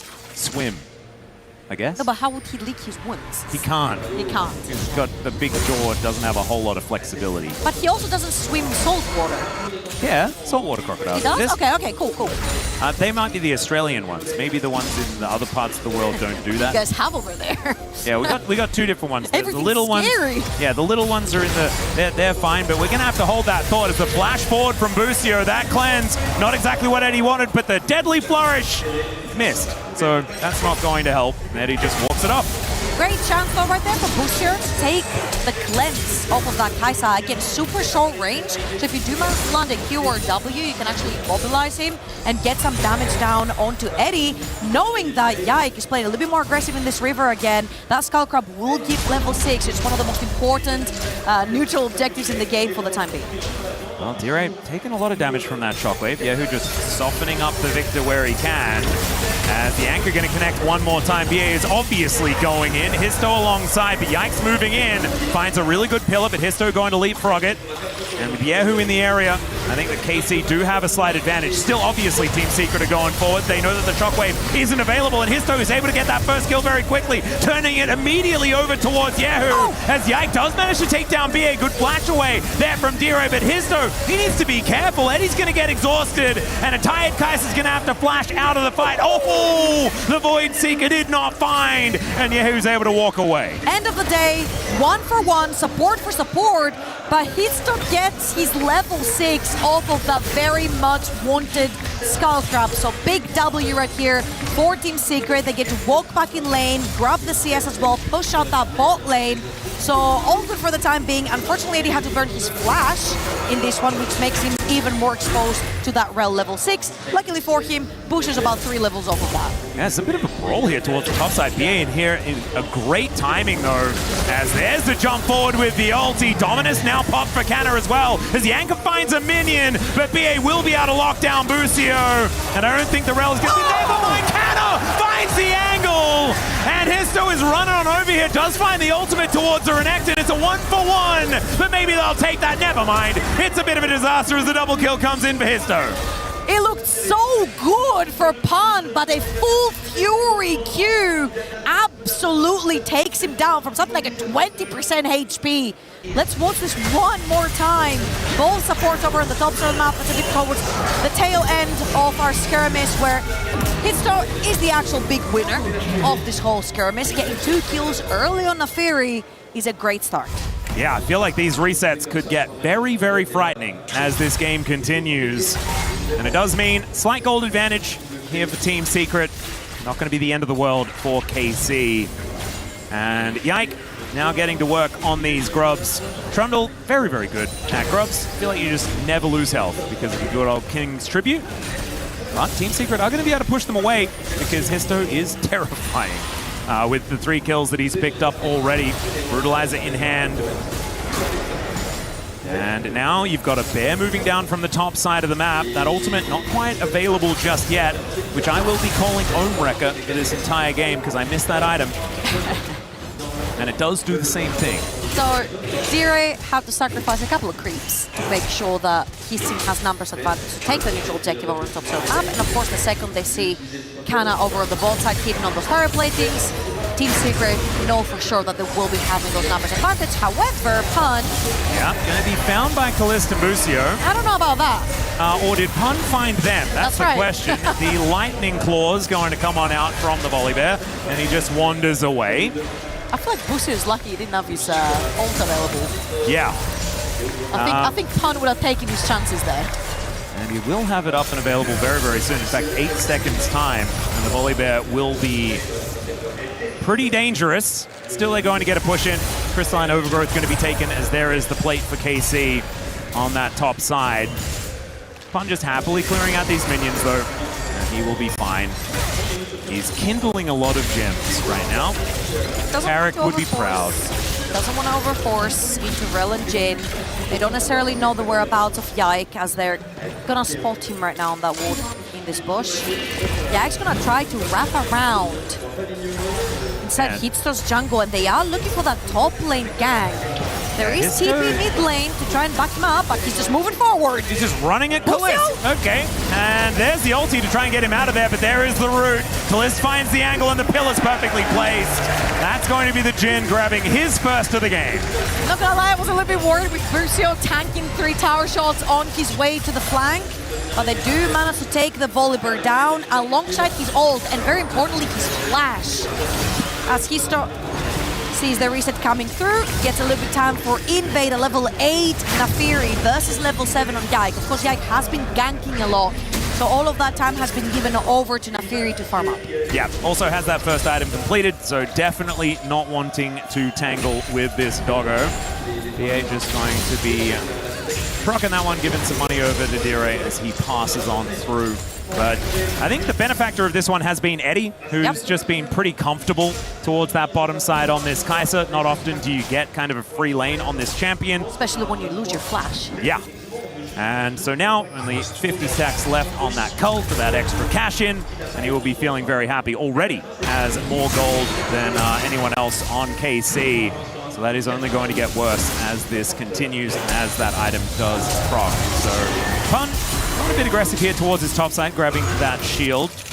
He's otherwise just going to be fighting back and forth with the Crocodile. Executioners has come through already, of course, from Kana. There's a lot of healing. Oh, it's a big one. The kid of Volibear, so a great early pickup, especially for their skirmishes and the 1v1 back and forths. And as we see on the screen, another big spike right here. The Trinity Force for Trundle makes him almost invincible in those early levels. It makes him super tanky, plus the extra defensive that he gets to drain through from his ult. Kana with the dominance actually towards his top side as Pun doesn't manage to grab that shield. Executioner's doing a fair bit of work here, but I think that Pun is still pretty happy to tangle with the Renekton. Bustio's moving up. And a 2 versus 1. I don't know whether that's going to be the angle as the flash-shattering strike does come in. And there is Kana locking down another one. That was the most perfect timing for a gang. His ult just came up just as he died. So that was so beautifully orchestrated by Busio on the dot. They are going to lose the dragon in exchange for their top laner, but Kana absorbing all those kills, and now Dire absorbing all the pressure. Yeah, Busio going to make his way in once again. This Rel can do no wrong as Dire is taken down. And that's such a late first dragon as well, so that trade not really meaning too much as KC just really taking control of this game off the back of their support. Busio's been everywhere, getting pressure up top lane by getting kills over to Kana, then pushing that top with only 2 tower platings remaining. Then he makes his way over in mid, makes another kill happen. The important thing is that Dire did not use his flash, so that's the good news for him in terms of a repeat gank. And the gold lead is not really much to speak of, right? 400 gold is not going to be too much of a problem. Still, I think that KC going to be happy taking this game later on, especially with that Orianna that will be scaling up. You can see exactly what they want to do with their team fight, right? And it is going to be working as this game goes on. But I am a little worried about Eddie, and as he gets more and more items, will this Kai'Sa be more valuable than the Jhin? Is that just my bias? I'm not entirely sure. But I do know that Kai'Sa can certainly get work done later on in the game. I feel like Kai'Sa is one of the better champions that when teams dive forward into you, you dive backwards into their backline. She used to be the #1 quote-unquote ADC counter to things like Olaf, for example, because she runs forward, you just ult all the way back to the his leapfrog backline. strategy. Yeah, exactly. So I feel like if they can manage to get some sort of CC onto the Jhin and get the Kai'Sa over in the backline, that means you free the Kai'Sa from the pressure. Okay, ulti's going to get traded as the Arcane Storm not really doing too much here. Zero just going to make sure that it's out there to dissuade Yahoo from doing anything more. Zero just clearing out vision where he can find it. Control ward, I believe, only just went up, so BA a little bit upset about that vision being removed, but will be able to throw another ward over. And Yahoo isn't half health. BA looking for a potential angle, does have that depth charge in hand for now, and has been a little bit more quiet. I feel like he was getting a lot of work done earlier on in the game, but since then hasn't quite found as many inroads. It's been more about Busio. He's quietly done his job though. Every single time Yag wanted to contest anything in the river, Yahoo would walk first, he would sacrifice minions, he'd take aggressive trades onto D-Ray, so all in all, I feel like he's just scaling to the second item plus. He's Orianna, he's always scaling into the game anyway. He doesn't die to an early Nafiri who's 3-0 with will take cycle, so super early into the game. And he's always facilitated for his jungler, talking about it. He's now helping him as well with that Rift Herald, as Team Secret might want to take a sniff in this river. Yeah, feeling a little bit behind the play though. Team Secret, as Histo does flip his way into the pit. There's another Magnet Storm, picks up 2 of them. The depth charge though, trying to play defensively as BA will be falling down, and Histo just getting the heck out of there. That's the Rift Herald taken, and KC really off to the races now as the pullback from the Shockwave once again. And Pun is just taking damage after damage. Histo dives on forward. They do not lose their volley bear, but there is not a whole lot of good news here for Team Secret. Yeah, they were a little bit late to the play and they still tried to force it. BA was a bit too far forward, gets caught in the Nautilus, not tanky enough the Solari. He's still trying to defend his jungle. He is going to manage to do that. Level 11 and engage on Guy. Yeah, actually just ulting on forward here as he just fail flashes into the wall. Oh, dearie me.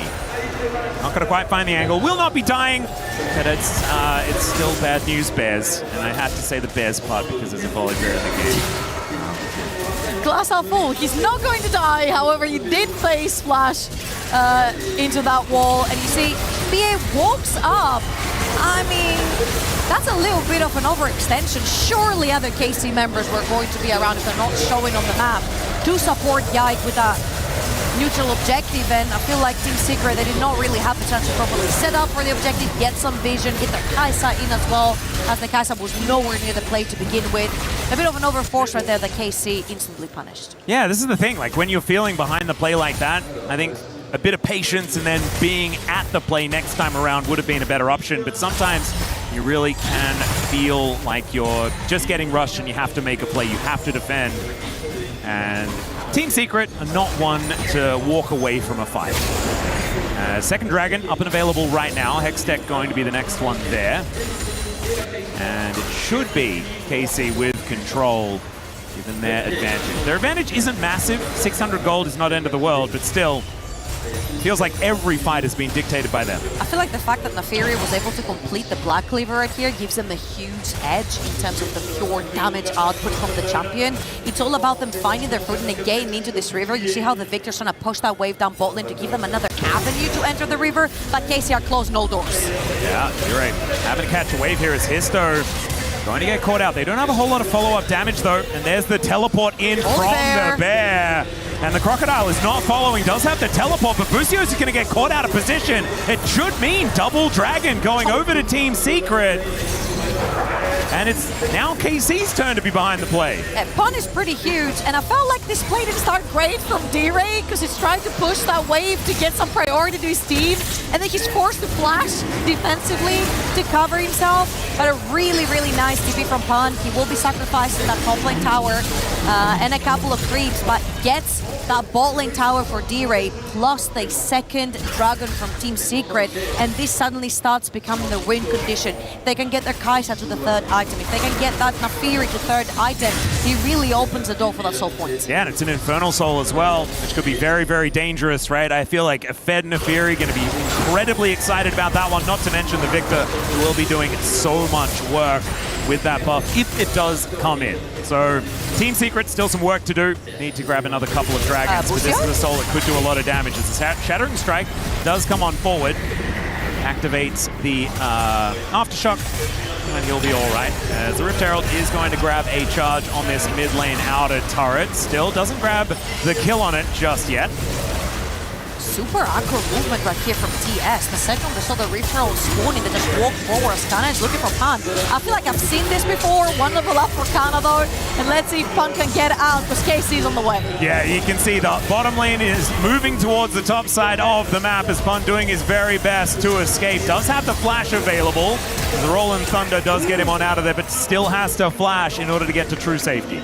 Really nice Q right there onto Busio to flash out before the combo came through from the Rel, but now he's stuck underneath another tower, doesn't have flash enough ult, has to back off while his team is engaged in mid. Yeah, exactly. So Histo does throw that ulti down, but gets interrupted immediately, and the bleed not enough to get the kill onto Yike picture in picture. And in the meantime, this inner turret is just going to get taken. Not a whole lot the Pun can do. They gave up a lot of that pressure bot lane TS to make that play happen mid, and Yike shuts it down. All right, Get stealing out. a red buff. There you go, red buff for inner tower. Glass half full if you're a TS fan. Or just a bad trade. It was a pretty bad trade right here. This is Salvation, of course. Hitler has done a fantastic job, but when things go bad, he realizes when he should be invading to try and get more fed himself, try and get more money in his pocket since he can't get it through getting those kills. The Trundle getting out, he's not getting the kill with the interrupt on the ult, so he managed to grab 2 camps off of Yike, which is very important. Again, a 3-item Naafiri is a huge threat to the backline because Kai'Sa will be joining that threat. Still haven't really seen Eddie do too much this game. Maybe this is going to be his opportunity as KC are pressuring forward. 2.5 minutes on the next Drake, though. Not a whole lot to fight for at this point in time as the Baron just spawned about 50 seconds prior to this. Kana taking some poke damage here from D-Ray. And that is going to be the Jhin getting some more work done here as these turrets are just falling over and over again. There's the engage from Team Secret, but KC just seems so durable. BA definitely not so much. As the Arcane Storm goes down, and this is that pressure that we were talking about before, right? KC making the move, and then TS feels like their hand is getting forced. Yehu didn't even have to press ult right there. It was just threatening the fact that he still was holding on to that, and TS had to get out of there. BA having to flash, and it feels like KC are using the fact that they're so strong as a 3 or 4 man to then allow bleeding through the side lanes. Bot lane was being pressured by Kalist. Earlier on we had top lane being pressured by Kana. So they're playing fantastically well, which is creating more time and pressure on the other side of the map to allow Straxus to fall. It does feel like Team Secret are just biding their time for something, and I'm trying to work out what that is.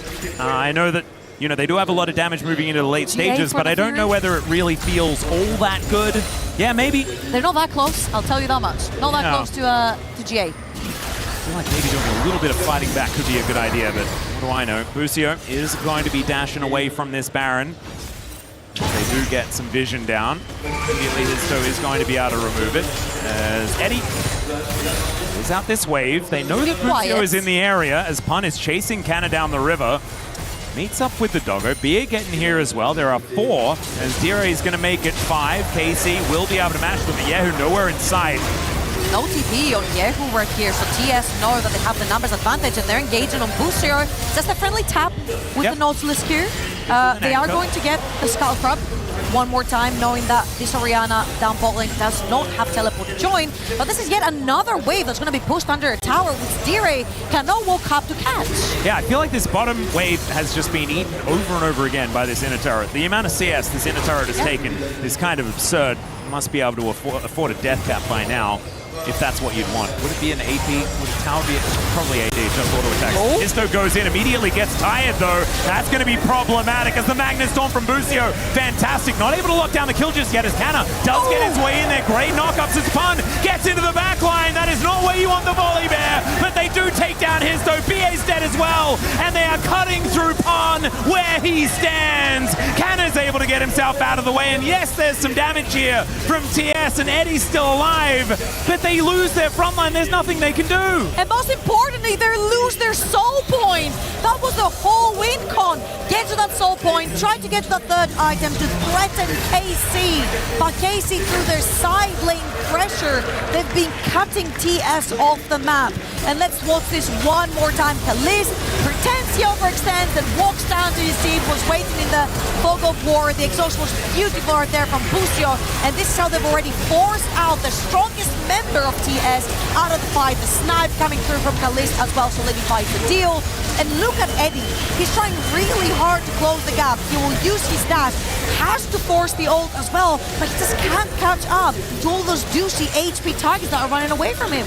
Yeah, managed to at least get the one kill onto Busio, but it wasn't a great trade here for Team Secret. They seem to be falling further behind. You mentioned that soul point not being available. They do have another 4 minutes and they can try again, but as time keeps going, feels like this game is slipping further away from Team Secret. Might just be their last here at EWC. As at least getting Pun towards his top side, trying to get him towards another item or two might work out for them. Eddie as well does have the Rage Blade. 3 items are completed for the Kai'Sa. But KC, they're looking to push this inner turret now in this mid lane. Yak takes a chomp out of it. It's just so difficult to wave clear if your TS and your Victor is not there, because I feel like it's majority of your wave clear, if not all of it. Kai'Sa has to get super close to the wave to even press Q, and she could be susceptible to potentially an EQ in the face from Orianna, which is going to hurt a lot. So far, Eddie has been playing pretty reserved in this game. Again, we haven't seen him much, but I feel like the distance that KC are holding in those team fights make it really hard for Kai'Sa to find a foot and actually use those 3 very potent items as an on-hit carry. And speaking of potent items, the Infinity Edge is done for Kalist as well, so he That's is very, very scary. Went for the Ghost Blade first, but after that just buys a lot of the high damage ones. That is going to be scary, as KC have this game in their control for now. Still just under a 3,000 gold lead. Had the kill advantage, and they managed to stop that dragon stacking that had continued. Right now, I mean, the Baron is up and available. They could go for it, but their Baron is very slow. They have a Jhin, and it is not necessarily something that they can do all that safely, as Busio goes in looking for Pun. They do manage to get down the pillar as Pun holds on to the ultimate. That is the most important thing. That's what they were trying to claim. It does give them a lot more power around the rift if that volley bear is not as dangerous. There's a really juicy TP behind Baron if KC were ever to start it. However, unfortunately, Pun does not have his TP because he expended it in the previous fight. Now, what I'd like to see What about the here... flanking Victor? He's got his. I mean, at this point, why not? Things have not been working out great. I'd love to see from TS to just dogpile onto one champion, choose Orianna or Jhin, press the Nautilus and then have Kai'Sa, Nafiri, They have a dog and Volibear on in the team. backline. Exactly. Badum. Yeah, but they could The bear Pans have pile been as going well. hard this game. Damn. I mean, he is in the game. As Histo does stand underneath the pillar for a few moments. Looked like he was hiding. It was pretty adorable. But they're trying to clear out vision where they can. These traps are just lying all over the rift. What it seems like, as KC do have control of the Baron area. We mentioned it's going to be difficult for them to start it. Well, it's also going to be difficult for TS to get anywhere near it. Oh my god. Histo's just stepping on every mine has been put down, but now majority of them are clear. There's just 2 on the ramp. However, this positioning on the ramp is probably the deadliest. Any AD carry or carry in general that walks through them could potentially get caught, but BA was there, to cover for the time being. Eddie a little bit too far forward. One pillar might do it here. Yep, Supercharger might actually have to use the ulti for safety as well if they were to move further forward, but it's going to be safe for now. 1 minute left on this Dragon as Histo wants to be able to take the crab. Yike in position as well to fight for it as BA anchor goes wide. Teleport in though for the volley bear. The shockwave's good onto 2, and it's Yike that locks down the crab. Here's the teleport in as the Void Seeker will be able to find at least a target for now. PH starts this one off, and Eddie grabs that first kill onto Busio. That is a lot now missing from the front line, and in goes Pun, finding the angles. Eddie layering in these auto attacks. That Rage Blade getting stacked up. The Killer Instinct is named correctly as he takes down the Crocodile, and is so looking for these resets. There they go. Finally, Team Secret comes alive as Yike has to get all the way into his base. The inner turret now under fire as they're now looking for a Baron.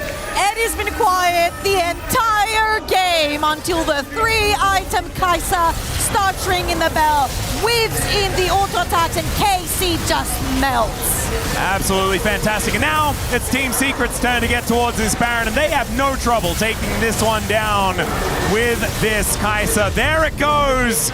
And this is a huge swing here in this game. Yike, though, might be able to deny that soul point once again. BA is speed running that Dragon, but he's all alone for the time being. Let's watch one more time. Q misses from Nautilus. However, Yike is too far forward, and when the Nautilus shows up, Renekton's all the way up top lane and lands on that TP. Busio too far forward because Pun is creating this wall that no one wants to walk past this volley bear, and when he finds the chance, he dives in, takes the exhaust, which means then Eddie is free to put down that DPS. Closes the gap, but using that ult at the right time, at the right place, and then just weaves in these ult attacks. Absolutely. And it just shows you, like, this is what KC have been avoiding all game long, because as soon as something goes wrong, Histo starts to get the resets. You've got the Kai'Sa there to really do that consistent DPS throughout the rest of the fight. And hats off to KC, we haven't seen Team Secret be able to do this because they've had so much control. But as soon as you let it slip just a little in any of these fights, things can go wrong. Curtain's getting called here by Kalist. Last bullet does go wide though, and now it's Team Secret's turn to go aggressive. KC in that death ball, in position, trying to have each other's backs, but they are getting pushed away. And Pun is just a little bit of a domination machine here towards the top side. He's got so many good items as well. He's so damn tanky that Trundle is not really going to do much to him by subjugating the volley bear. They subjugated and exhausted him, and he was fine in that team fight. I feel like KC tried to play super cleverly as Kana's going in. That was very cute. Brings the ball over, but no flash. Dire, I mean, he did keep himself alive for a little bit longer, but that was a bit of a see your death moment there, as that is going to be Kalista picking up the kill. Team Secret now going to have to get themselves out of the enemy jungle, I believe, and that is going to be a bit of a dent taken out of the Baron power play here. Still up at about 2,000, which has given them a bit of an advantage, but not going to be taking more turrets. The initial goal. No, it's 800. Okay, 50% of that. Yeah. So it's still good. I mean, we've seen so many Barons be absolutely terrible. Negative, yeah. Over the last few patches. It's just not been the same buff. So 2,000 gold, we take those. That was a great play. They do realize Dire does not have flash, a bit too extended, kind of makes the play with the ball from Yehu. So the Korean duo really buying time on this Baron siege right here. However, man, Eddie is getting very, very big. He's almost got an Infinity Edge done for his 5th item. That's big damage. I feel like often we see Kai'Sas be a little bit more hybrid and want to keep themselves alive. But Eddie is like, no, I will just kill everyone all the time forever. That's right. All right, no more poking with W. It's all about auto attacks. They're looking at Kana, but the rest of KC is there. Yeah, there's the knock-up as they just look to go towards Yike immediately. Kana getting into that backline, though Supercharge comes down. That is Yike killing BA, but man, that Renekton just explodes, and Eddie is indeed unstoppable. The curtains were called, but not for Team Secret. Support for top laner. Team Secret are happy, but KC are happier because Team Secret did not manage to get any big structures with their Baron play. So right here, BA gets too far forward, gets stopped by the Yike pillar, and then Kana sees it. Free Kaisa, no flash, but this Kaisa hurts so much. And the entirety of Team Secret just piled up on top of Eddie to free him of that crocodile burden. So it was a 1-for-1 in the end. However... Okay, the shockwave was used, so Pun is just like, I'm teleporting. He's out. I'm done. Peace. And Yike wasn't quite able to get that pillar down in time. Now Histo, 4 items done. Serpent's Fang there to try and break some of these shields from that command protect and, you know, all the crashing down and all that sort of business here. Atlas? Yes. We're 1 minute away to potentially be able to see Set. Infernal Soul will be up for TS. Is Set going to spawn instead of the dragon? Are you giving something away? That would be so cool. He's just in there, like, doing sit-ups. And Punt just grabs him and just swaps his champion midway. 2.2k gold lead for that Kaisa, 5 items deep. He is absolutely massive in this game. And Team Secret, with a lot of control towards this bottom side, they're going to get this wave shoved in. And then an Infernal Soul on the table here. 25 seconds until that one is there. KC, still pretty scary. I feel like the sheer DPS from Team Secret really does deserve some respect. And now they're getting closed in on here as Team Secret is trying to control where they are. The engage from Busio. It's only on to BA though, as now Histo getting stunned up off to the side, and Pun goes in, joined by Eddie, who flashes away, and Kana will find him. There's the shutdown as Callista's able to take him out. Yike is going to be traded, but they still have their 80 carry, and Eddie isn't there. Pun diving on forward now, down to 50% as Callista gets over the wall, and Pun is no more. And now the curtains have been called, and Team Secret have to run away. It's a double as BA falls, and there is no Infernal Soul on the cards for TS this time. What a huge fight from KC, finding the one target that's been such a huge problem for them in the team fights.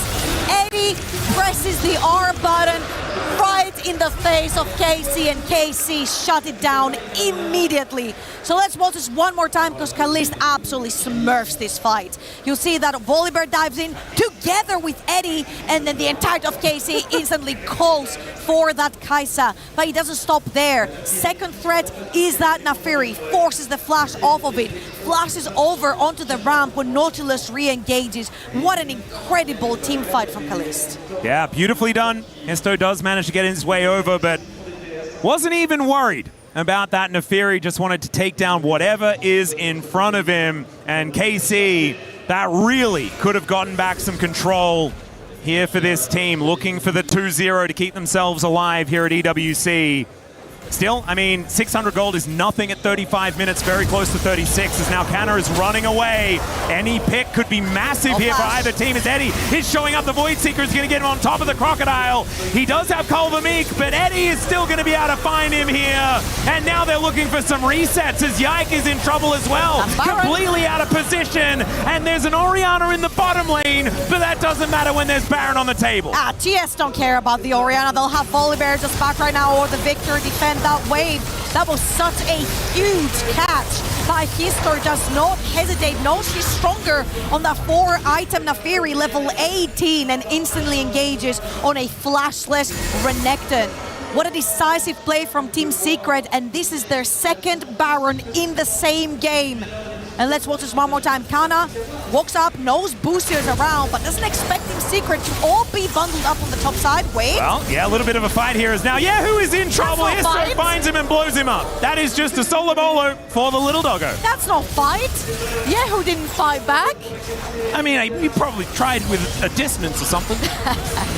And it's called command attack, so that it's got a bit of a fighting vibe. He didn't move his orb at all? Nope. Oh, a little bit. You do get a little bit of defensive stats if you're wearing the ball. But Team Secret now with a pick as well.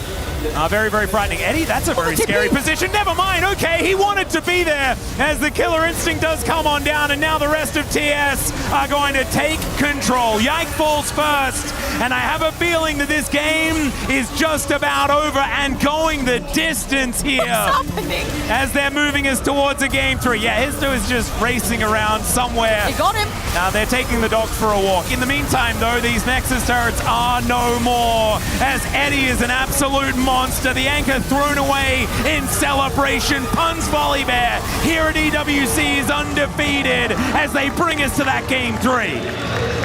What a flippin' performance from Hitster and Eddie. Hitster carrying the early game until that Kai'Sa comes online on the 3 items. Beautiful team fighting coming through, and we see literal tears in the eyes of fans here from Team Secret. This has been a banger for series so far, and we're going to game 3. Absolutely incredibly done here by Team Secret to bring it back. And it looked a little bit dicey here and there, but they managed to find these angles. We're going to have a look at this once again as we get the replay. And the shockwave just avoided. And from that point on, there's nothing he can do, especially with the build that I don't believe had a Zhonya's in it. But for more on this series, let's throw it over to D-Gun and the gang. Thank you very much, Max, as it is me, D-Gun, and the gang, Ox and Wadid. And we're going all 3 here in our first elimination match at EWC 2026 League. Team Secret, the pride of the LCP, battle back in quite a dogfight, as some would say, as the big dog got rolling. Neferi going off there, Histo, and the rest of TS push us to game number 3. Yeah, I think really we saw Kana and we saw Callisto be the main characters for the side of KC, but really Eddie and Histo, the Kai'Sa and the Neferi, just such big threats. And as soon as momentum got built up, they're just diving forward onto your backline, able to find these picks, and it felt like once momentum shifted, the ball started rolling and not in the right direction for KC. When I saw the draft from Team Secret, I think if they can handle the early game, they have such a great scaling option with Victor and Kai'Sa. So I was really confident in them because they got the first lead on the Drakes. So I think if KC wanted to win this game, then they have to somehow get the control back on the Drake, but they couldn't be able to in time. So I think that was the main issue for KC, that they didn't have the early game lead. Yeah, let's take a look at some of the highlights. That early game lead disappear that led to these mid-game fights here at 23 minutes in the mid lane. So this was an example of them doing a great job of peeling the Neferi and just halting that momentum. This is kind of how KC need to play it out to stop this sort of dive-in aggression, and then this shot from Callisto was phenomenal. And this was an example of a fight where Team Secret didn't really get what they wanted and couldn't just push forward and advance on the backline. They still put up a decent fight, but this is kind of what KC want to be doing. But even then, I think it was really terrifying because your front lane is just literally getting one-shot by Victor and Kai'Sa. So I think even though they had such a great chance in there, we could see like what's going to come out later on. Yeah, right here. It was Eddie's pop-off moment there on the Kai'Sa, 28 minutes, the big one. This is where we got to see it, really what he was capable of. Yeah, so in this situation, we end up having a scenario TP just getting in time, could have been close.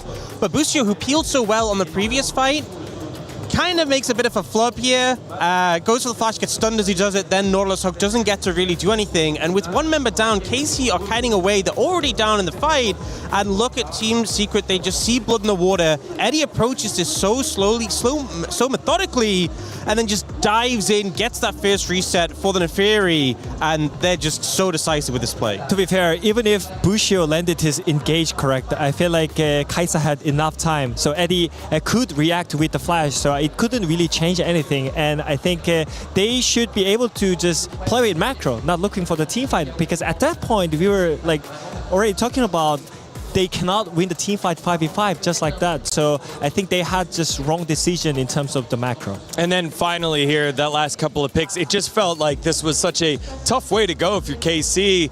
A catch by the Baron pick, kind of trying to clear vision. Busio's nearby, but here comes TS. Yeah, I think you got to the point of the game where KC started to feel pretty desperate. They're trying to contest Baron vision, but the threat from picks like the Neferi, like the Kai'Sa, are chasing down targets. And the setup here, the fact that not only get Canada, but get the jungler too, it's an easy transition into Baron. And then the follow-on from this is quite similar. They get the Baron, they start to move in to start pushing waves, and they just get more picks to lead into the game end. Yeah, who's trying to clear out the wave? He's like, let's get this before the Baron push comes in, and he just gets taken out. Yeah, it was really great pickup from Histo here again. I think whenever he's on playmaking champion, something like Nafiri, that's where like Team Secret finally like comes out with the insane performance. So I think it's really good that he has a favorite matchup into Trundle. On the other hand, we had KC, Yike having a negative matchup into Nafiri, but this is the matchup that he chose. So I'm wondering why like there is so many Trundle hype train, especially into this EWC here. Yeah, to me, Trundle is a pick that is phenomenal in the right spots, into the right champions, when you're countering the right things. Nafiri is not that. Nafiri is a champion who can very easily circumvent your pillar, doesn't have to engage in the melee 1v1 where you're auto-attacking and trading blows with Trundle. And you saw Histo's damage was insane there. He really just dominated this matchup of this game. I think both of those in that last replay, both of those fights, Busio was nearby, but not necessarily in a position to immediately help. And I think that's what led to, although already doomed, that final semi-engage by Busio, then he had to flash out and then got chased around. It was one of those things where they intend well. I think I can help you. I can buy time while you split push on the bottom side of the map, Yehu. You can push that wave. I'll cover you if anyone's there. But it was just a little bit too far away, and those miscalculations cost KC. To me, I think Busio has been such a star when he was in NA and since coming to EU. But this tournament so far, he's looked not in the best form. So I'm hoping to see him bounce back a little bit going into this next game. Yeah, I think he's struggling to find a spot where he's comfortable on. Especially, he was on the engage and no one could really help him, you know. And I think it's, again, synergy between the jungle and support. And it's really important to have like a winning matchup in the jungle side again. I think it's not only just this matchup, but also just in general. Like this meta is all about getting lead in the counter jungle and so on. So I feel like the game 3 is gonna be all about the draft, but especially for jungle and support. Ox, real quick before we toss to some content. Pun has been one of the stars from this rise of Team Secret. He pulls out the volley bear here. What do you make of his champion pool, and how does that allow you to like play differently here? I think his champion pool is super cool. He's willing to bring out these more eclectic picks, and that's really interesting. But if I'm going to be honest, Kana has been the better top laner so far this series. He's been in pretty phenomenal form. The Gnar game was just absolutely dominating, and here on the Renekton also having a big impact. So I think as much as it's a cool role to have and provides them a lot of volume in draft, I do think Kana has been just a big force for KC, and I think Pun needs to bring out some more picks to get an advantage in game 3. All right, well, we are going to our elimination game number 3 here. One of these squads will go home. Is it TS or is it KC? We'll find out after this short piece of content.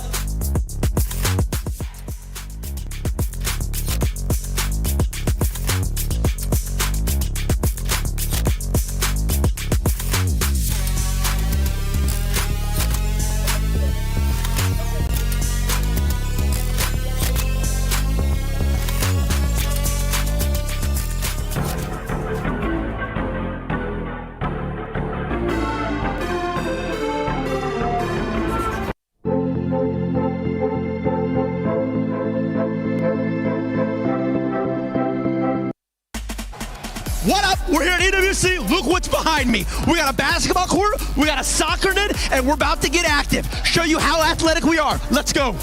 All right, now I've already picked some predetermined teams. We're playing a game to 1. Hello, nice to meet you. Nice to meet you. Yes, nice to meet you. Me too, me too. Nice to meet you. And then here's my teammate, Big Dog. We're going against these two in a game to 1. First to score wins. Let's go. I put the mic down real quick. It's just gonna be aggression.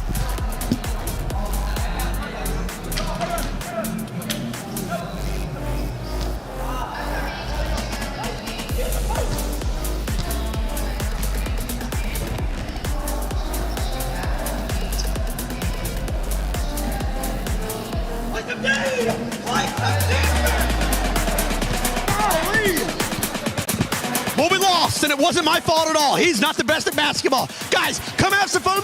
Come check it out. It's crazy here.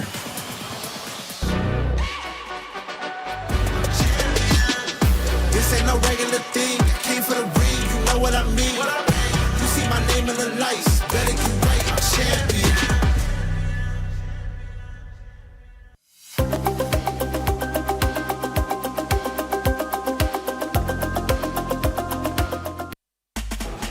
plus Kia, Furia, important match coming up. Let's see what the fans have to say about this. Guys, we got an important game coming up. Okay. D plus Kia, Furia, what we thinking about this one? Furia is gonna destroy them one, like 100%. There's no chance. Ooh. Me, I say D plus Kia all the way. Definitely D plus Kia, they're the stronger team. D plus Kia, Shoemaker gonna destroy them so hard, so hard. This guy got nothing about that. They don't know. Few best of lane. Come on. They are too strong, the Korean. Stop the stall. See after the show. We'll see after the show. Yeah. The boys are gonna here, and they're gonna destroy them one for sure. We got a bit of a back and forth going on here. I guess we're gonna have to wait and see who's taking this one home. Play is in our DNA. Whenever we let it out, it becomes our superpower. Now imagine an entire city being built to supercharge it. Kadir City, powered by play.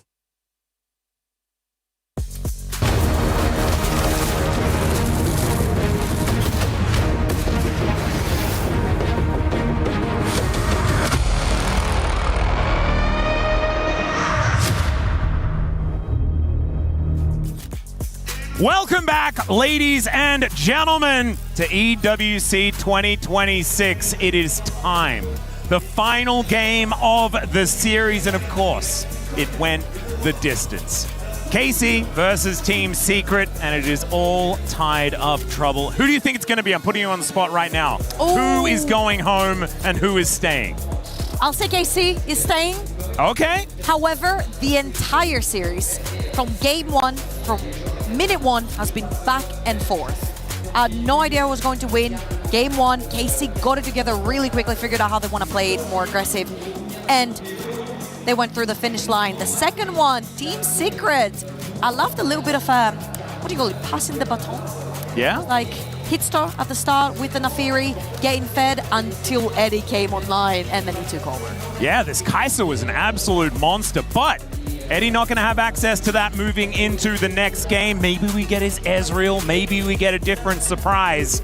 But I think a lot of people, if you're a Team Secret fan, your eyes are going to be glued towards the top side, like mine, because I just want to see what Pun's going to do. Are we going to get the set? Trouble, you were telling me that I was going to get it, and it was going to be in the Dragon Pit. It wasn't there, but maybe it's going to be here in this actually lost that dragon. Yeah. Maybe that's why it didn't turn up. That's why the set wasn't there, because he was supposed to turn up after the dragon was taken by Team Secret, but it wasn't. It was going to suplex its way in there. But here we are into the draft for game number 3, the decider. Who is going home and who is staying here? We'll find out right now. Well, not right now, at the end of the game.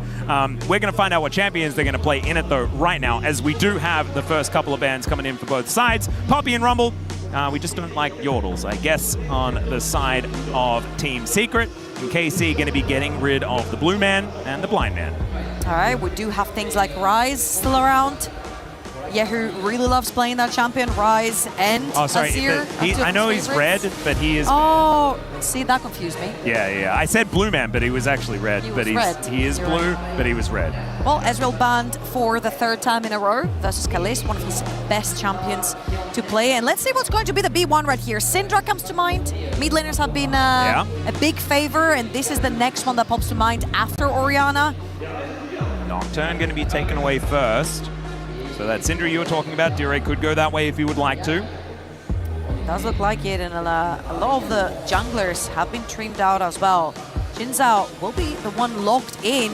And again, Ashe Seraphine has been the go-to bot lane for Kalist and Busio. However, with Olaf open, I don't know if they want to take that trade. Yeah, it could be a little bit frightening, as well as the fact that they don't have the Xin Zhao, which does also synergize quite well with the Ashe Seraphine at the same time. They're in danger of it being just picked away from them on the other side. That being said, I mean, I feel like at the moment, I just don't really like the Ashe Seraphine that much. Haven't seen it find all that much success more recently, as the Syndra will be the pickup here for Yehu. And will it be a Yike pick here? Will it be something else? Because you could also take half a bottom lane and get ready to have a bit of extra priority there. And escape the next round of bans? Well, I'm looking at the bot lane, and they're not necessarily talking too much. I feel like it is Yike mostly, and with Reaper right on top the of looming Reaper might give something away. A jungle pick coming through from Yike, the Wukong, of course. One of the very few junglers that remains there in this A-tier group of junglers, as the S tier has already been played or banned out, and a great combo with Syndra if you want to start fights. Yeah, a lot of wombo combo now available, but the Caitlyn going to be the choice here for Eddie. Caitlyn ball. Yeah, an old favorite of his. And we'll see what it is going to be picked alongside of, because like you say, the Bard is up and available. Instead, Dire just going to cycle through a few of his options first, and it looks like they're not too worried about what BA is going to be playing if he is going to lock in an answer to the Syndra. I feel like when you've got Caitlyn, there's so many amazing pairings to her that have not been banned or picked at all.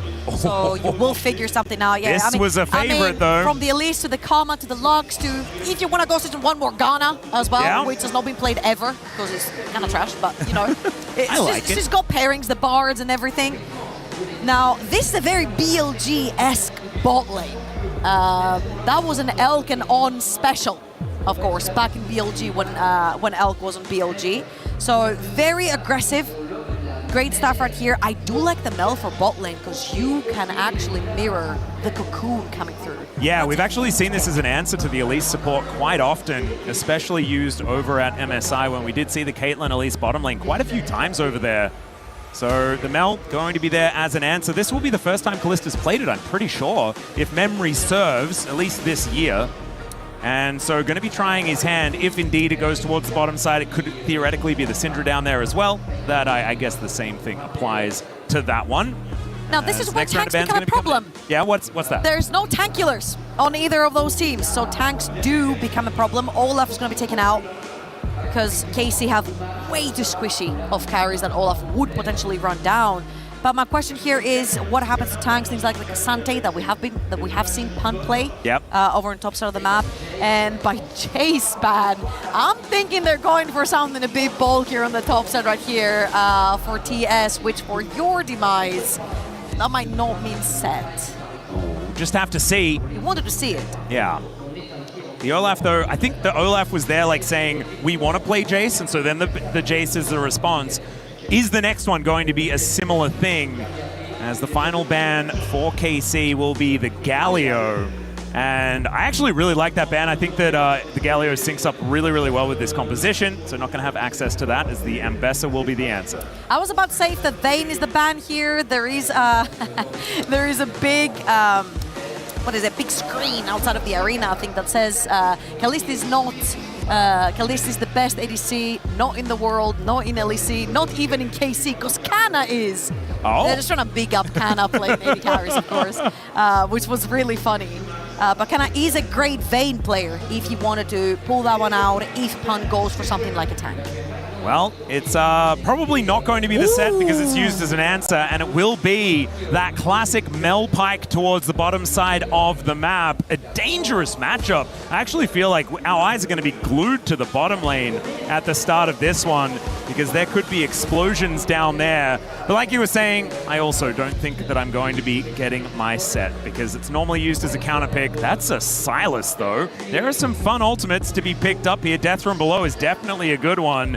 And so that is likely what Dire is going to be playing. And now Pun has to blind pick towards that top side into Kana. A tough ask. Yeah, I think you might have to take one for the team and maybe lock something in like a Asante to be that front line. Or Mundo, anything that's like super bulky and can extend fights, because KC are super squishy and they've got a lot of burst, but they cannot kill something like a tank. Yeah. And this is the most annoying pick they could have gone for. Man, that is a lot of fun. Bootsy are going to hover the Vayne, or maybe even lock it in theory. Kana could go towards that if you would like to.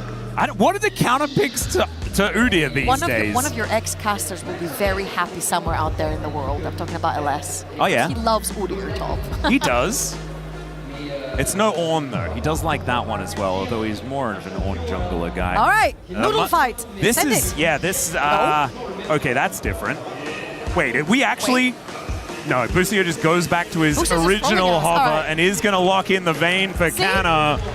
Kana is the best AD carry on KC because he's the only one in this draft. That is very true, unless Callista's going to be playing it and we're going to have Mel top. I will say this is a very squishy composition coming through from the side of KC. However, the damage output from every single champion, even their support, is crazy. So if Eddie slightly mispositions on that Caitlyn, he's 100% dead. Yeah, I'm a little bit worried for both sides, to be honest. I think as soon as someone gets a lead, it's going to be so difficult to get back into this game. As there is going to be the swap, who is going to be playing that Syndra in the mid lane. Dire going to have to be a little bit careful because I think laning into the Syndra as a melee just sounds like an absolutely horrible experience. But after he does get a few levels, he's going to be feeling better. I'm not gonna lie, I do like Sylas when he gets more survivability kind of ultimates on him, or gap closing ultimates like Ahri. Yep. He can slip and slide around team fights. Right here, majority of the ult he can get is just extra damage on his kit, which Team Secret probably psyched about that, let's be honest. Which means that he's not gonna necessarily be able to stay alive longer in those fights. Sure, the champion has inherent lifesteal in the kit, but a simple anti-heal item is going to negate a lot of that, right? And without survivability from like a Mundo ult or from an Alistar ult, makes it pretty tough in those fights, especially since KC have so much damage. They really do. And this Mel Syndra combo means that someone is just going to die real quickly. But now it is time, ladies and gentlemen, to get onto the Rift for the final game of the series. Who is going home first? That is what we're going to discover here. Is it going to be KC on their home turf, or will it be Team Secret?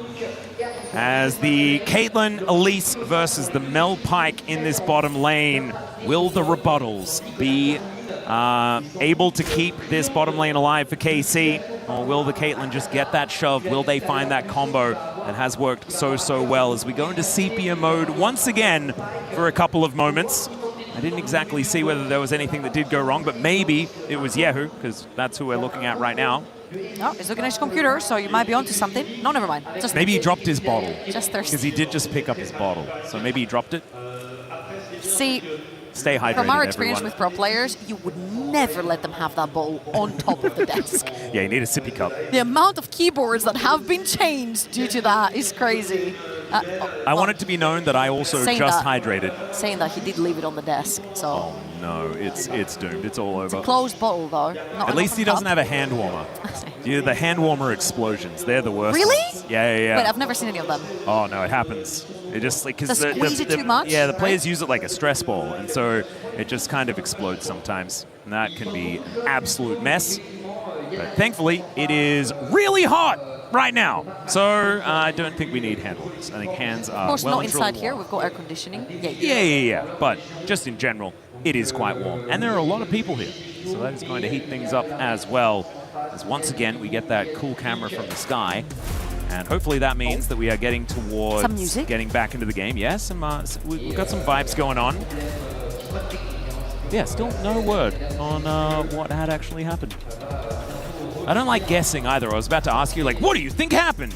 And what do you think is the issue? yeah, but like we just don't know, and nothing really obvious had occurred either. So hopefully we get everything sorted and we're back onto the Rift shortly. There is no ref, so we will be shorting whatever is shortly. Yep. Sorting it out. Now, I think this is going to be a very, very explosive game.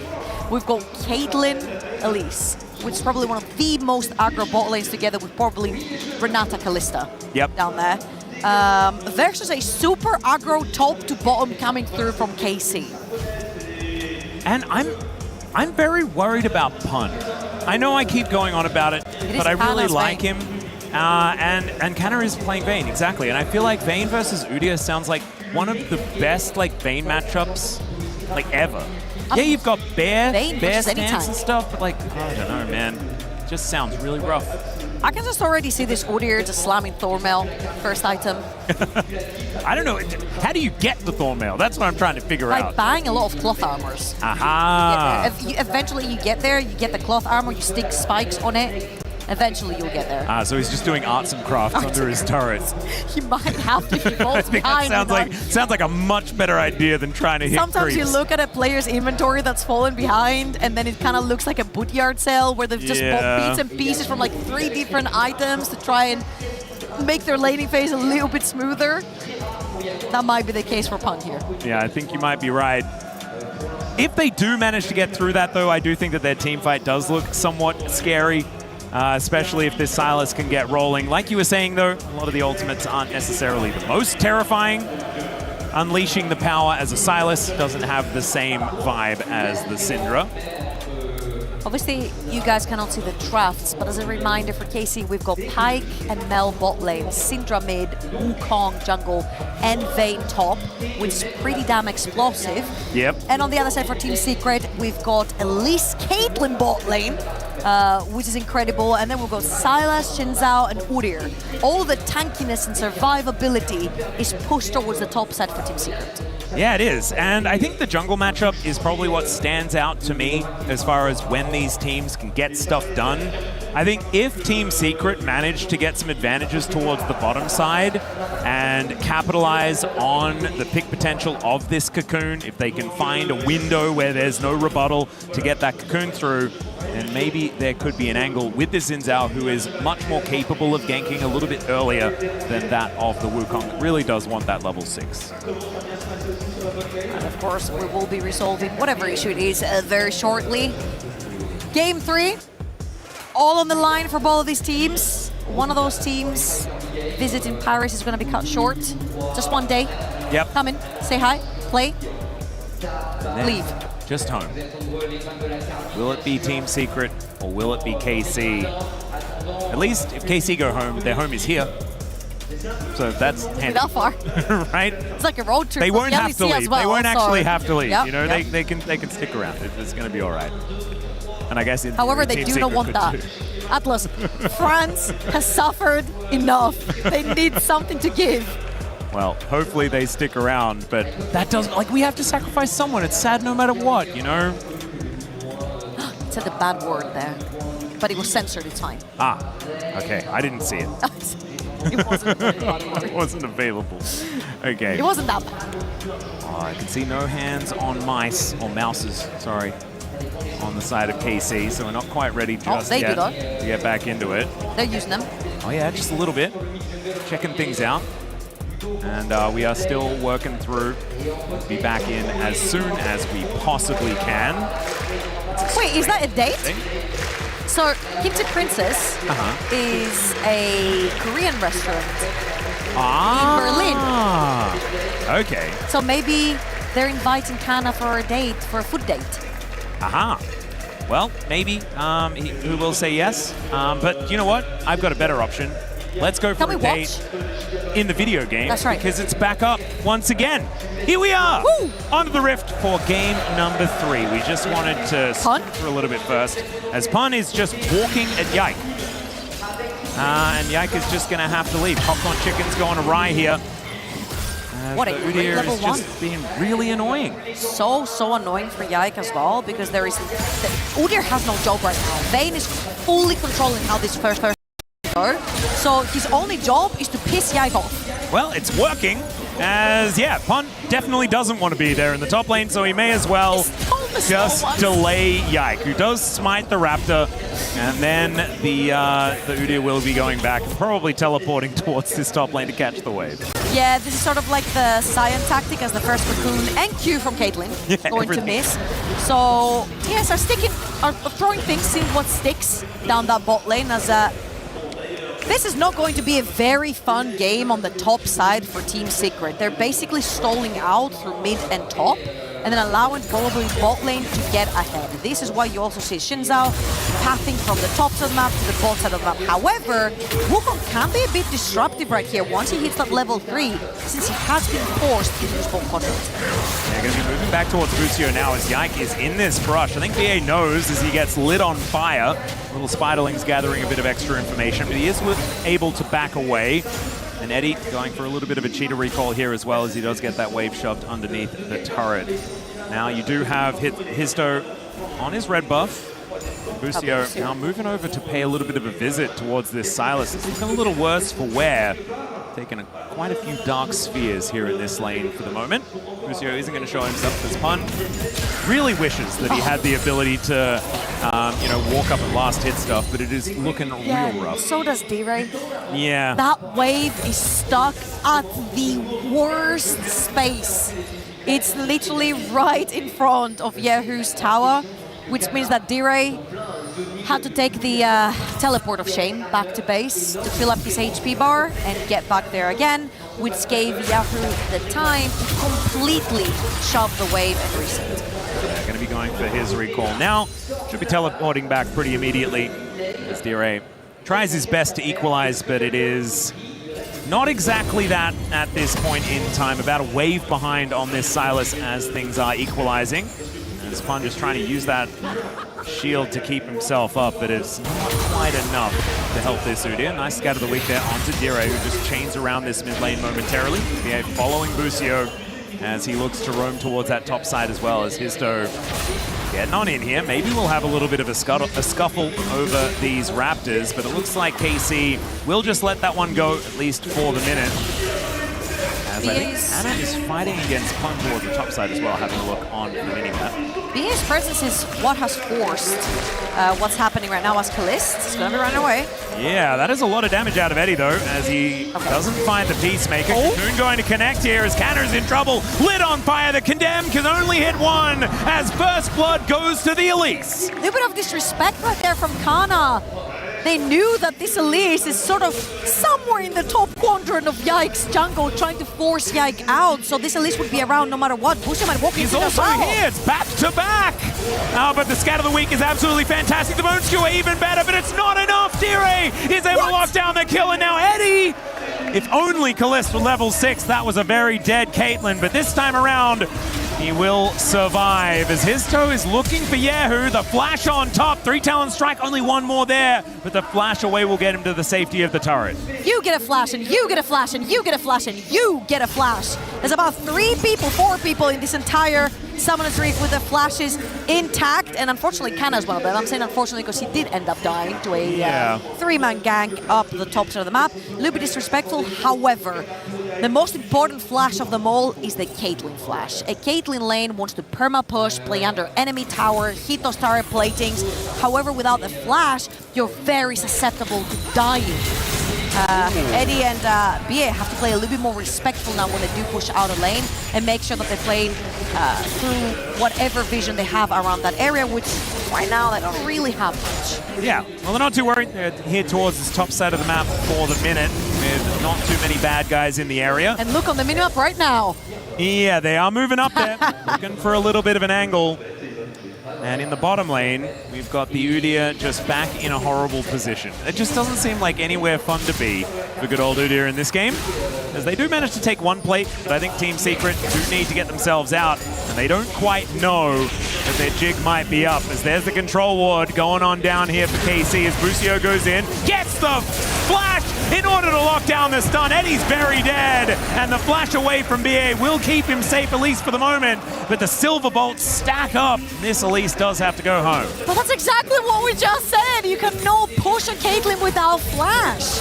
That control ward in the pixel bush does not give you enough vision, because by the time Busio was over that bush, he doesn't care if you see him or not. He has the flash, locks down the Caitlyn, and now this is a very, very sad Caitlyn. She needs to be hit in towers, and it's not quite the case. That was the one lane from Team Secret that's supposed to be doing well. Yeah, let's have a look at this from Busio's perspective. This double stun after the flash, absolutely gorgeous here from the pipe. Gets the Q as well, really nicely done. For the whole bounce house feeling on the Caitlyn, and Eddie didn't get to play the game.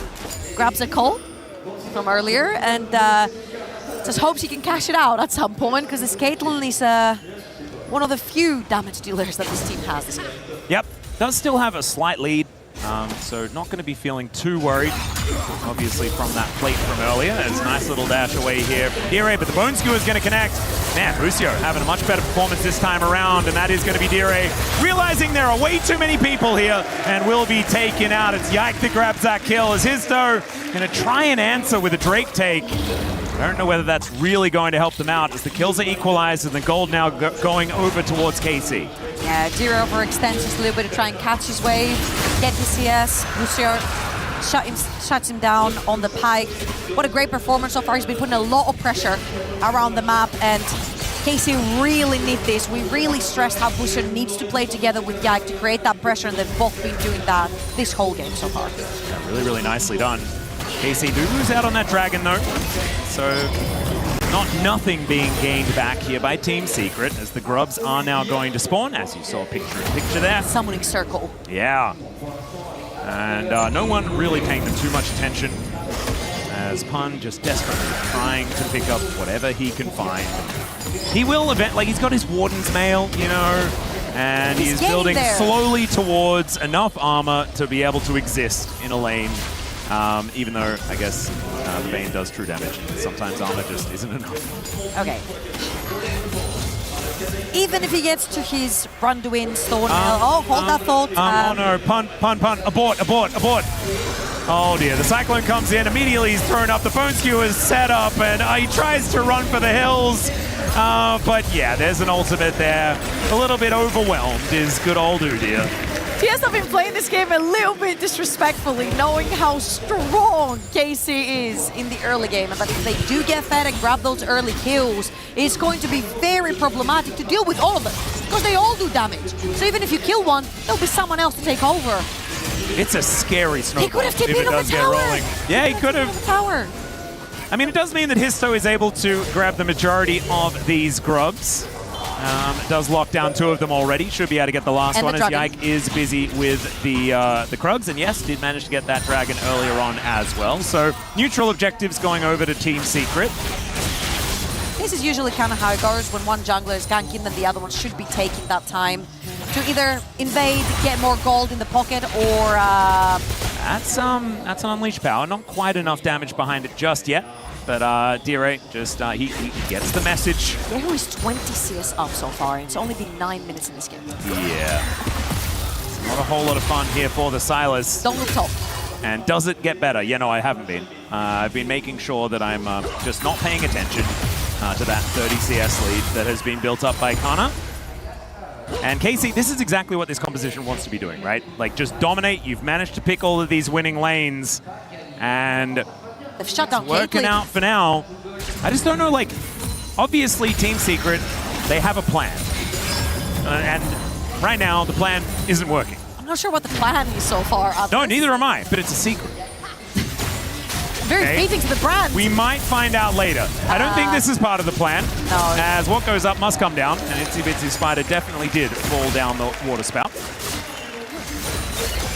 Yeah, this is kind of rough from Team Secret, and a great start. We're going to find out the plan eventually. AD, a bit too far forward. Oh, all right, Cupcake. Yum. But Busier's fine. It's a 1v2 for the time being, and Kalist has managed to crash the wave under the tower. I feel like Team Secret are playing a little bit disrespectful right here, especially knowing how strong Busier is currently with his Swifties, being able to get around the map much quicker than before. Yike has always been behind him as well.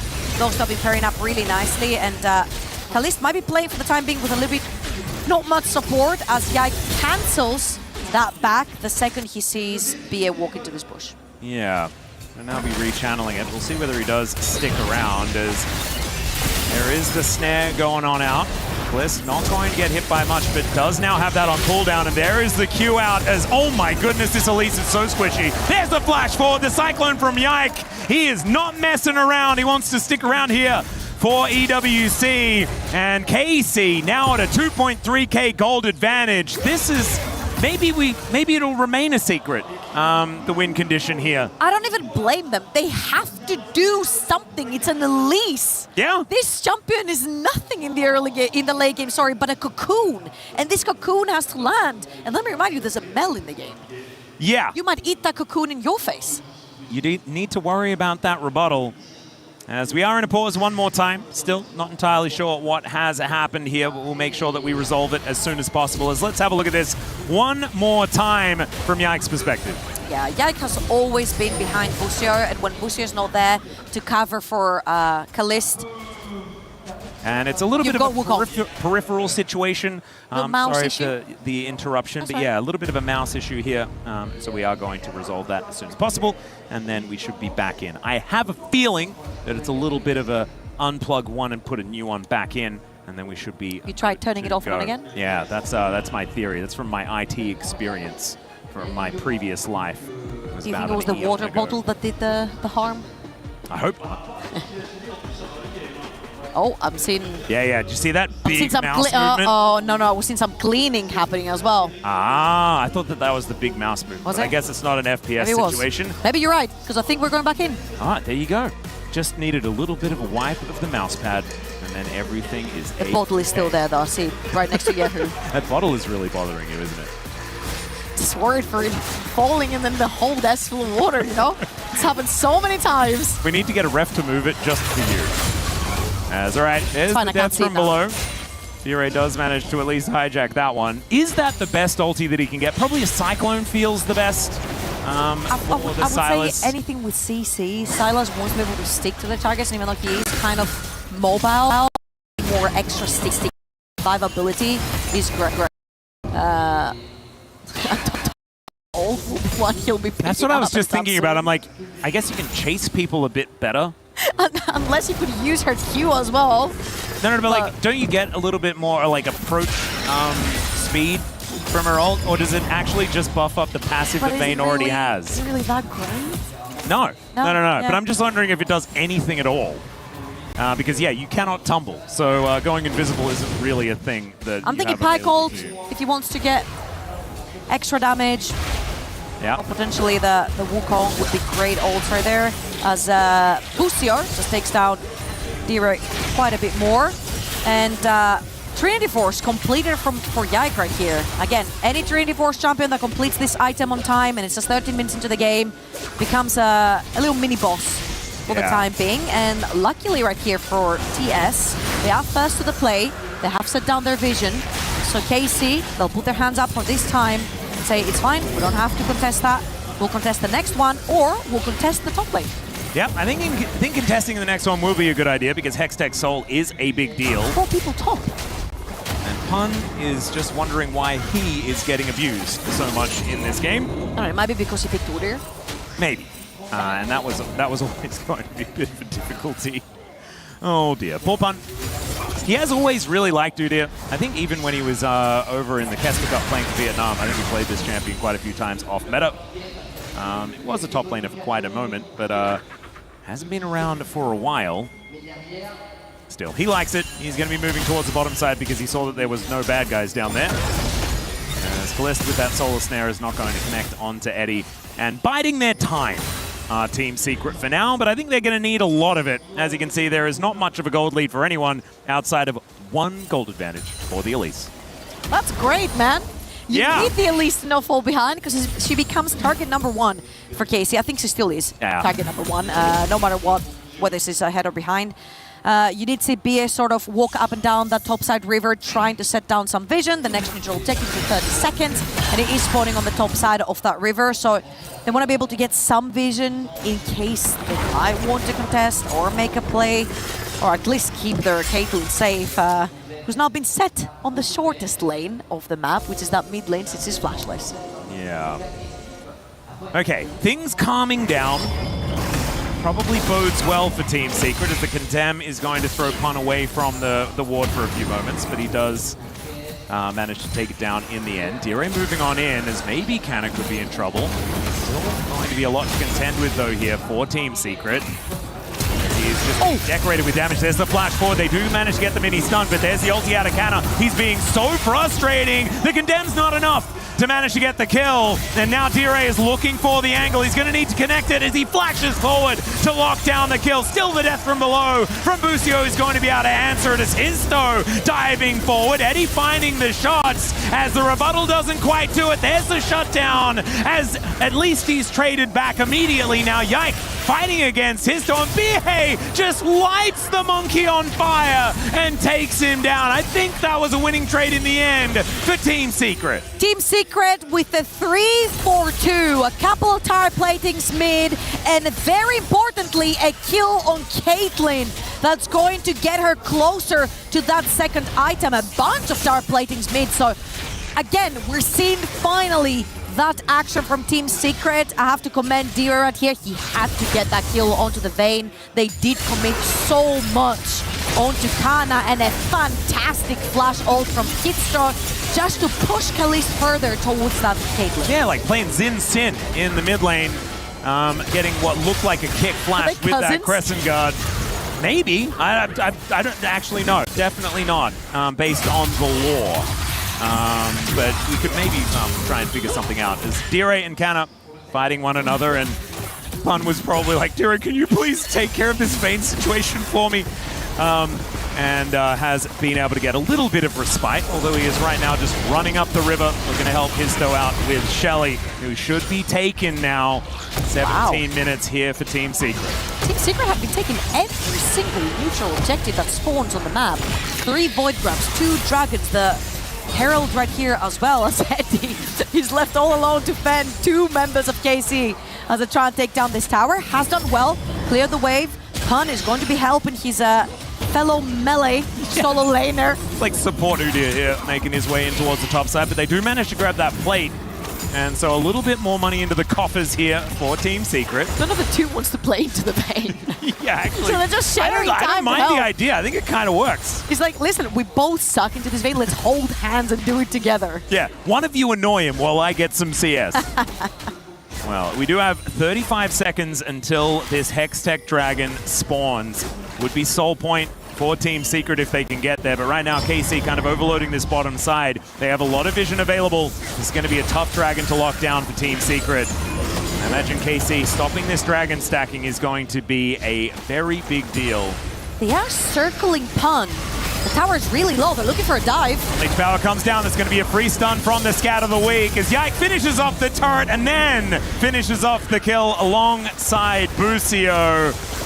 Yeah, Pun just really short end of the stick. Fumble there. Pun knows that KC's playing towards the bot side of the map, especially with Dragon spawning. So he walks up to a tower that is literally 3 autos from dying. Nice poke right there from Eddie, and Team Secret, they look like they just want to play this.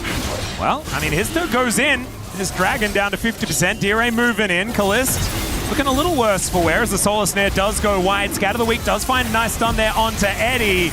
And there's the Rip. Carol diving forward. Dire found the Cyclone as well as they shut down the Syndra. And the Crescent Guard is gorgeous. The Drake is stolen away by Yike at 1 HP though, and that denies that soul point that Team Secret desperately wanted. It's not a 50-50 if Yike is in the pit.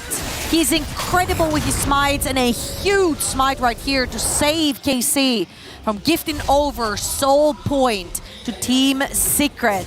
And that was best case scenario, I feel like, right here for Team Secret, only losing their Sylas in a 4 versus 5. Really nice engage to create space right here from Dire. Will steal the Wukong ult, finds a fantastic Zika long chain onto the Wukong, and basically creates a bit of nuisance between the Dragon and KC. Not going to be enough. Again, this Sylas is not very tanky as he doesn't have any ultimate to help him survive further. So once he's in, he's most likely gonna go down. Yeah, this is the thing. Oftentimes you see it picked into, you were mentioning this earlier, the Alistar is the best one, but the Xin Zhao is another good option. They've got that one on their team this time. And so there aren't really those phenomenal options, but the Cyclone looked pretty good to me. So maybe he can utilize that moving further forward, as the Baron is going to be welcomed to the Rift here at 20 minutes. And 3.5 will be that next Dragon. Another opportunity here for Team Secret to try and grab that soul point. But it's a 3,000 gold lead now. Shrunk a little bit by this turret going down by Dire. And KC, I think, still with a lot of control here this game. And a reminder that Kana is majority of the gold lead, if not almost all of it. Desperate below for the gap close there, but Busio just explodes. It was great until it wasn't. That was it looked a bit like a donation. Blink and you'll miss it. Yeah, I miss him. He's gone now. He'll be back in a few seconds' time, though. 10 seconds until Busio is back available once again. And I think he thought that there was a Caitlyn there. Didn't quite know There was a that there was a cocoon-wielding Elise alongside her. There was a Caitlyn there, though. He was right, Biet. Walking into 2 members, misses the cocoon.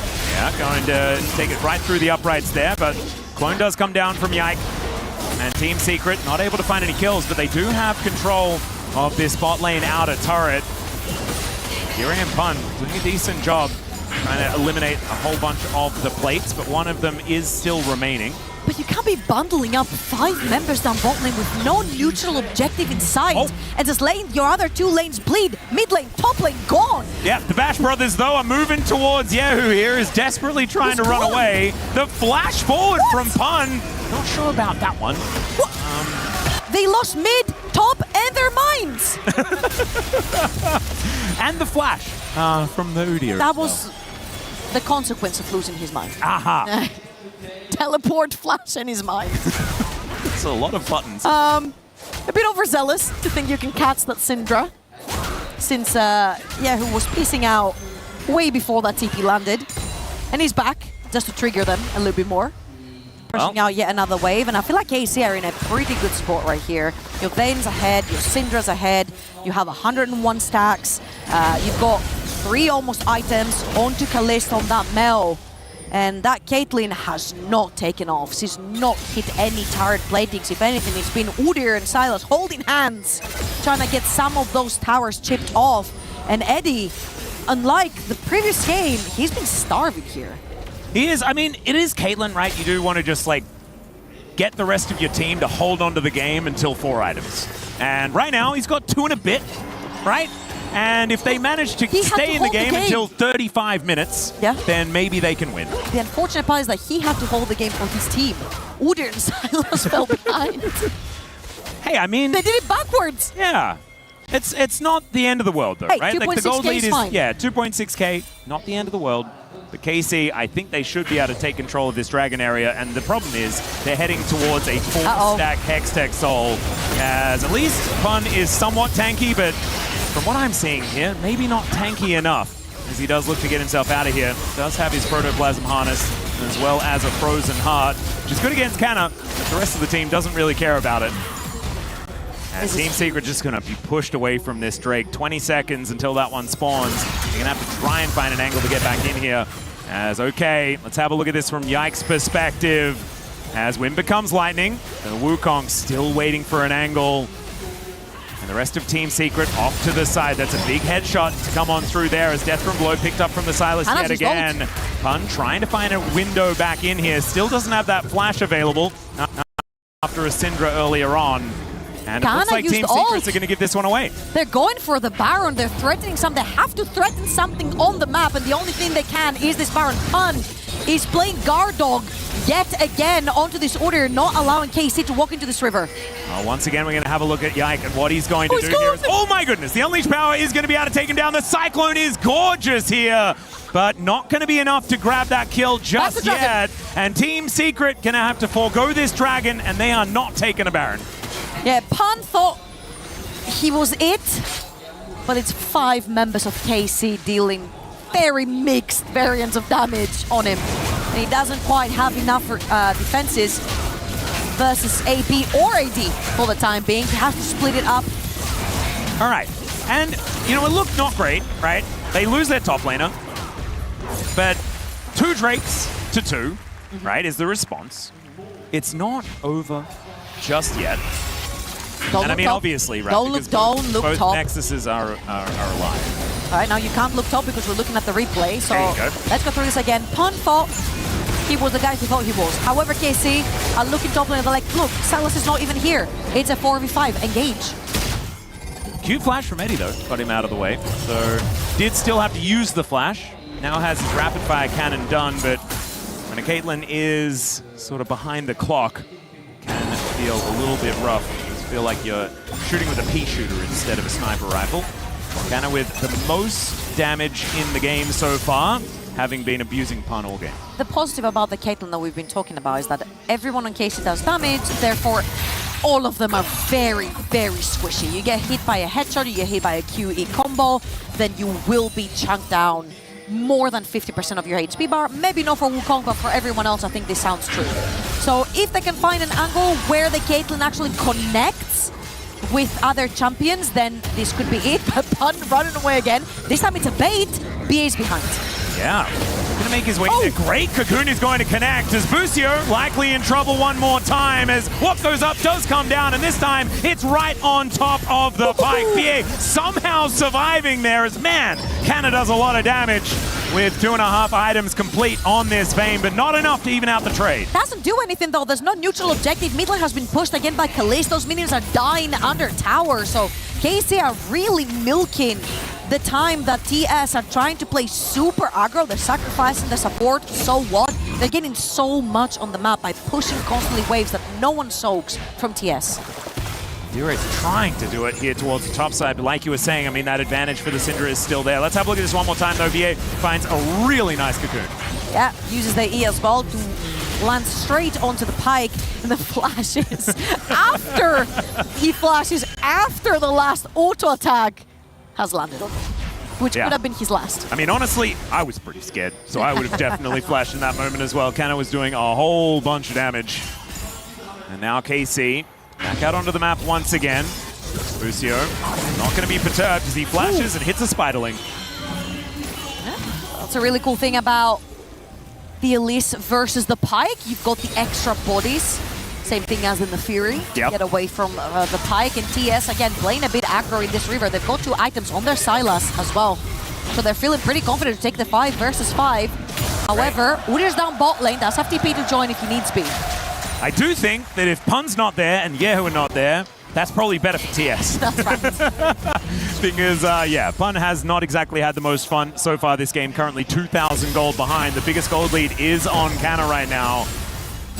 And KC will be able to utilize that in order to build this advantage ever further. They're playing this one very slowly, though, and very respectfully, understanding that they are certainly against the ropes here. Any kind of mistake, things could really get bad fast. I feel like they're playing for Wukong's GA, and then they can more freely engage with Yike. He might have it right now after the Krugs. He had those 2 items for a very long time. There you go, GA completed, and I feel like now they can play with a little bit more ease, because even if he overextends, he at least gets into the GA stasis, and then his teammates can bail him out with sheer amount of damage that all of them do, that we talked about over and over again. And now it's a dance about the next dragon. It's going to be soul point somehow for both of these teams, as it's 2 apiece, and I do not see Team Secret walking down bot lane trying to get some sort of vision in this river. It's going to be so hard. As like you were saying, like it feels like a death sentence for anyone who walks into any brush. Pun tried. If it's occupied by KC. And yeah, Pun tried and showed everyone that indeed it's just horrible. He was already looking a little worse for wear though at that time. Cannon pushes out this wave. Does have his Fiend Hunter bolts there as well. I love that lore accurate purchase. Because, you know, crossbows, hand crossbows and stuff like that as Busio gets himself into the Dragon Pit. Hex Tech gates taken here by Pun as he's looking to greet Busio. There's the ace in the hole. A lot of damage. Halves his health bar. Busio's health bar is not very large to begin with, as he is Pike. But still, Pun taking a huge chunk from Yehu.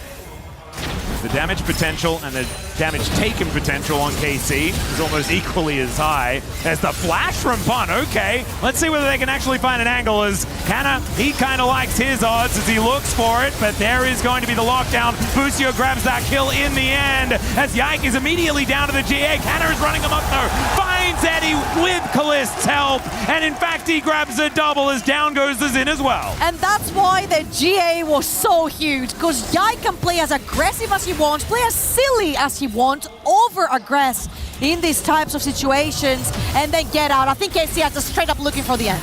Yeah, they're going to be able to take down this inhibitor turret at least.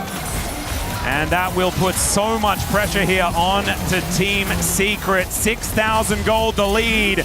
And you're right, looks like they're not stopping, at least for the moment. Busio going to be catching up to the rest of the players here, as PA just desperately trying to clear out the wave. Dire goes golden. Does still have that death from below, but he's going to have to use it pretty quickly. Let's see whether he finds the angle. He does not, as he's locked down by the Syndra. BA has no health bar to speak of. Scatter the Weak is fantastic. It's a naked Nexus now, but KC will not be killing it just yet as they take some gates to get themselves out. It's the one shit. Yeah, obviously Histo is going to be following here. The ace in the hole will be the end of the Syndra as Pun wants to be able to stop them from making their way out. This might actually be Soul Point going over to Team Secret for some crazy reason. And these Nexus turrets, at least they will respawn, but unfortunately maybe not fast enough here for Team Secret. As yeah, this damage is kind of ludicrous. In goes Histo, there's the Crescent Guard. Maybe that's going to be enough to keep him alive for a little moment here. As Yike going aggressive, Callista's able to take down Pun. Man, top goes the Udyr. And KC back on the front foot once again. And TS cannot do the Dragon now. They've just lost their front line, so they cannot enter Fog of War with Yike and Pyke still there from Busiar. So what a great team fight yet again. And the reason why Pyke stayed behind was Busiar tried to find maybe canceling some teleports from the set of TS, but KC really tried to end the game right here. What an incredible exhaust from Kana onto D-Ray, seeing as he took the Pyke ult as well. Going for those executes, they'll take the extra kills and then they'll back off. KC, very ballsy there. Yeah, there were some weird things that happened here. Kana also giving that shutdown over to BA is actually probably best case scenario. And Ye was like, he can't reach me to Sinsao. Huh, all right, well, we're onto the Baron. Immediately out of a replay into something else here, and let's see whether KT can do this one clean. As Busio has that shield, but the Edge of Night is now taken. Hijack going to pick up that death from below once again. As Team Secret, I think, kind of have them where they want them for now. KC will back away, recognizing that. They're not going to give them their best team fight. They will just back away. All KC have to do is just play patiently here. They've got a fat wave pushing down mid lane, allow that to create pressure on the map, and then potentially you can threaten the Baron. Also, Soul Point is free at this point, and it is a Hextech Soul later on, so even if something goes wrong in this game, you always have that Hextech Soul to fall back on. Not gonna be the case for the time being. Yag's gonna take the third one, which is gonna put them on Soul Point finally. Yeah, it was sort of kind of foregone for a few moments there, but it looks like Team Secret not going to be able to get enough vision in order to contest this. As D-Ray here towards the top side, just trying to get as much money as he possibly can. Using that ultimate because it was wearing off, and now looking for a bit of a reset. But Busio not going to let him. He is just going to have to walk a little bit further away in order to get to safety. Also threatening right there, because that Pyke Vayne duo is very deadly if they manage to catch up onto Sylas. This Sylas has a broken Seeker, so he wouldn't be able to sustain himself until his team shows up, and he's nowhere near finishing that Hourglass as well, as he just came from base and there was no extra item purchased for the Sylas. So a pretty dire situation right here for D-Ray, which is also kind of funny because if you spell his name. Yeah. Yeah. I didn't think of that. It just lined up. Sometimes the best puns are the ones that we don't intend. Right? But that's 4 items done for Eddie. I mean, the Caitlyn has reached that point. I mean, I said 35 minutes, but 34 is close enough. And he's also got that cheeky little vampiric scepter there as well. I feel like maybe too little, too late here for the Caitlyn. Very importantly, GA back up for Yike, and that's exactly what they needed to sort of play a bit more aggressive. Talking about playing aggressive, Busio. Yeah, Histo is going to go very aggressive as the Crescent Guard does go down. Pun is just being thrown around like a ragdoll as D-Ray gets himself in there. Kana running amok, going ballistic with so much damage here on the Vayne. Wants to land a couple more as death from below. Busio says that's enough of that. Let's finish this off and keep our dreams alive here at EWC and send Team Secret home. Eddie and BA the only ones left to defend, and it is not going to be enough. France leaves another day in EWC. KC will be able to take down this final Nexus, and they will be able to do it. Team Secret made them work for it, but in the end, it's KC with the home crowd behind them, keeping themselves alive. KC do it, but there's no big smiles in their faces. They know that Team Secret Wales is not one of the very big boys they want to be beaten, right? The whole dream is Worlds, Internationals, beating big teams. They come straight off of a horrible loss to top Esports from MSI, straight into playing Gen G in their first game here However, they do manage to pick up a victory in a best of 3, and I feel like this might give them a little bit of their boost back.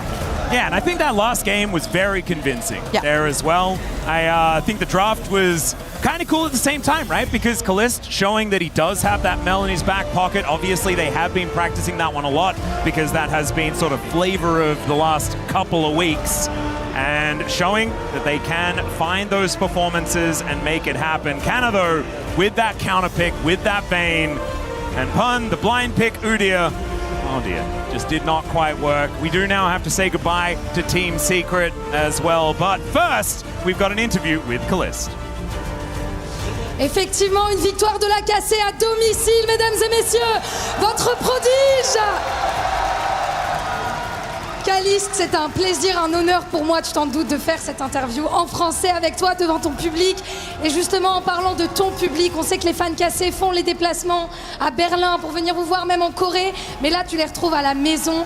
Qu'est-ce que ça te fait? J'imagine qu'il y a peut-être aussi un petit crowd puff. Ouais, bien évidemment, comme d'habitude, un grand merci aux fans. Ça rapporte énormément. Et là, en plus, on est à la maison, donc on a vraiment pas envie de perdre. Et je pense que, typiquement, dans le BO d'aujourd'hui, ils ont fait une grande différence. C'est clair et je pense que ça s'est vu. First question, you have your fans here. Which kind of difference does it make? Do you feel like there is kind of a crowd buff? Obviously, thank you to all the fans for the support and I think it did make quite a big difference today. Ma deuxième question, c'est à propos de cette méta. La méta, la fameuse méta, tu sais déjà ce que je vais te demander. La méta Mashbot, on t'a vu la jouer sur la game 1, sur la game 3 avec Zigzemel. T'as gagné les 2 games aussi. T'as très bien joué. Moi, je voudrais savoir si t'es vraiment passé du côté obscur pour de bon. Où est-ce qu'on joue? Parce que bon, voilà, c'est fort, c'est broken et voilà. Écoute, moi je joue pour gagner dorénavant, donc le plus important c'est de juste un peu suivre la méta et il y a des choses que tu peux pas trop esquiver, on va dire, et les matchbots c'est un peu compliqué à esquiver, donc forcément je suis obligé de m'entraîner dessus, de les jouer et d'avoir un bon niveau dessus, donc bon. Après, pour un mec qui est obligé, t'envoies quand même très très fort, je dois le dire. So about the AP meta, you know you played it with Viggs and Mel. What are your thoughts on it? Do you actually like it, or do you do it because it's the strongest at the moment? Of course, it is very strong. I have to train on it, even though it's not specifically my favorite. Et dernière question, on t'a mis dans la lumière très très tôt. Caliste, moi je te le dis, cette lumière tu la mérites, tu l'as montrée aujourd'hui sur cette 3e game. Donc moi je voudrais savoir de quoi tu es le plus fier aujourd'hui, et est-ce que tu te sens confiant pour la suite? Je pense que la chose dont je suis le plus fier aujourd'hui, c'est notre résilience et aussi surtout de pouvoir jouer on stage comme ça devant notre public et de pouvoir leur donner une victoire. Effectivement, et je pense que le public est ravi. Very proud to have been able to give that victory to Casey here in front of my crowd. Et c'est l'heure déjà d'aller au kick rush pour essayer et surtout pour aller casser la clé de Team Secret. Mesdames et messieurs, it's time. Ian, what are the thoughts about the key crushing? KC fans, are you ready to crush the first key of the tournament? What's the color? Blue! What's the color? Blue! I said, what's the color? Blue! I think they're ready. I think they're ready, and Caliste is ready as well. Allez, c'est parti pour le crush. Le petit prince des Carmines qui renvoie Secret à la maison.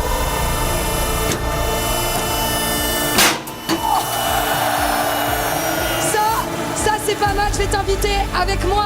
Caliste, on va retourner devant tes fans, devant la scène. Évidemment, bravo encore pour cette victoire. On vous retrouvera donc pour la suite de la compétition.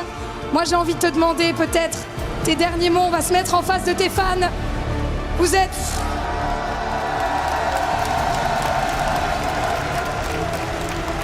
Qu'est-ce que tu as envie de leur dire à tes fans, à ton CEO, à toutes les personnes qui te regardent, qui t'encouragent avant la suite?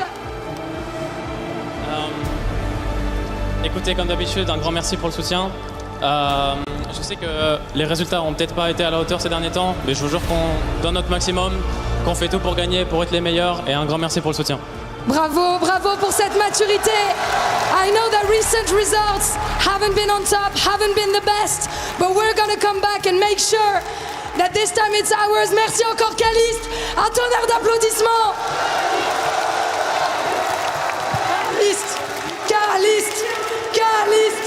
Caliste.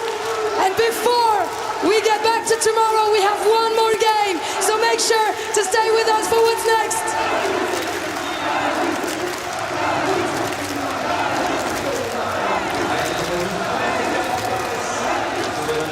One of the greatest and most brutal parts of EWC, the true harsh reality of competition. There are winners and there are losers, and with 2 losses comes your key crushing down, and it is Team Secret falling short here of their EWC aspirations in a great 3-game series. You know what it was? It was the snap when the key broke. That was guttural. I mean, I could see the spark, by the way. I got scared, actually. That's your first key crush. How was that? I don't know, man. It was insane, impressive. Again, I think that's how it works in the EWC. Like, that's the content. Yeah, absolutely, as it is. KC getting pushed here and stretched by the LCP's best, but ultimately come out on top thanks to Parisian's favorite son. It is Caliste and the rest of KC getting it done.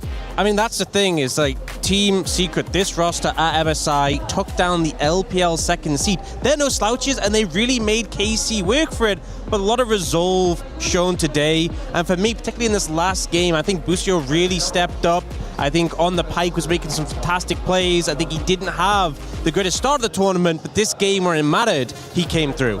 Absolutely, as it is Caliste also impressed, not only with this play, but the crushing of the keys and how visceral it is as we welcome you back to the Analyst Desk. Digon alongside Ox and Wadid to break that last one down. And, you know, it was still close, even in the last couple of fights, still close. Team Secret with opportunities to try and come up with a couple of wins, but just fall short there. His toe and the rest of the gang running out of steam at the end. I mean, there were so many actions in the early game, especially I think Kaminkob had such an insane advantage in terms of the draft. I think there were some matchups that you already knew that Caitlyn and Elise into Mel and Pike, and this is one of the matchups that it's already got proven that Mel Pike is in favor. And the thing is, I think the biggest weakness that KC showed at MSI was the jungle support just not being on the same page, not working together well, something that really defined that tournament.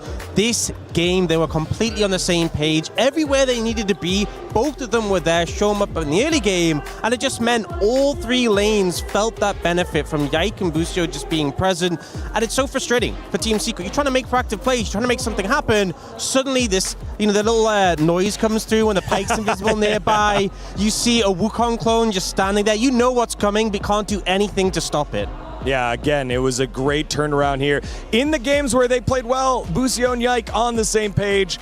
In the losses, you could see the disconnect, but that is the big difference here for Yike.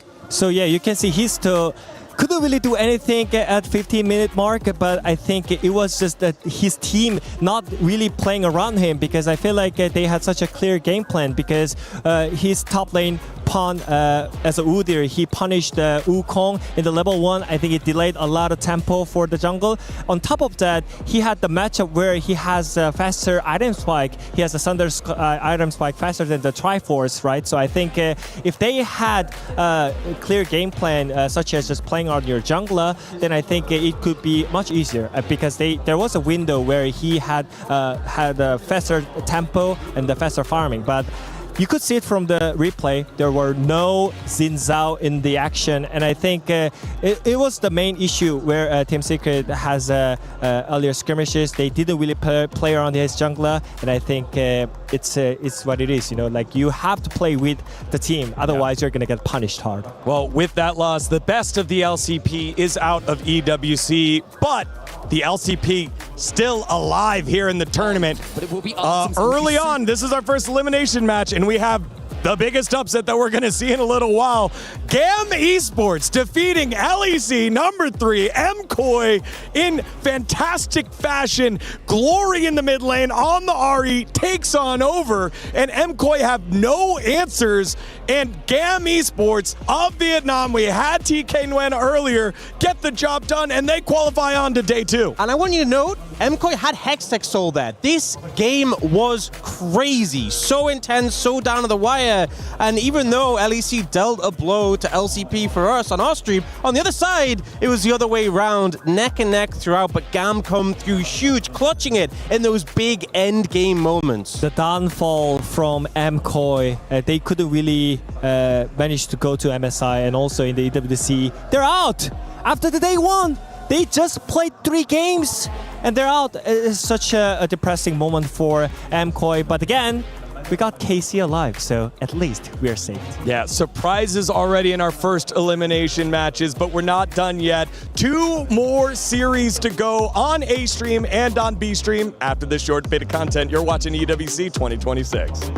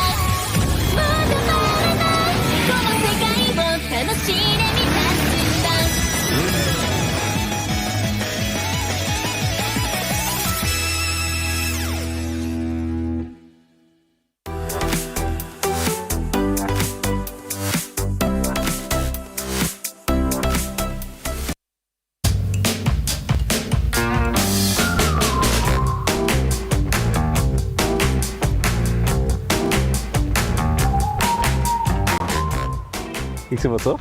Mid. EDC. For me, mid's just easy. ADC is also easy, but I'm like on competitive, maybe not so much. In League, I think it's ADC because you kind of just need to hit and do damage. People just say most ADCs is just dumb because they just need to hit and do damage, so they don't lose a lot of brain. So this is for me. I'm on mid again. Support. Mid because I don't know, I find it fun to play. It's like my second role, and when I'm out of field I always have fun and I find it easy. Yeah, support because when I start to play in competitive, I play support. I started playing support, but now I'm in ADC, so support if I choose another role. Tem que ser esse. Tem que ser. Mel. Yumi. Mel is just, I don't know, it's just a bad design of a champion. She doesn't work, she should not be on the game. Yumi because it's a support, but just enter into ADC or, I don't know, into jungle or other person, people just say, when you play Yumi, you don't play League, you are just waiting and do other stuff, and Yumi is a good choice.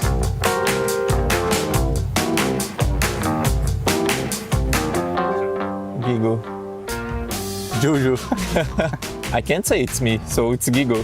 He's always saying like dumb stuff, and I'm always laughing. I think it's Jojo because he always laughing about everything, but he used a lot of sarcasm. Sarcasm. Yeah, so I think it's kind of funny.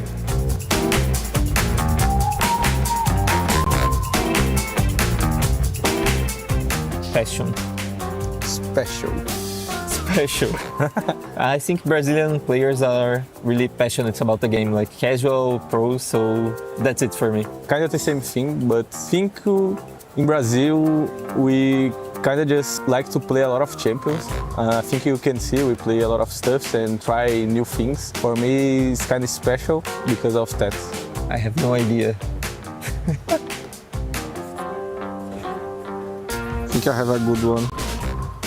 A knife.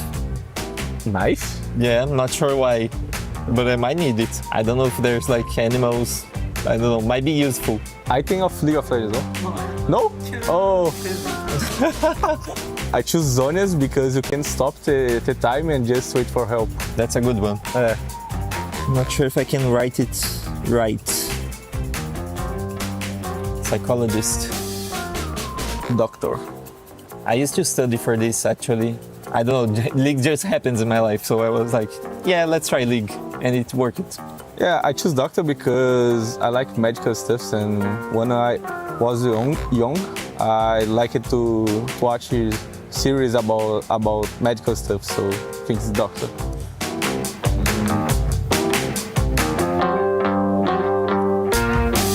Como use? Carrier. I'm a fan, so not much to say. I think he's really good. Yeah, I'm also a fan, and he wins a lot, so I think it's just the right choice.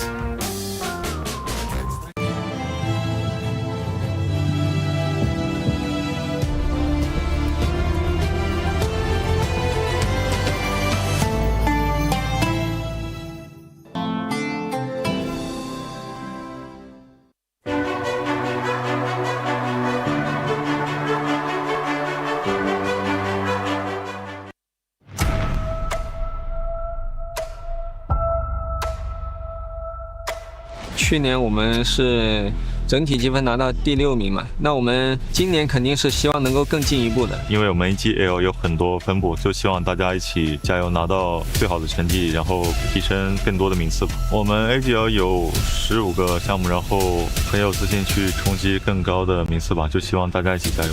É algo bem grande, assim, porque como é um time muito grande, muito famoso e tem muitas modalidades, então tem um significado muito grande. A pressão é algo que me agrada também.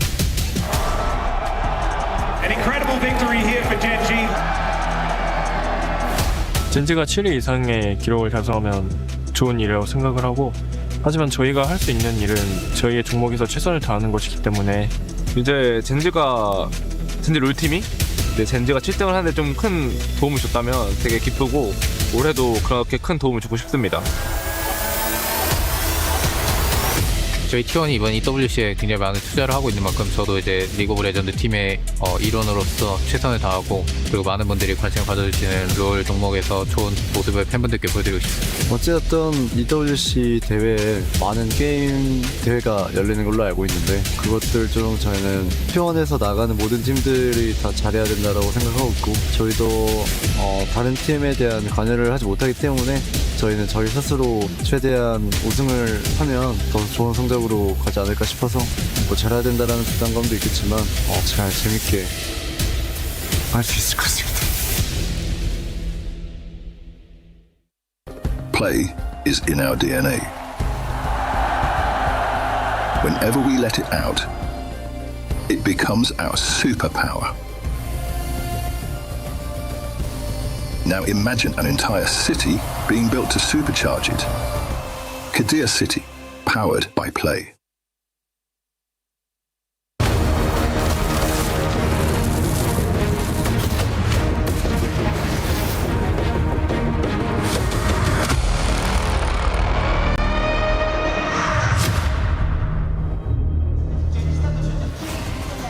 Hello everyone, welcome back to Paris for EWC 2026 presenting League of Legends. As you see, D+Kia returning to the arena after that tough loss against last year's finalists in AGAL.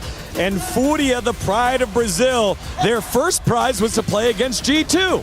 Now they gotta go up against D+Kia, a tall task for the Brazilian squad. As we take a look at the Group A bracket, it was G2 and AGL successful in their best of ones. They will play tomorrow for the qualification match in the uppers in a best of one. But now we've got our best of three between Brazil and the LCK, Fúria and D+Kia. Welcome back to the analyst desk. Digon alongside Jack Spectra and Wadid. Let's get into it, Jack. Yeah, I mean, obviously, Fúria is the underdog, but when we look back at MSI, it was a 3-0 against T1, but that was a damn close series, and I think Tatu is the man that I'm looking at. He played in Nasus and really carried Fúria. So if there's a player that's going to carry them today, it's going to be him. It's fine, man. D+Kia is struggling now on the top side. CU is consistent in a negative way. So I think we are going to have some impactful match this year. Yeah, absolutely. And in their match earlier, there was no deaths by IU, 3-0-0 on the Jhin, and looking to have a little bit more of an impact from that last one. As we take a look at the highlights in that last game, it was very much G2 favored, and they kind of ran into just the mage bot, Hans Sama, pulling out the Syndra, and you can see how he sets up the rest of the squad and Skumon to clean it up. So I got heard from BB because I got the chance to interview him after the Fúria versus G2, and he said it was really rough early game. It was kind of like fine that like after the early game we got the comeback in the mid-late game, but that means Fúria has some fundamentals. So I think D+Kia need to kind of worry about those kind of fundamentals.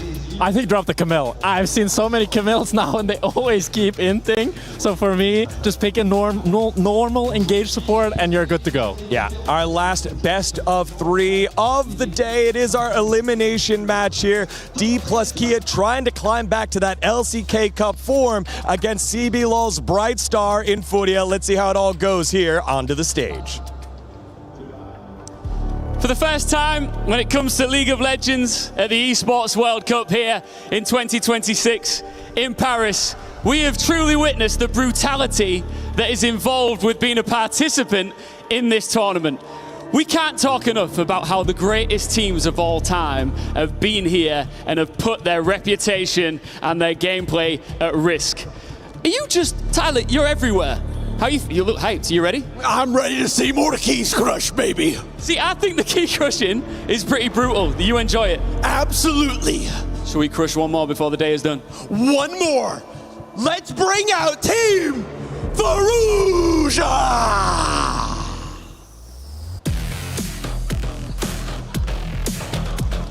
Talk about an intro from Tyler 1. Furia, their opening match did not go their way. But the fight is not over yet. Furia now stand 1 series away from elimination, with the hopes of Brazil resting firmly on their shoulders.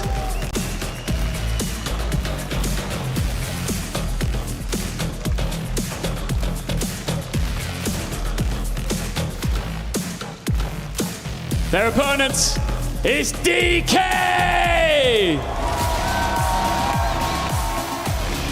A World Championship winning organization now finds itself in unfamiliar territory. 1 loss has left D plus Kia with no margin for error.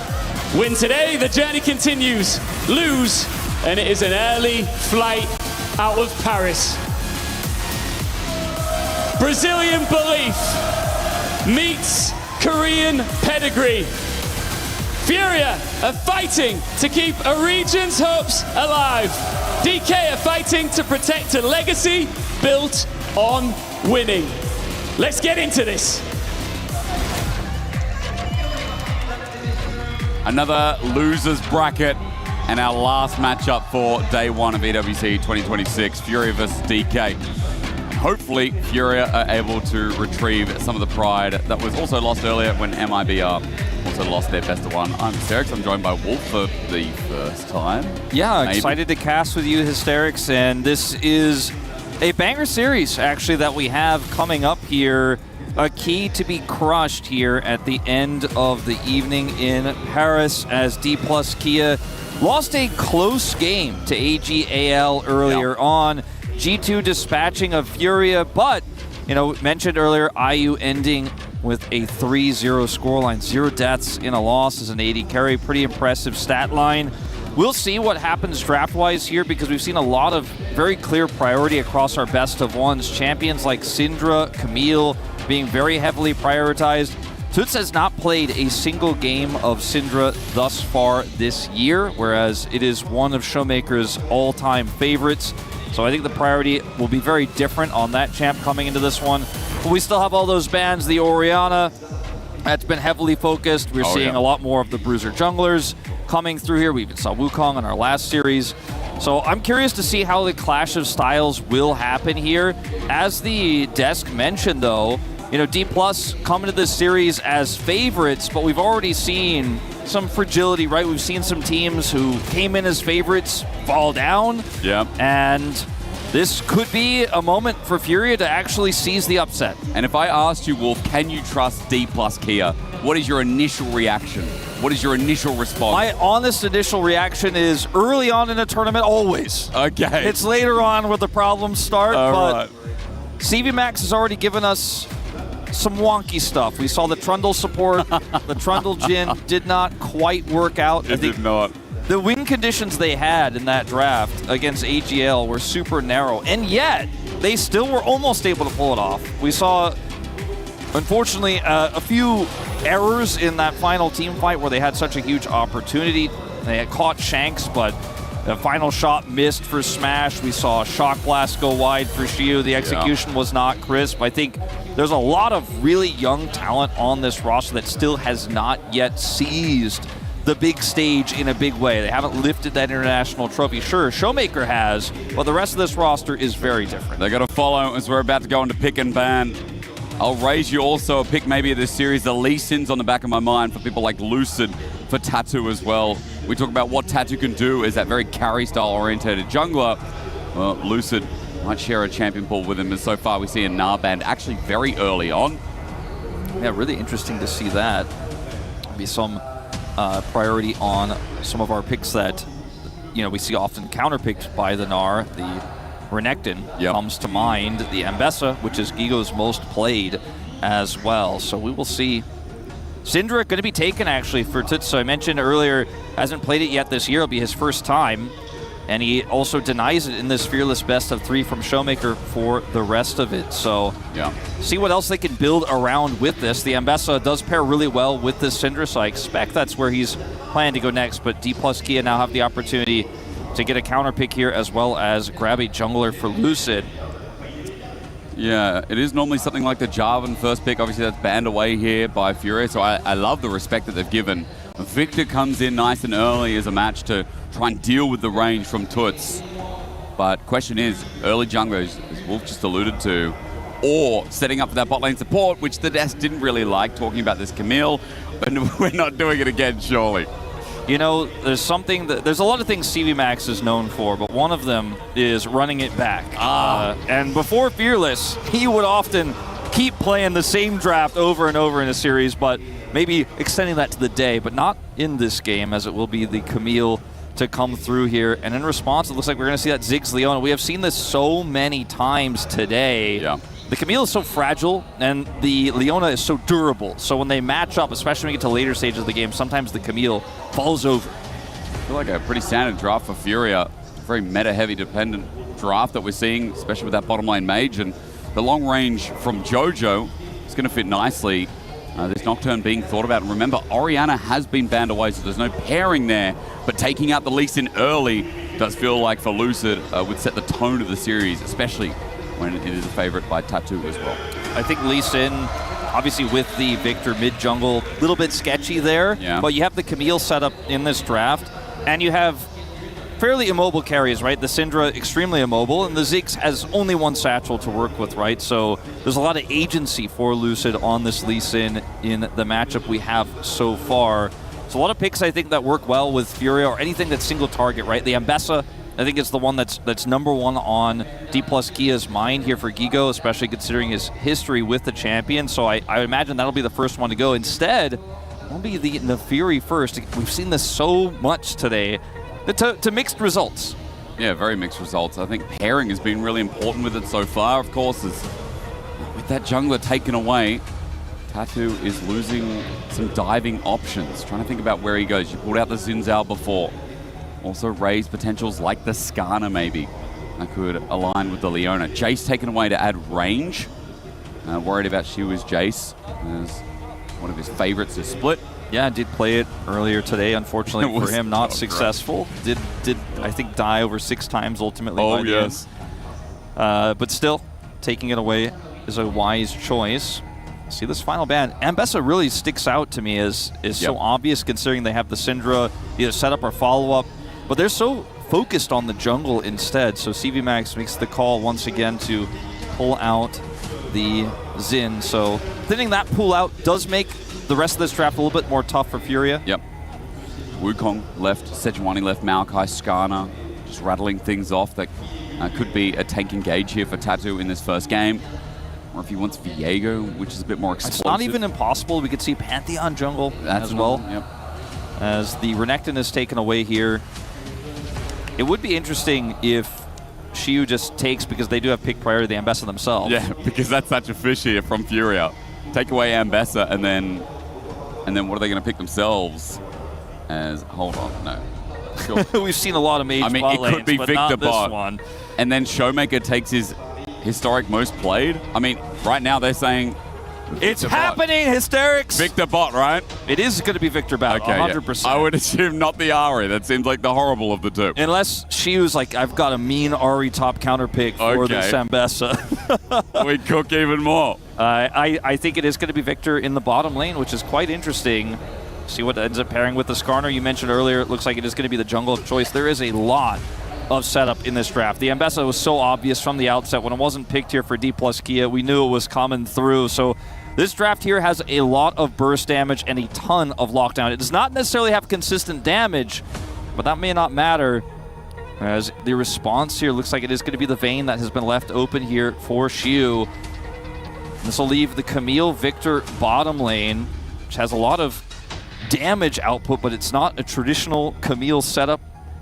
Yeah. What a weird game and weird draft here that we're heading into for D+. Are we locking this? Because I was going to say, the front line not existent, very volatile. I guess this is just putting in some, some more teamfight control, and control being the key word. I'm going to be honest with you, Hysterics. If I took the nameplates off, I would just say, well, the team that the Ziggs Leona draft, that's great. A real draft. That looks like a real draft. That's a real draft. Well said. That's 5 champions that have synergy together, and work well together. I like that draft. I like that draft. I look at what D plus Kia have, though, in reality, and I'm like, it's a solo queue game after the AD carry said that he heard that mages were meta, and he auto-filled AD carry, and he was like, I guess I can play Victor.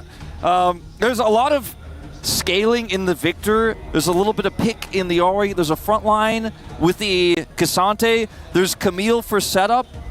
But this draft is kind of all over the place. Yep. It's not necessarily a scaling draft. It's not necessarily a pick draft.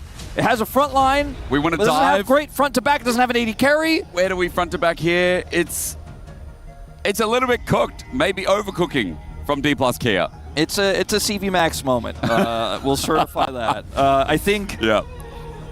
When you're the expected favorites, you could take this as I'm hiding strategies or I'm experimenting in some ways.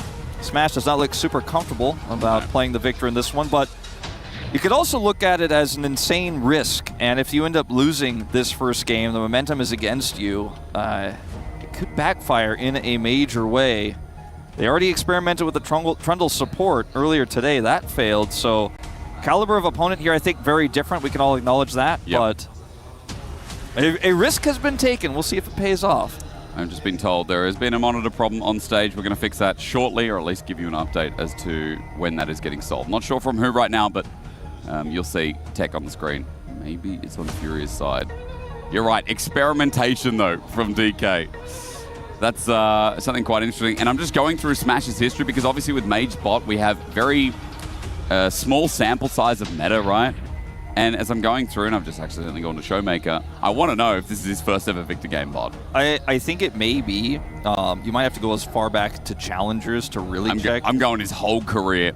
Because we've seen a lot of experimentation out of Smash. A lot of people aren't familiar that Smash used to lane with Reckless back on T1, and they played a lot of Ashe Rumble bottom lanes. Reckless was cooking a lot. They played a lot of Janna. It's his first. It's his first ever Victor game bot. He's played, things like Casio bot. We got Rumble, as you mentioned there, which is 1-1. We've even got a Lee Sin bot, Yasuo, bit of Neela, Mel even. But of course, there is no Victor bot here. First time for DK in an elimination series. Yeah, there was a notorious Victor bottom game in the LCK when we had an emergency sub of a player called Ophelia for Gen G, who was a mid laner, but he had to play bottom lane, and did not go well. We've seen some Syndra bot experimentation in the LCK, but Smash known to be quite an aggressive player in the early game, but we'll see if he can make that playstyle work here with Camille Victor. And not a common pairing, to say the least. I wonder how the damage profile is going to pan out. As we finally get that monitor issue fixed, we're going to jump into our last BO3 of the night. It's been a long stream. I think, Wolf, you've been here longer than me, since 9 o'clock this morning. But on my 9th or 10th hour now, Wolf's 12th hour, we're going to run you through in what could be a barn burner. DK versus Furia. One more elimination, one more team for their key to be crushed and to bite the dust, as Fury start with an invade up and top side, going to be channeled nicely here by Lucid and Shiru, who are just hovering around the choke to jungle. Showmaker decides to face check and has the flash, though, into a Leona, so That's a rough start here for the mid laner of DK. Certainly not a level 1 where you feel very happy to meet a Leona. And so Showmaker will be flashless here in this matchup. Already taking a bit of damage here as well. Can be very frustrating into Syndra. If Syndra hits every single Q, find yourself pushed out of the lane quite quickly. He took Airy for additional harassment, as you guys can see here. And Showmaker is not going to be enjoying his early game. No, he's not. A couple of Dark Spheres down and Toots winning out the trade. Pot used for Toots here to get up nice and healthy. Showmaker's probably going to have to burn his second one as well. Another Dark Sphere. Yeah, it's going absolutely horribly here. Remember, that flash down as well makes him even more volatile in this lane as he finally dodges one. Imagine if he was Ignite Ari. Oh. At least he's not. He does have Teleport, but he's going to try to heal up here a little bit, get level 2. Oof. Yep. Toots is smashing him. Toots is destroying him so far, so that Teleport probably going to be used shortly as all the pots are gone as well. Yeah, we'll be able to get straight back to lane and should be able to recover, but still a nice lead here. A lot of tempo advantages here for Furia. This matchup can be quite volatile on the top side, the Ambessa into Cassante. This is the matchup I'm most interested in, right? Is how is this mage battle going to go? This is the Ziggs that he is laning into, with the Leona being more durable, as we mentioned before. They have the push in the lane so far, and we'll see if Career can find any angles, right, to punish. I don't think it's going to be a dive we see anytime soon. I think I'm always worried about Leona running into Camille, or rather Camille running into Leona. And it feels like Jojo will be able to keep his AD carry very safe, and for Career, angles are a minimum, maybe now as Jojo walks back to defend Tattoo on his Krugs. Just a quick side note on that mid lane interaction we saw. TB used for both. Darksteel picked up here from Toots versus Refillables is all Showmaker could carry. Yeah, so Toots just trying to get a little bit of extra tempo advantage here from that, getting the Darksteel, which is very cost-efficient stats for the early game, and obviously could scale up if you can get a nice lead. Career going to come over here and look for an early gank with this roam onto Toots. Okay, gonna get sent back though. Good scout of the week. And Career didn't burn his flash for that, but wanted to find an angle as Jojo's made the roam now as well. But Lucid's coming in. Good safeguard. Looking for the Sonic Wave, and Resistance going to fall off in a second. There's that Sonic Wave, but will not be taken with the Resonating Strike. Lucid, if I can speak properly, is just going to cross through and look for topside Scuttle with a contest versus Tattoo. It's a crazy draft. It's been a long day, Hysterics. It's been a long day. I'm waiting for my moment to mess something up. As, look, the E was used for Tattoo in that last exchange, so he couldn't actually come over and look for a punish, but Lucid now... Going to pass safeguard though, goes over the wall. Tattoo's still going to find a wall of his own as Lucid looks to face check. He gets stunned on up. Jojo comes in here strong. Sonic Wave going to land. Lucid not going to take that Q once again. Help from mid lane was big as Career, I think, tried to find something on the bottom side. Ayu hasn't burned his flash though as we come back to look at the lane and just has to walk it back. Ayu offering a lot of damage here just by himself, as we will see Jojo head back to the lane. Both of our supports even in experience. Seen a lot of roaming early on. These, you know, sometimes when the enemy doesn't have flash in the mid lane, you want to make something happen there, but Career was the first to roam, was matched there. And the game has been very action-packed, despite obviously no kills going over here. It's been off the back of, you know, that mid lane play starting off for the individual lane. Obviously, Career's roam. Tried to come in clutch, but all summoners still remain up and available. Jojo's walking back to the bottom lane. Career going to hook shot, wall shot, flashes, Ignite down, looking for the kill threat. Ayu's going to flash away. He'll survive, but Career gets a key summoner out of the Ziggs. Yeah, such a great timing for Career to come in there. The execution was crisp, and this is going to force a back. Ayu has already used his teleport, so it's going to take him a little while to get back to the lane. But he did react very quickly there and was able to avoid dying, so still major for him as Tattoo. Hook shot, wall shot, the drive not going to find its mark. Tattoo just walks back instead. Toots half the way, or rather a little bit more, to level 6, so a bit of kill threat here if he's able to find any play with these roams from Career. Jojo also trying to match as well as Lucid's getting in the thick of it with Tattoo, paying him respect, and Lucid's just going to find his way out through Drake. And one of the things you guys will notice right away, if you look at the bottom lane, is Smash has a pretty massive CS lead as well as a huge experience lead. And that is something that's really going to matter if he can get level 6-4 in early fight here, even potentially on this Dragon would be massive. You're contesting for it. Ooh, out of the week. There is kills right here. Zenith Blade going to be followed up. Shield of Daybreak as well. Jojo close to the damage as Lucid safeguards his support. Jojo thinking about that next Zenith Blade to find the mark and unleashing power from Toots as he has flash available, but it's not going to be committed here. Fury still deep in enemy territory. But JoJo's roams obviously right now seem to be better. You see it back from Showmaker as he rushes back in here. Smash getting so close to level 6. Look at the wave. Slow pushing.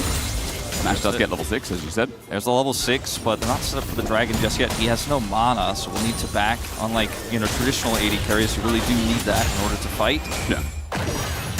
He's going to stay, though. I guess the idea is receive the wave, then base. Obviously, without the TP, wants a neutral wave. And not lose that CS advantage that he's gained over this lane so far, as Showmaker's making a roam. He's level 6. He's got the Spirit Rush, but Tatus is going to get out of there before he thinks about pressing the buttons. And DK are just going for a lovely stroll with waves pushed out or neutralized. They're really just trying to get some pressure on with the prio that Showmaker had very briefly there, but it is not really going to lead to anything.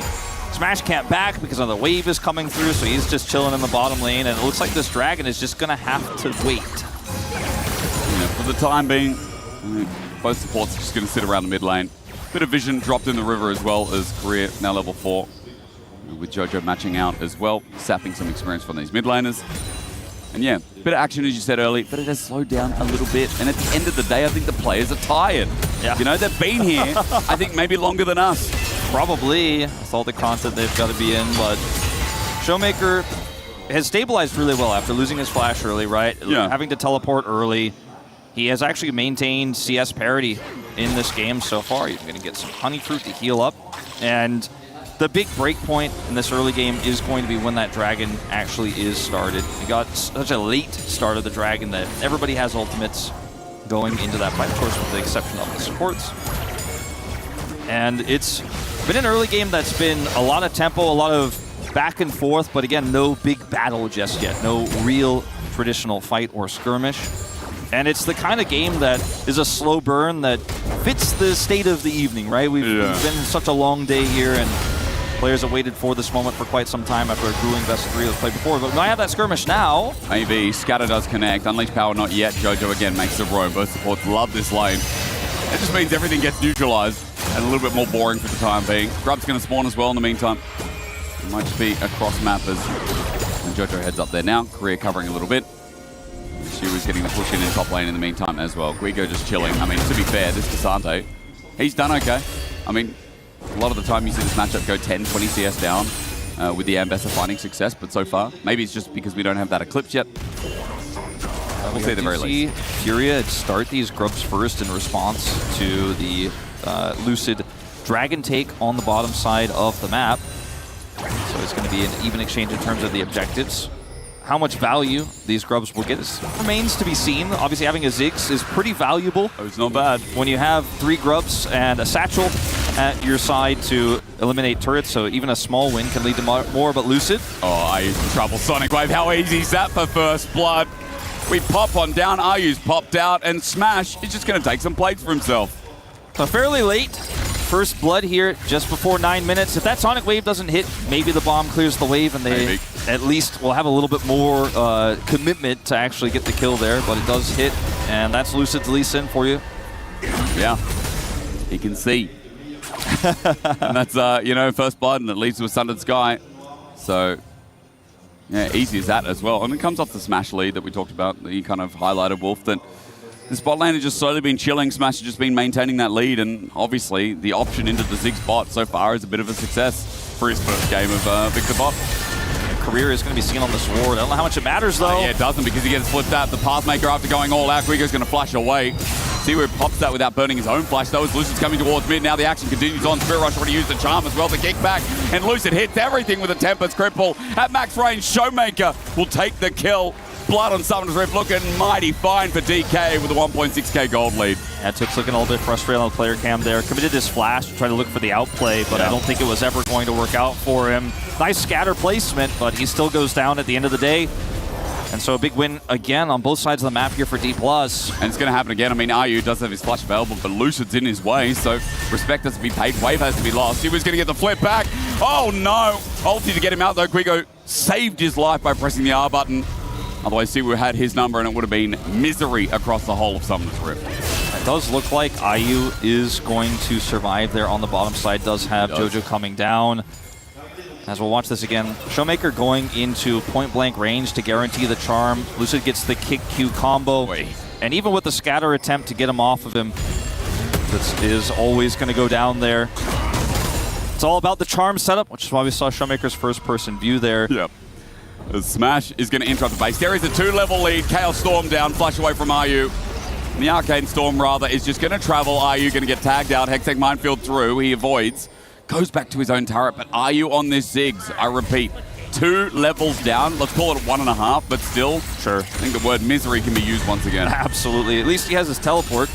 Yeah. He is going to try to greed for this wave, and I think he'll be able to get away with it. Yep. As Lucid is top side right now. But this is what happens with Korean Lee Sins, you know, especially players like Lucid. He almost does go down there.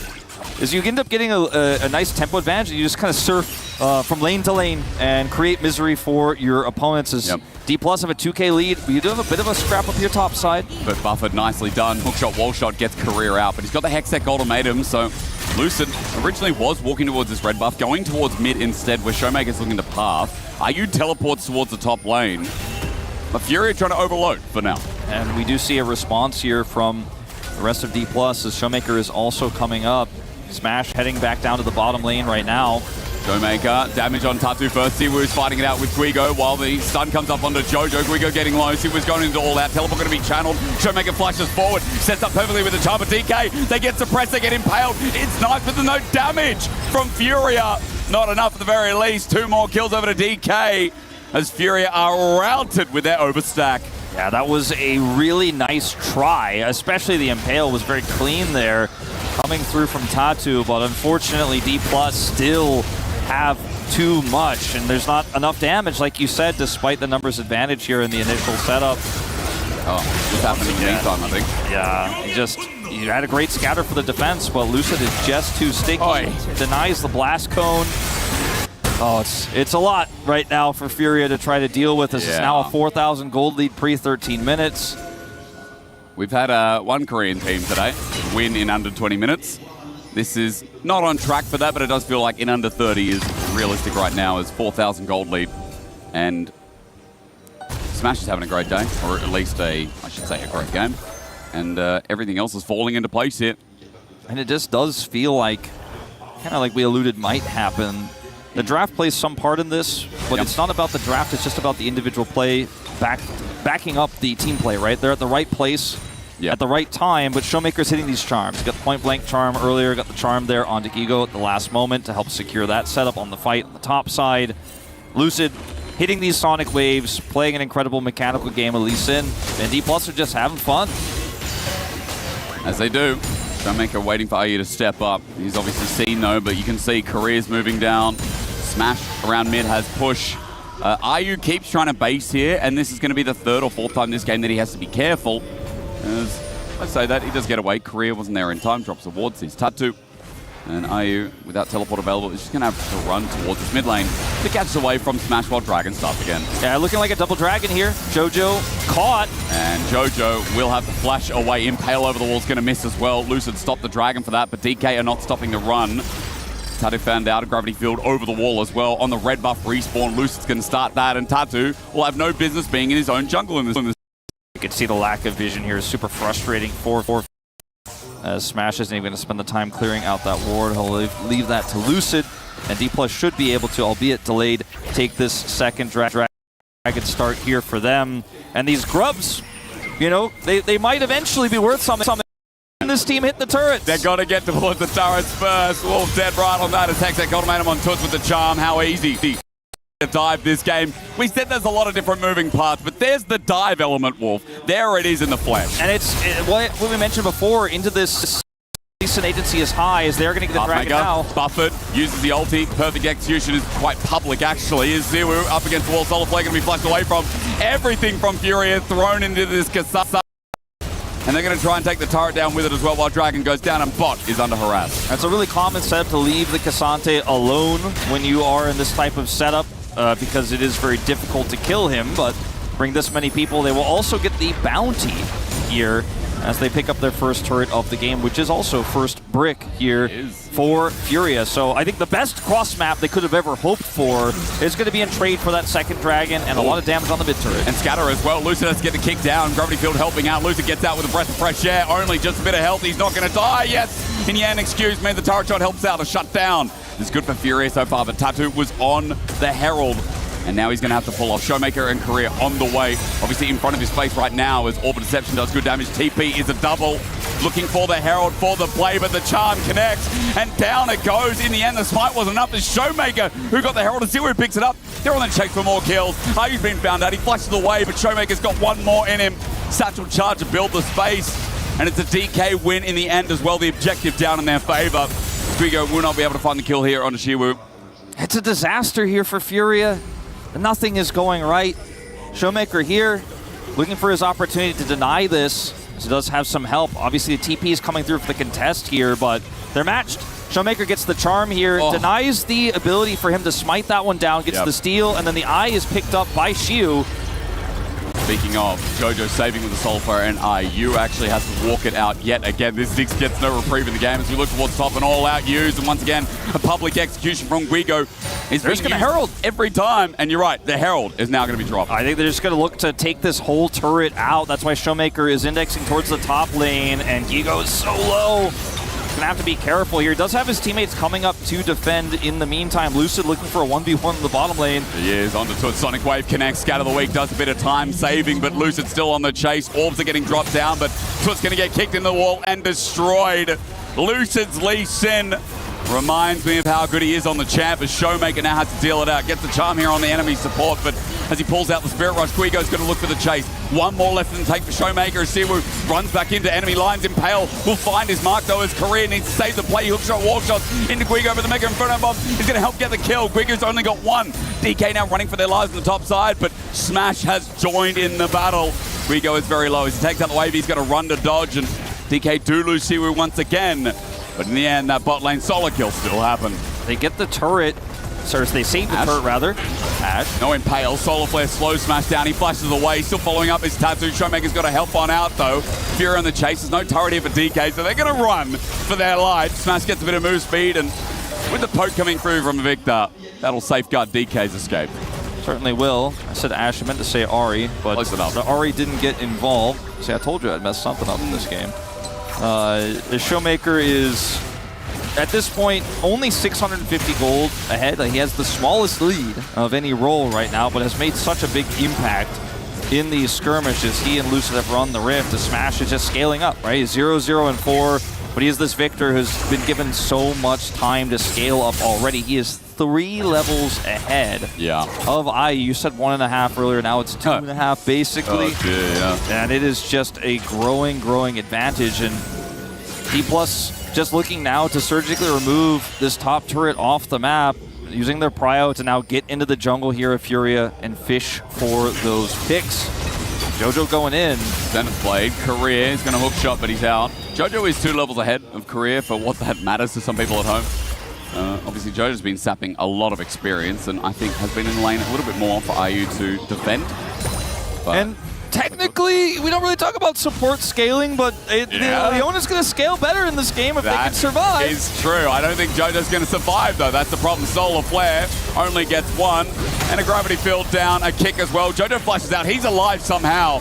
But what can we say about it? It's good scatter of the week. Maybe saves his life, but Showmaker's coming in with a Foxfire. We'll find the Orb of Deception as well. Unleash Power wasn't enough. Tattoo looking for the Impale when? That's the only question here. Didn't see it used. It's now under 2. Guigo trying to bring in his gold into the equation. Chaos Storm still ticking away into the wall. Lucid gets caught on out. Tattoo's alive. Jojo's alive. IU find Showmaker or just about. Guigo getting poked on out, and Korea gets autoed.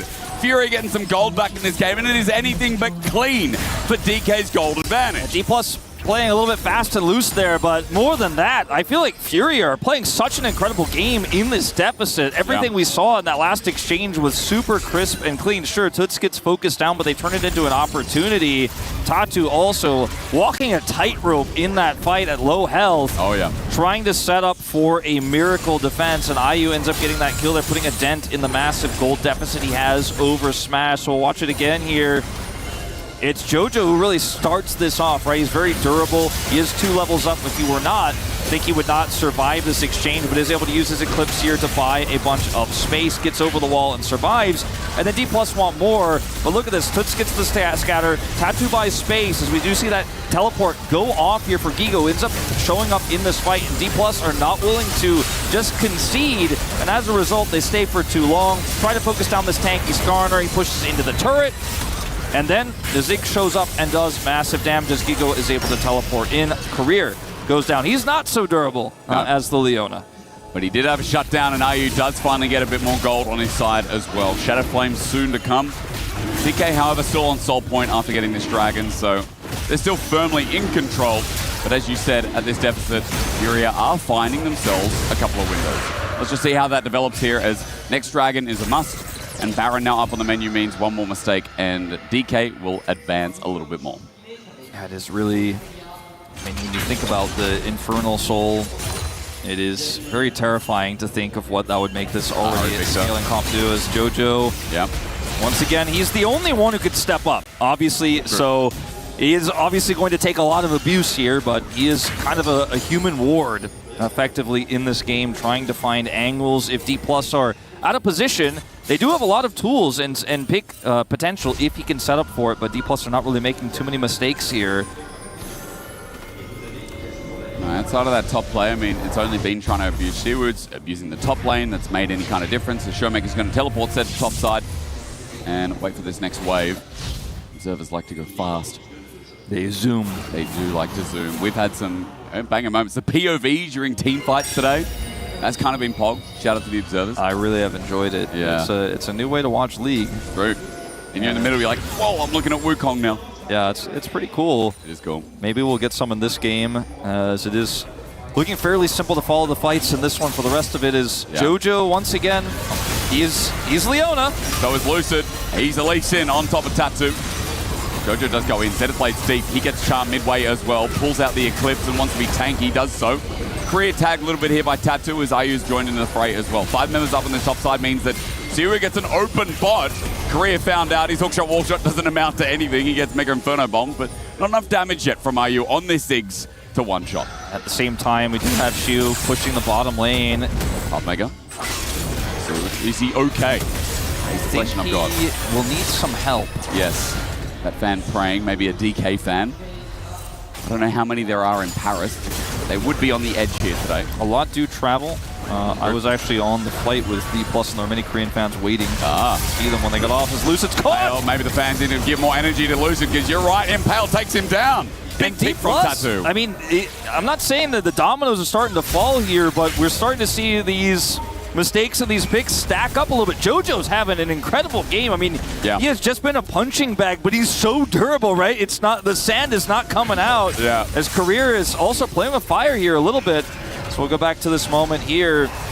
It's these small things, right? It's these really either over-aggressive plays from D+, or just the constant vigilance in which Furia are playing with here to look for those punishes. As there's control vision here, right? Tattoo's trying to see, can we see if we can bait him in? Can we actually trick him to come in here? And he's not alone, right? Lucid gets caught here. The combo comes through, he's suppressed, and then Jojo comes through. This comp is a pick comp.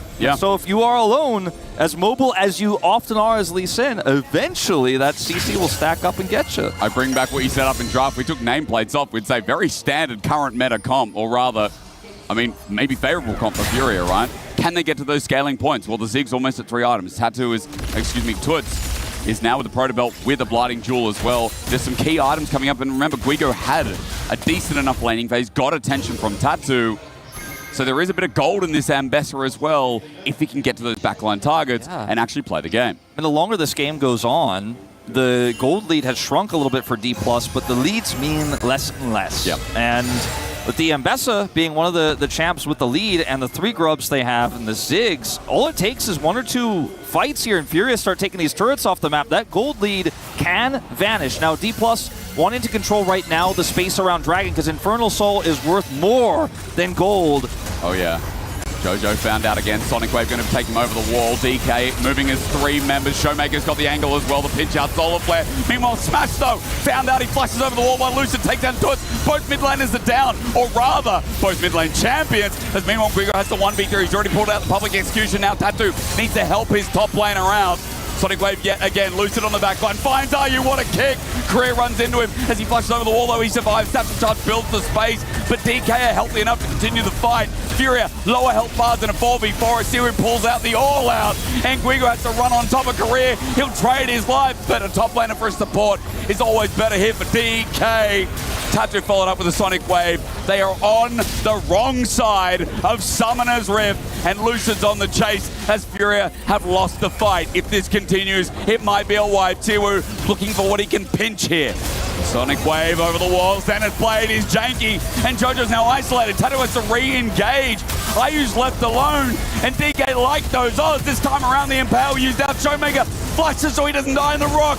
He's out of range. And Toots is here. Tatu's hit up. Toots has come on back. He has to protobelt through. He's the damage dealer, and he'll find that damage onto Shiwu. But once again, Furia's core target is isolated as he runs for his life using the Cinders. A turret's in his way. The range enough from the Victor, and an ace, however long the fight was, from DK. And ultimately, this means the Infernal Soul will go over to D+. And I think not a single D+ fan watching this is liking what they are seeing. No, I think they're not feeling very great about how this has gone, because you might be saying, and some people watch this might be saying, well, I feel like Furia is playing way better League of Legends. Some might say, I think they have the better draft. Right. Some might say both, okay? Yeah. But ultimately, they're so far behind that even with their heroics, and they have been heroic Hysterics here in this game. I mean, these catches that pick on the smash, Jojo, just having a phenomenal game. We said it earlier, but he's really making so much of an impact here. Gigo, the one who has the gold lead. They play around this.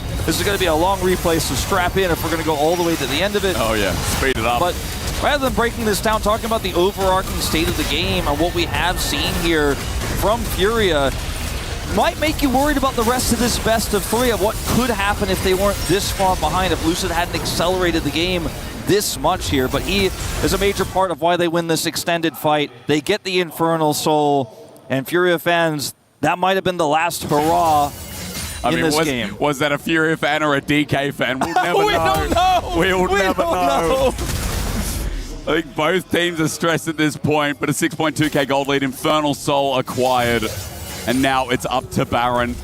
As you said, well, so aptly so, Jojo's engage has been great. A good dodge, though, from Career, from the public execution. Tatu looking for the Impale Soul Flare. Flashed by Career, but they've used a lot here. Furia in a choke as well. The Arcane Storm is out, and Tatu has to run out of there, but a Charm connects on the top laner first. Showmaker has found the pick. Now Tatu versus 3 will not find his mark. Instead, Jojo's the new target. A Charm again from Showmaker, while Lucid takes care of business, and Impale just delays time. And DK have caught Furia napping. He was looking back at the Baron saying, back me up! Yeah. I got the Impale! You got this, Baron! Where are you? Yeah, well, D+, I think with that win in the jungle and the Infernal Soul, are looking poised to take this game. Not going to be the sub-30 minute you predicted earlier, which I think was a reasonable prediction, all I think things until we considered. saw a couple of those fights, it was, yep. And we'll watch this one again. I mean, in moments like this, as Furia, they're trying to get the pick onto Career, right? They're trying to find anything they can, because their comp is a pick-based comp, especially from behind. That's all they can fish for, but D+ there for backup, as the Baron is not there for backup for Tatu in this case, as it's a neutral objective that D+ have now claimed, and it's being used against them. You can see the power play up to 1,500 already here off the Baron Slay alone. 10,000 gold lead here means D+ have doubled what they had in the mid-game, and now it should be smooth sailing to start breaking open the base. Tatu looks for a target. Career's just going to pace it out. Level 11, he gets scattered the weak. Maybe inting a little bit here, but Tatu needs to find a kill. Soulflare's going to help with that. Meanwhile, Lucid finds a kick onto Toots. The follow-up with Tempest Cripple. One more bit of damage needed. Lucid gets over the wall with Safeguard. Meanwhile, it's Showmaker with 25 stacks on the Magi's, who takes down Ayu, who's had a really tough time being alive in this game. Tatu found by the rest of DK, who are trailing narrowly behind Lucid, who is on a PVM journey right now in Furia's base. Tatu on the run, and this one is done. Charm in the face, and it is Showmaker who is taking down Tatu to end this fight. Yeah, and potentially start to end this game. That's a lot of damage coming through from Smash. Oh, yeah. Drops down the Chaos Storm, and the base is being broken on two fronts here, as it's going to be 2 inhibitors to fall, but perhaps more. Lucid taking out this bottom one.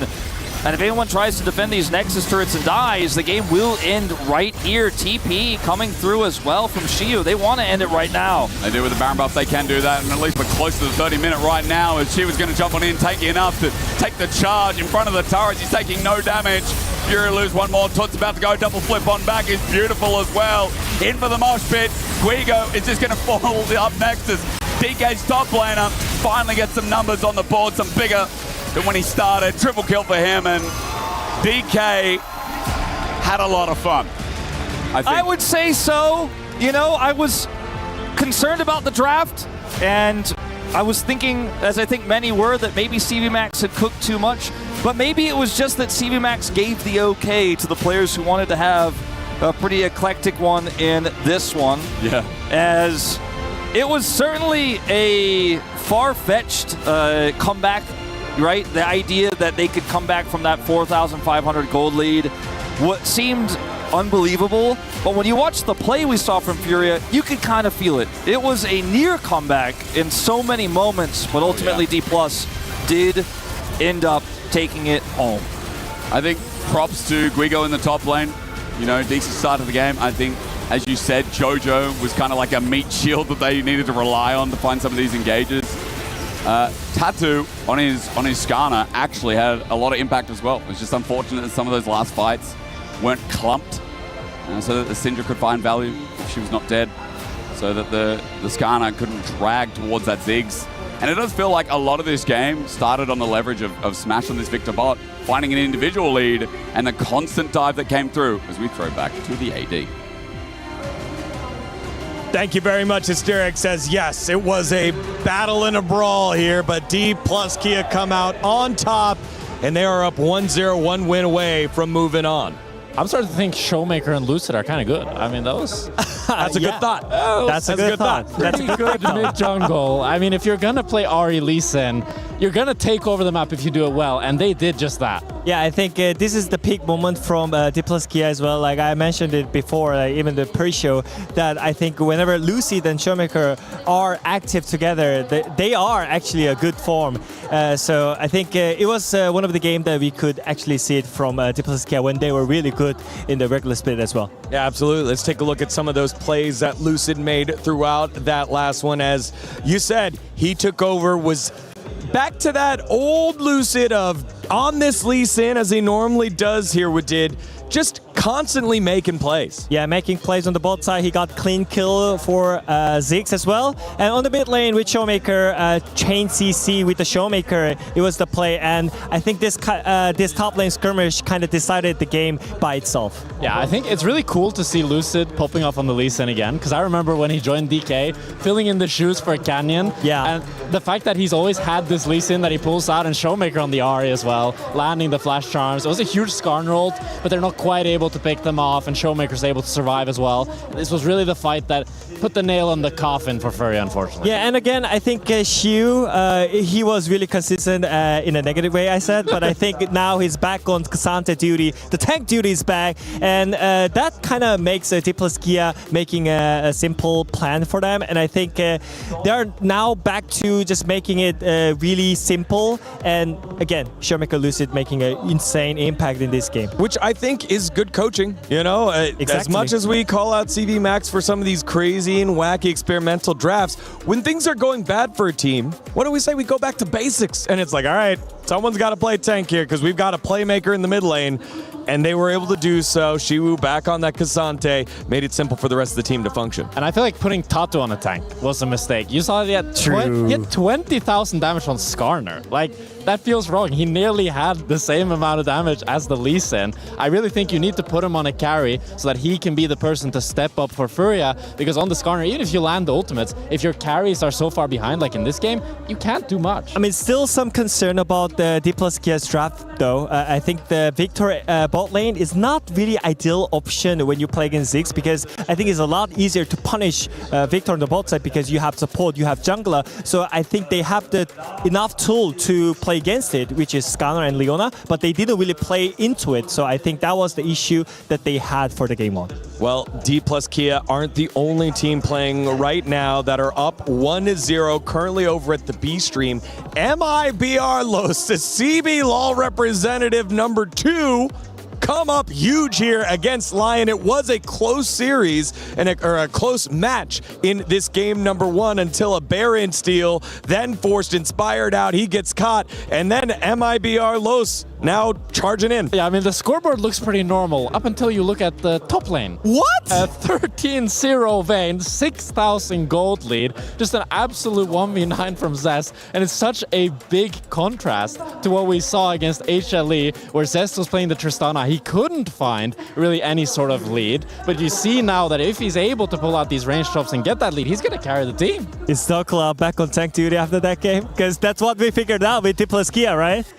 I mean, that feels like a Dokla classic, I'd say. Yeah. You know, there's times where you flip the coin and Big Dokes is showing up big, and sometimes you got baby Dokes. That was also that was a baby Dokes right there. Esports sometimes doesn't make sense because Leon took Hama Life to 5 games. True. Super close. And then MIBR Loss just got stomped by Hama Life in 19 minutes. That's true. And now MIBR Loss just beat Leon. So that means Lion are gonna beat Hanwha later? Is that what that means? I think so. If they're able to overcome MIBR Los, let us know in the chat what you all think. Let's refocus here on our series at hand. It is another CB LoL squad in Furia, falling short here against D+ Kia. They are going to bounce back here for game number 2 in just a bit. But I wanted to get your thoughts on one of the biggest changes that you want to see for Furia in the next game. I think no mage. I think for me, it felt like because Ayu was on the Ziggs, they thought we shouldn't play around bot at all, just leave him on an island.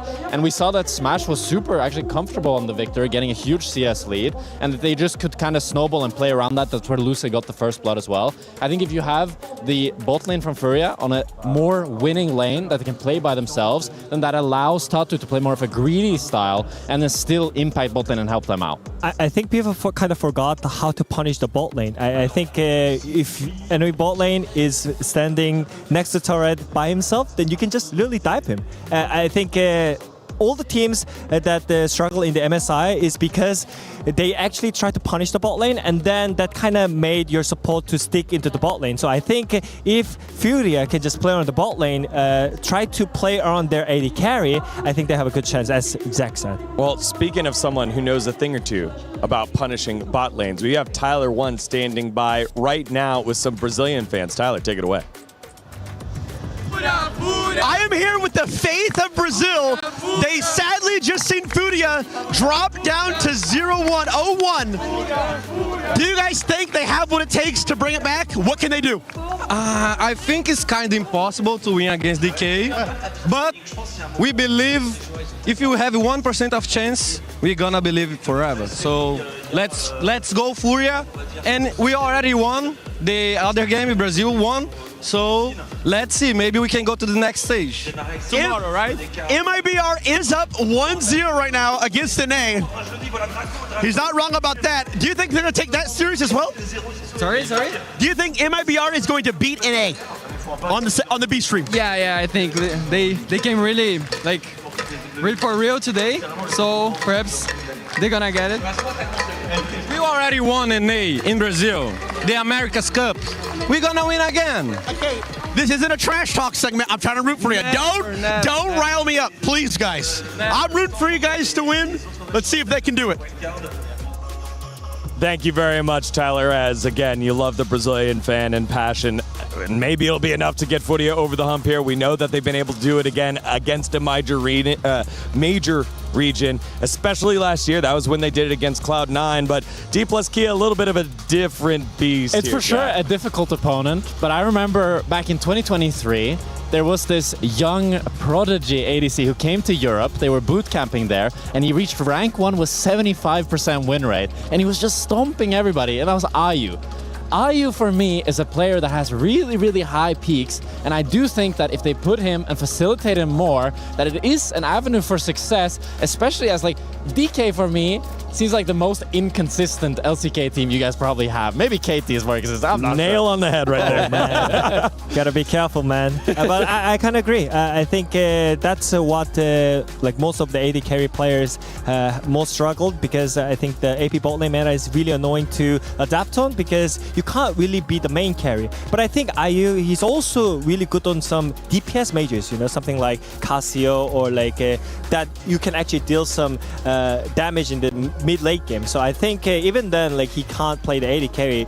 Just let him play the mid-late game scaling champion. Then I think you have such a simple plan that you actually have some kind of insurance of the bot lane. Then I think you can have more space in your thoughts, in your plans. Yeah, and I think it's going to and make I it think simple. like one of the toughest parts here about all of that is the fact that on the opposite side, you've got Smash, who is another AD carry that can be played through. You know, he proved it when he was on T1, and when they facilitate those marksman type mechanical champions, he can step up here. Yeah, for sure. I mean, when I was watching Smash sub in for Gumayusi, I was like, for sure T1 are making a mistake here. Like, there's no way Smash can be that good. And then he just had some insane performances. I remember the Zeri, the Kaisa, a lot of good S-rolls. I do think, though, that for Furia, there is one plan that they can go for.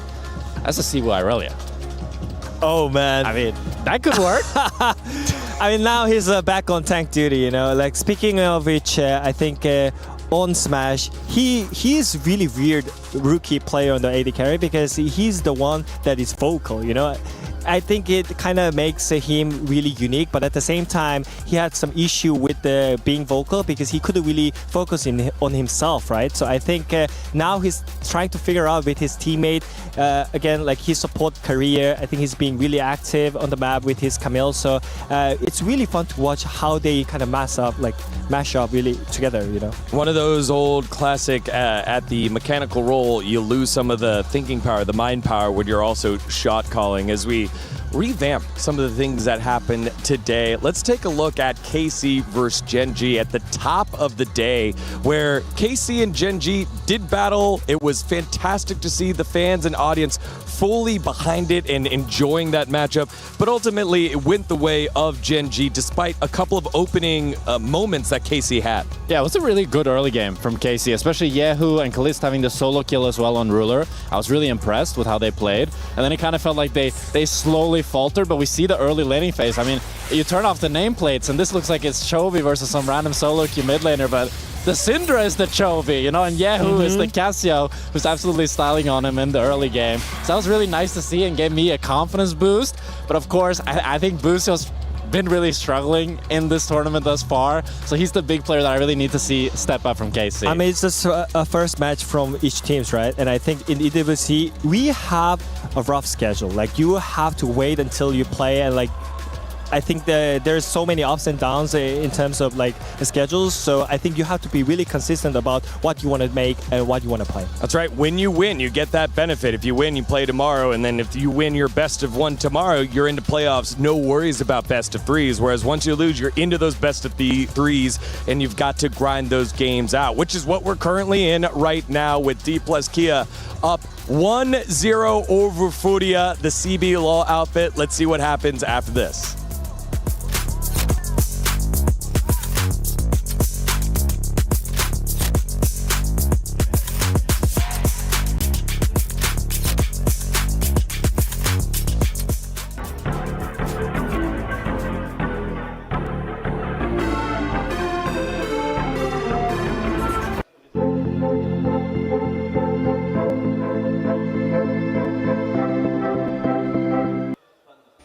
Tô indo. Eu tô dando uma volta aqui por trás. Pegou ele sim. Fizeram Pegou ele licença. Tem que dar uma volta aqui. Então, A área vai conectar antes. A Leona começou... Me levou pra longe. Tem último Victor, tá? Eu tenho só se lá. Tá? Tô cozinhando aqui só. Quer um commit aqui? Posso soltar esse cara aqui, eu tenho ult aqui ainda. Tô voltando bot. Vou botar o cara aqui.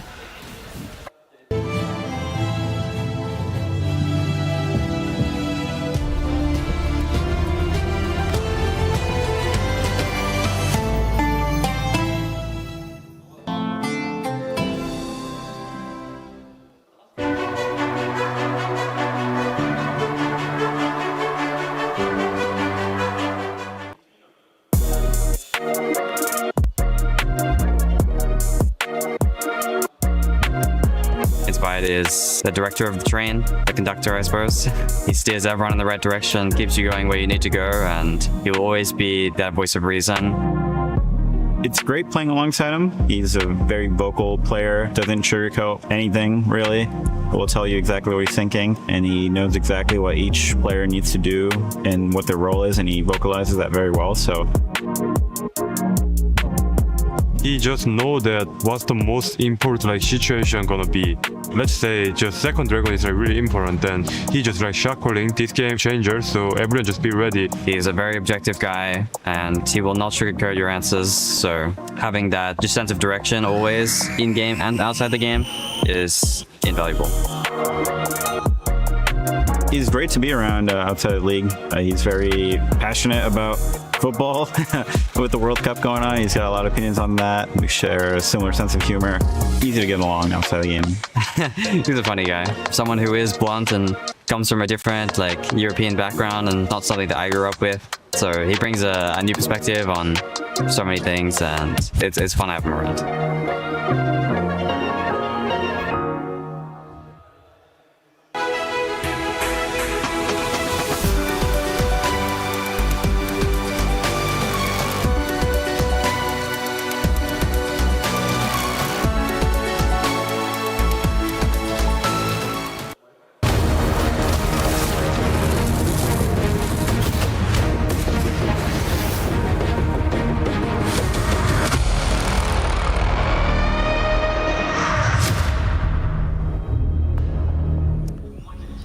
A quick insight there on Inspired, who looks a little bit like Oni Pixel, if people are familiar.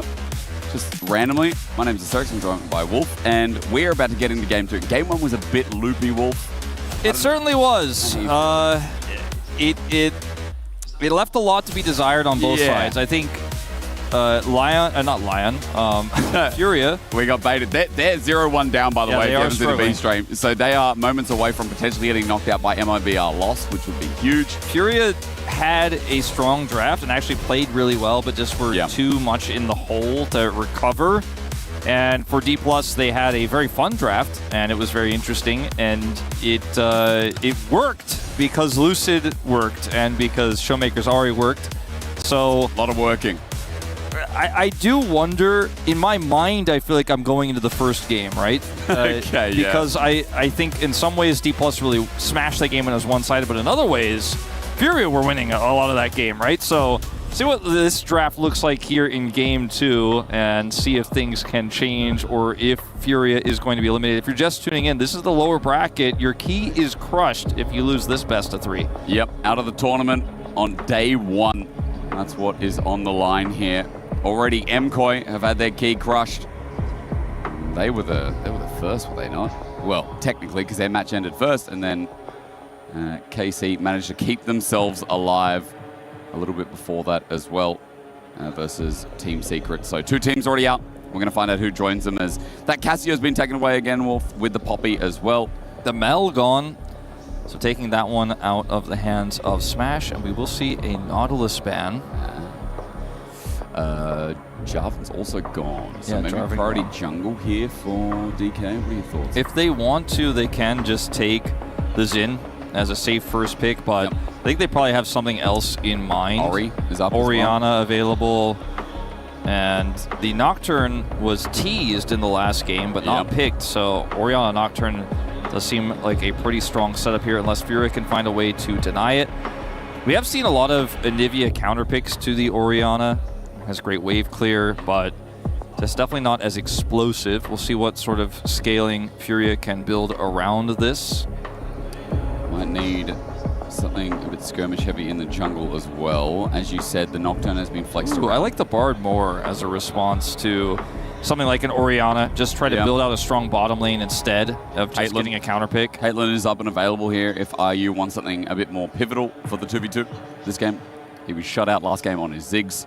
So this already leads to maybe a little bit more success. Let's see if they lock it in now or they look for a response. No, Orianna response with a potential flex here with the Gallia locked in. Yeah. Instead of going for the Nocturne, it looks like Lucid is more interested in the Nefiri that was banned in Game 1. Similar theme.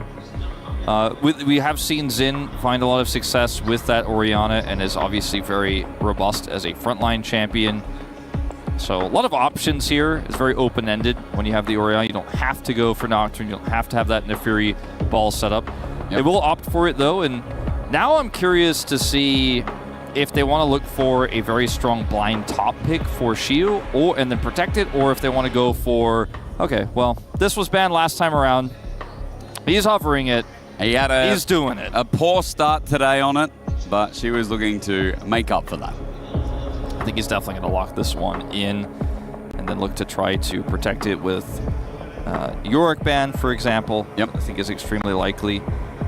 And what is IU's pick going to be here? The Caitlyn you mentioned is a very strong option. Do you think that with the Galio, you could play the Caitlyn, but you could also look for even more scaling with the extra protection the Galio can provide you? See what that look is going to be here. Instead, just going to go for the Vi. So now some of those top tier 80 carry picks will be taken away here from IU. Yeah. Well, not necessarily, because they want to protect the Jace, so it actually works out here with the Jace pick. I mean, they take away the Yorick, and then the question is, do they double down? What else does the Jace really care about? Or does it split in the middle with a Caitlyn ban as well? The question to be answered soon. Furia, let's see where they go with their direction, because they don't have an 80 carry yet either.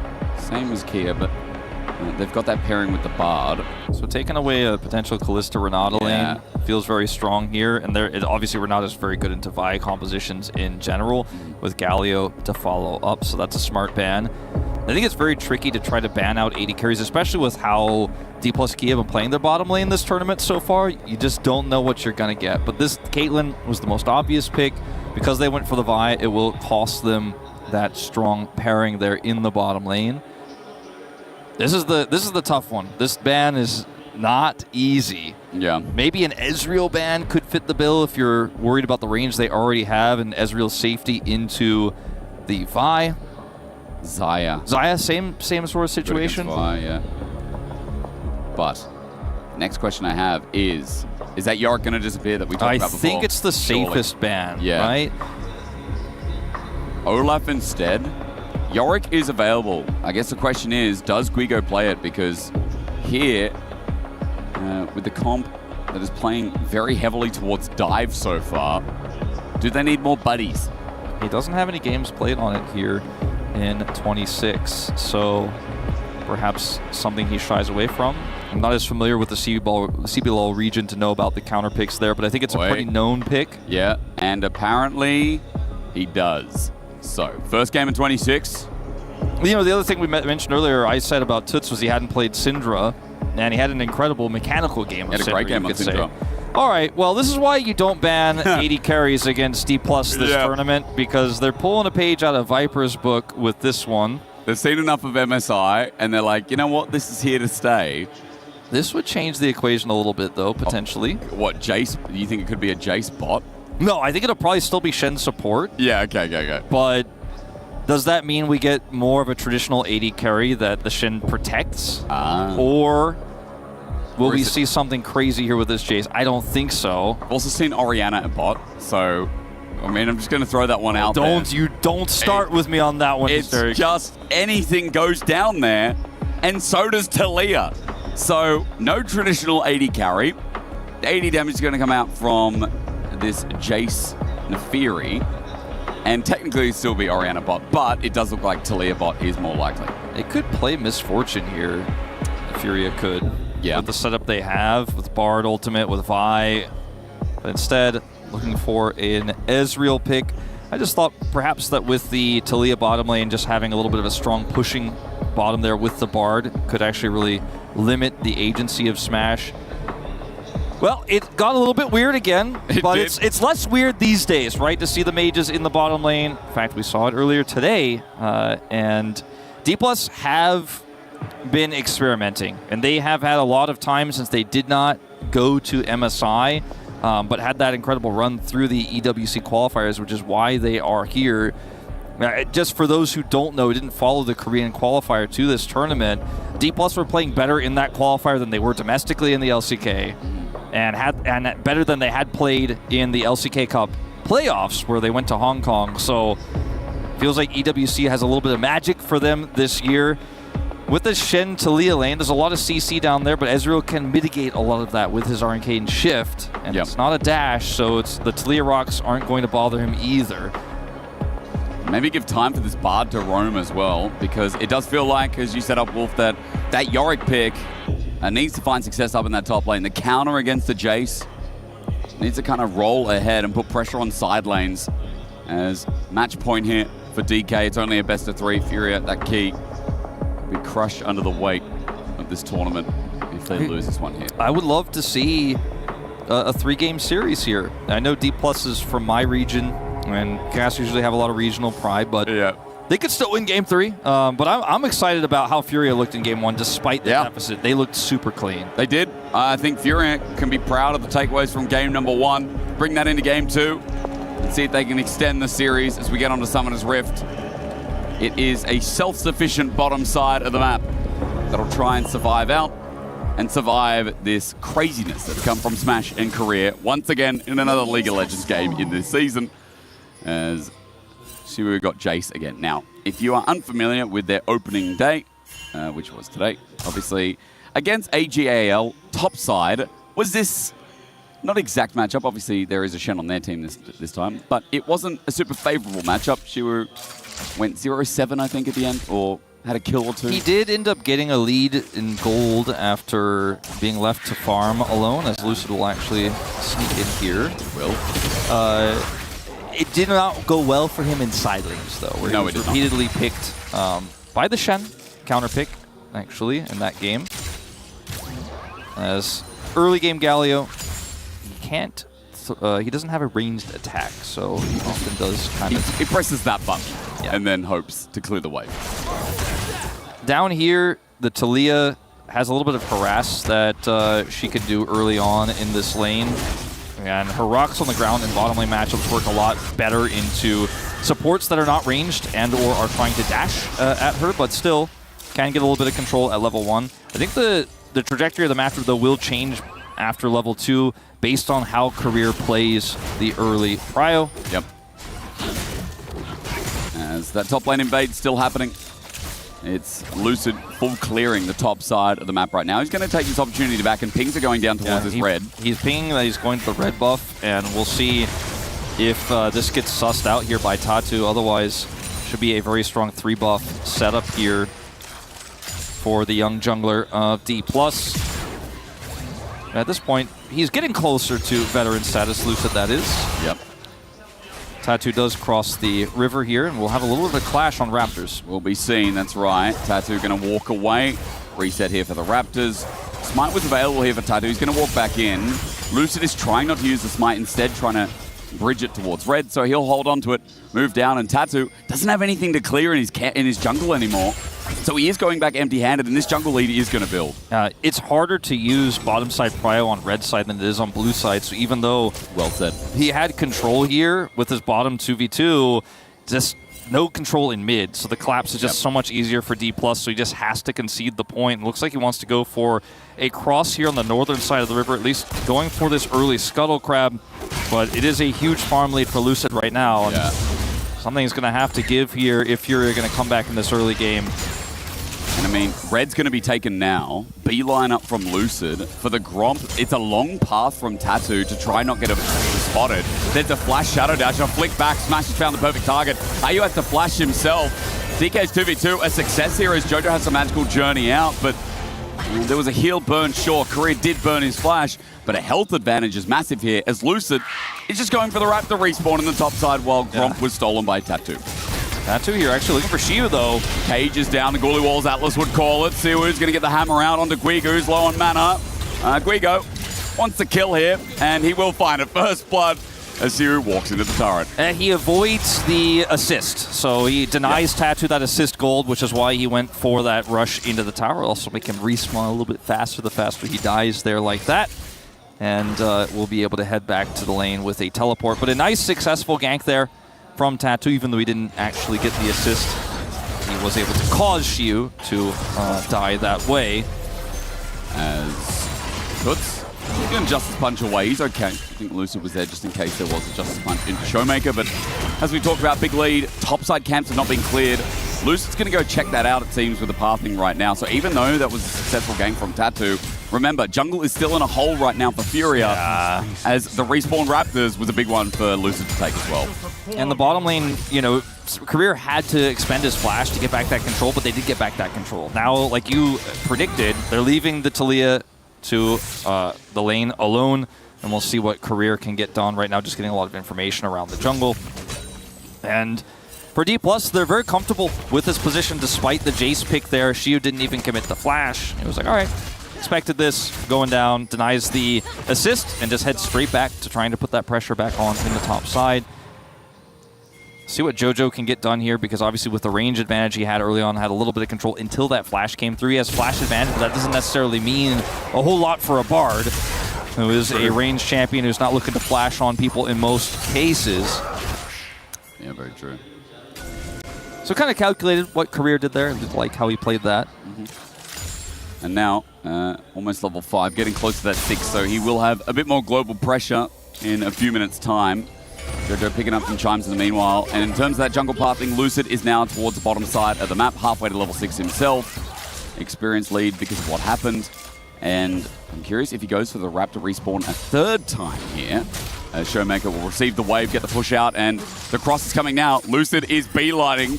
Pings are going down from Lucid again. He's jumping in that Raptor respawn, you better believe it. Yeah, and Shiu just conceded the point there on the top side. The wave was frozen away from him, but he knew, okay, I think we all know, everybody's aware, all 10 players are like, okay, Lucid's going to Raptors, yep. Tattoo's taking the top side of the jungle, and I got to back. I'm just going to back away from that wave, not going to try to contest it, just going to let that experience go. You can see he's half a level behind or so, and finds himself almost 20 CS behind as a result of it. So good wave management here by Gigo to at least allow Tattoo to put that pressure on, and Shiu will not die a second time, but it will come at a hefty cost.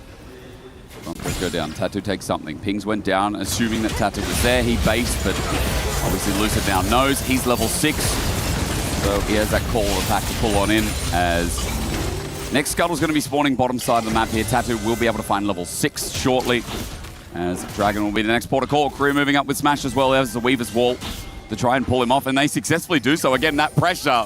They just know he's going to go for this grab. They had the control ward set up. They're like, well, if he's not on the control ward, he's probably on the Scuttle. They come over here and deny it. And Lucid is just locking him out of farm, keeping him poor. And because of the assist denial, he doesn't even have that gold to his name in that top side gank. D+, it's a small gold lead, but they're playing this early game very, very clean. All down, avoided here by Shiwu.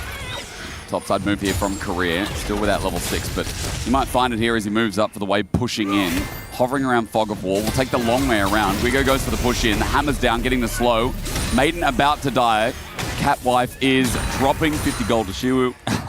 And Career is still trying to be sneaky with it, with the Weaver's Wall from Smash as well. I think this is turning into a play. Smash holding his ground. Guigo going to be found out now. There's that Weaver's Wall. Smash needs a flick back, but he's on the wrong side of the wall, and Smash doesn't find anything. Hey, I have to really give it to Furia here. They're playing, I think, around the early jungle pathing of Lucid really well. Yeah. I mean, they know that Tattoo is just going to be behind on farm, right? They know that, but they're not going to let this turn into something much worse here. Good reaction, good game sense there from Vigo to realize what was happening very early on there and avoid that in the lane swap we saw. Now looking for a grub contest. One goes down. Dark and Dagger's already out. Lucid gets chunked a heavy bit. Here comes the POV. See what can be found here from Tattoo. Vault Breaker. No, going to go for the grubs instead. Thank you very much, observers. Love to see stuff like that with the first-person view of how he was hovering between looking for the engage, but also then just using his charged Q to go back. Oh, the transition, though. That was clean. Pretty slick. And he's going to find his first Raptors of the game. Great time to have an overview. Finally! Tattoo gets a meal in his own jungle, it feels like. First time on that side of the map in a while, outside of the Krugs. Still a lot of tension up here on the top side of the map, as we do see Tattoo from Raptors could look to try to collapse in here, as we do have Lucid on the bottom side right now looking for that first dragon. As soon as he's seen on that ward, he may make a play here after that buff is taken on the top side here for Tattoo. So he is going to take these Krugs See what his next move is. If he wants to go straight for Dragon after clearing his own red buff.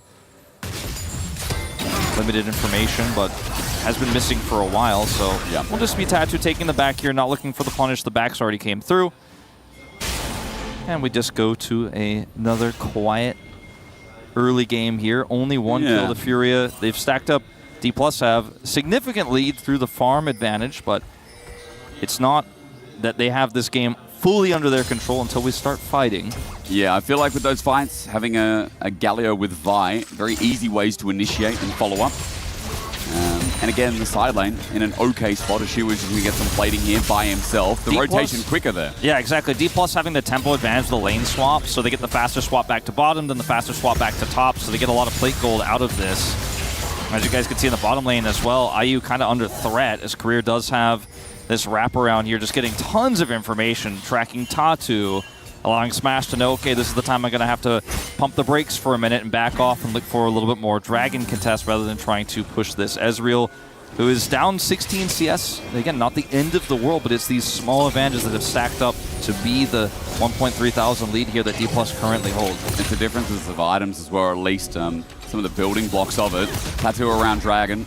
I don't know if he's thinking about starting this one. Ward goes down. And now that it's cleared, okay, Tattoo on it. Draws the Dragon out. But Showmaker does have push in mid, so I just wonder how long this is going to last for, as Lucid is beelining it as well towards either Raptors or that objective. IU, like you mentioned, is sitting on some components here.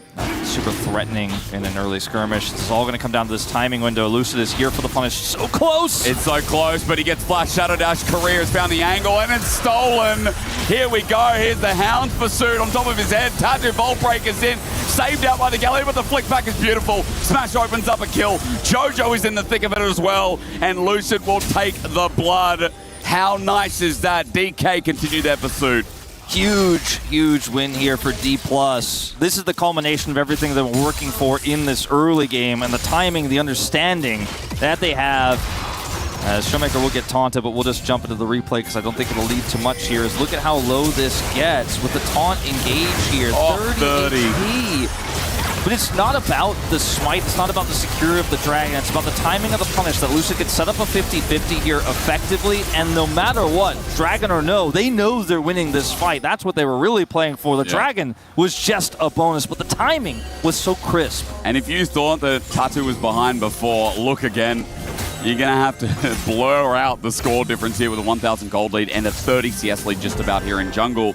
That kill only added insult to injury, as Lucid is now charged with a Phage picked up even after the Voltaic Cyclo Sword.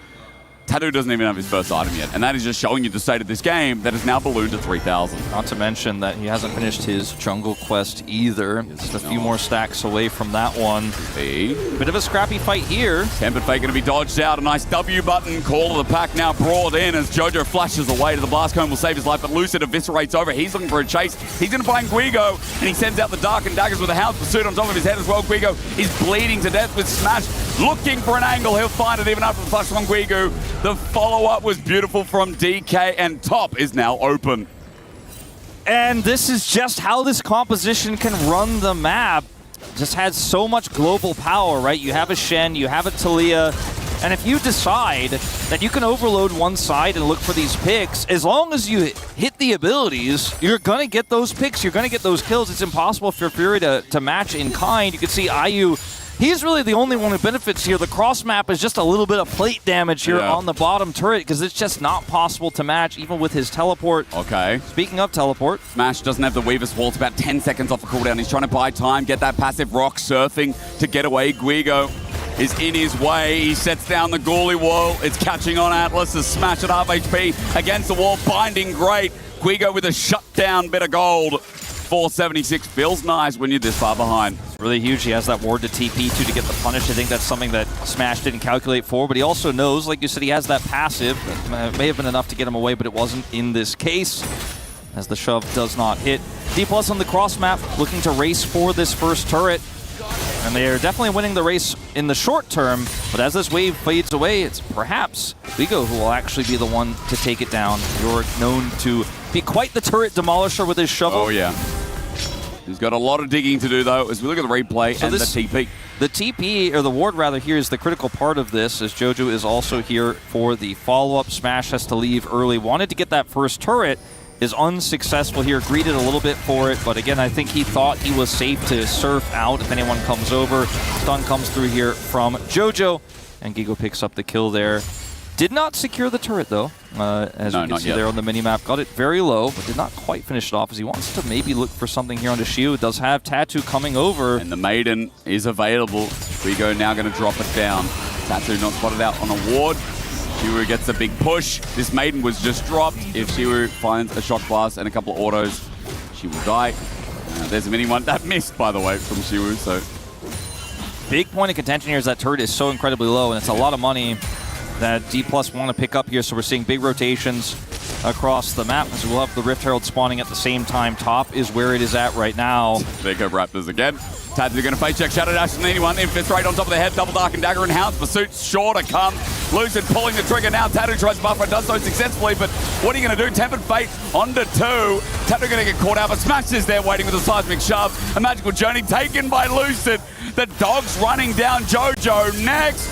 Dark and Dagger number 2, and a killing spree for Lucid, who is running yet another game in this series. And now they're looking to turn their eyes onto the Yorick. Weaver's wall, a shove out. The wall is down, but it's not enough. Shiwu just stands there and waits until Guigo gives him the kill. Smash will take the turret, and this one is even more convincing than the last. Oh, absolutely. With first brick on top of everything else they just got in that exchange. I mean, it's only 16 minutes into the game, but with a lead that big, it starts to feel like Furia fans everywhere are really concerned that Key may be meeting a hydraulic press in the next 20 minutes or so if something doesn't change. And unfortunately, the Vi ultimate there from Tattoo just wasn't able to change the fate of that scrap in the jungle. Speaking of, he may be in trouble himself. Cosmic Binding saves his life, but here's Smash as well. With the rock surfing, he'll be able to catch up. Jojo's going to get Flash Shadow Dash and the seismic shot back with the Unraveled Earth. How easy is it for Smash to find the burst? Yet again, another good mage bot lane game for him as DK moved to 5k ahead.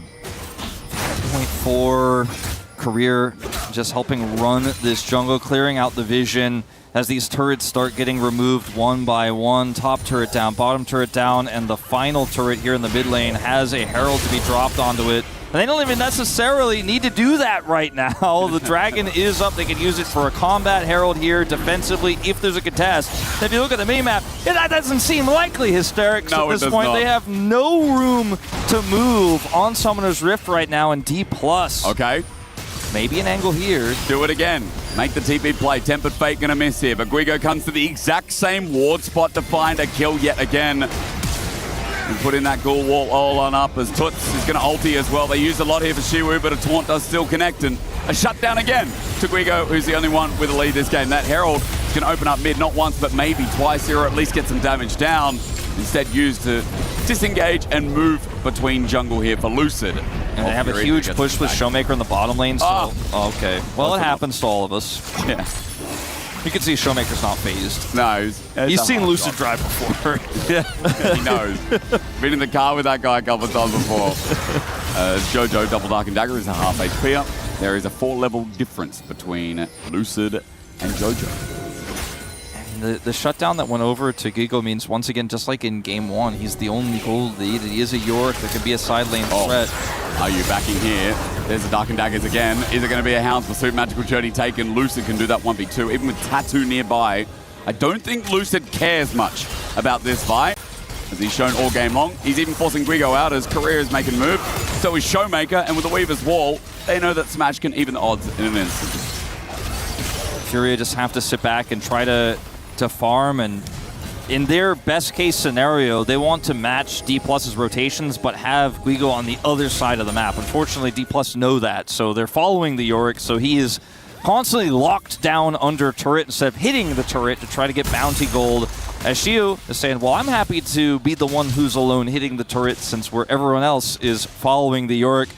And this Jace that had the Yorick counterpick is losing his deficit. He's chipping away at it. And in a moment here, he will take that gold lead here for the first time in a while. There it is. And it doesn't look like Fury going to be able to punish, but it's not because they didn't try. Tattoo comes over here, but they're just not fast enough. Lucid avoids the knock-up, and that's that. Tattoo got a camp. True. Many times this game in front of Lucid has not been the case, but every time it feels nice.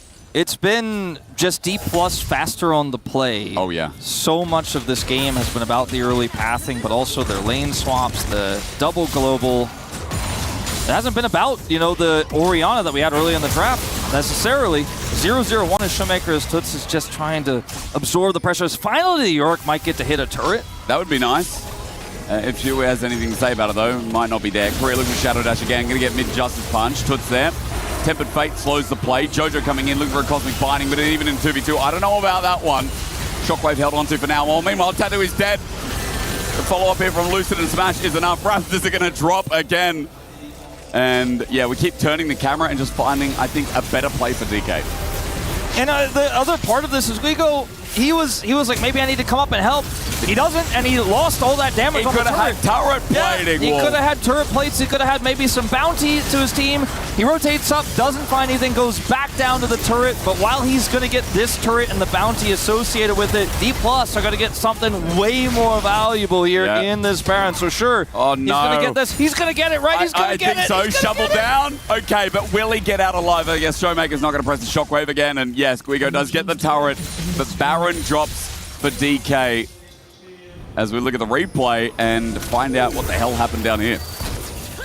So Smash gets engaged on here, and then Tattoo essentially isolated himself by doing so. As this series has really been quite one-sided, Hysterics, and it's unfortunate for Brazilian fans everywhere watching Fury here, having hope, especially after some of the things we saw in Game 1. Career, maybe he's found. Missing shot, not going to connect. Guigo finds the mark. Flash away from the Cosmic Fighting. 4 members of Fury trying to overload, but look, it's a Hex Tech world. And DK, no, they've got the mark. They're set up for the seismic shove after the Shockwave. The Galio ulti out of there. Fury, I think maybe now is the time to run as Lucid's on the chase. Shiwu is not even joining in. Stand United used by Korea to get on top of the dog. 4 members versus 5. As Lucid, or rather not Lucid, Shiwu is pushing the top lane with Baron. He's going to get this inner turret, and he's going to keep pushing if there's no response. But if they're not here as a 5-man unit, and even after they use the ulti, I fear for Fury here in this now 4v4. Jojo poked on out, Korea thinking about an angle. Dark and Daggers used. Fury back away.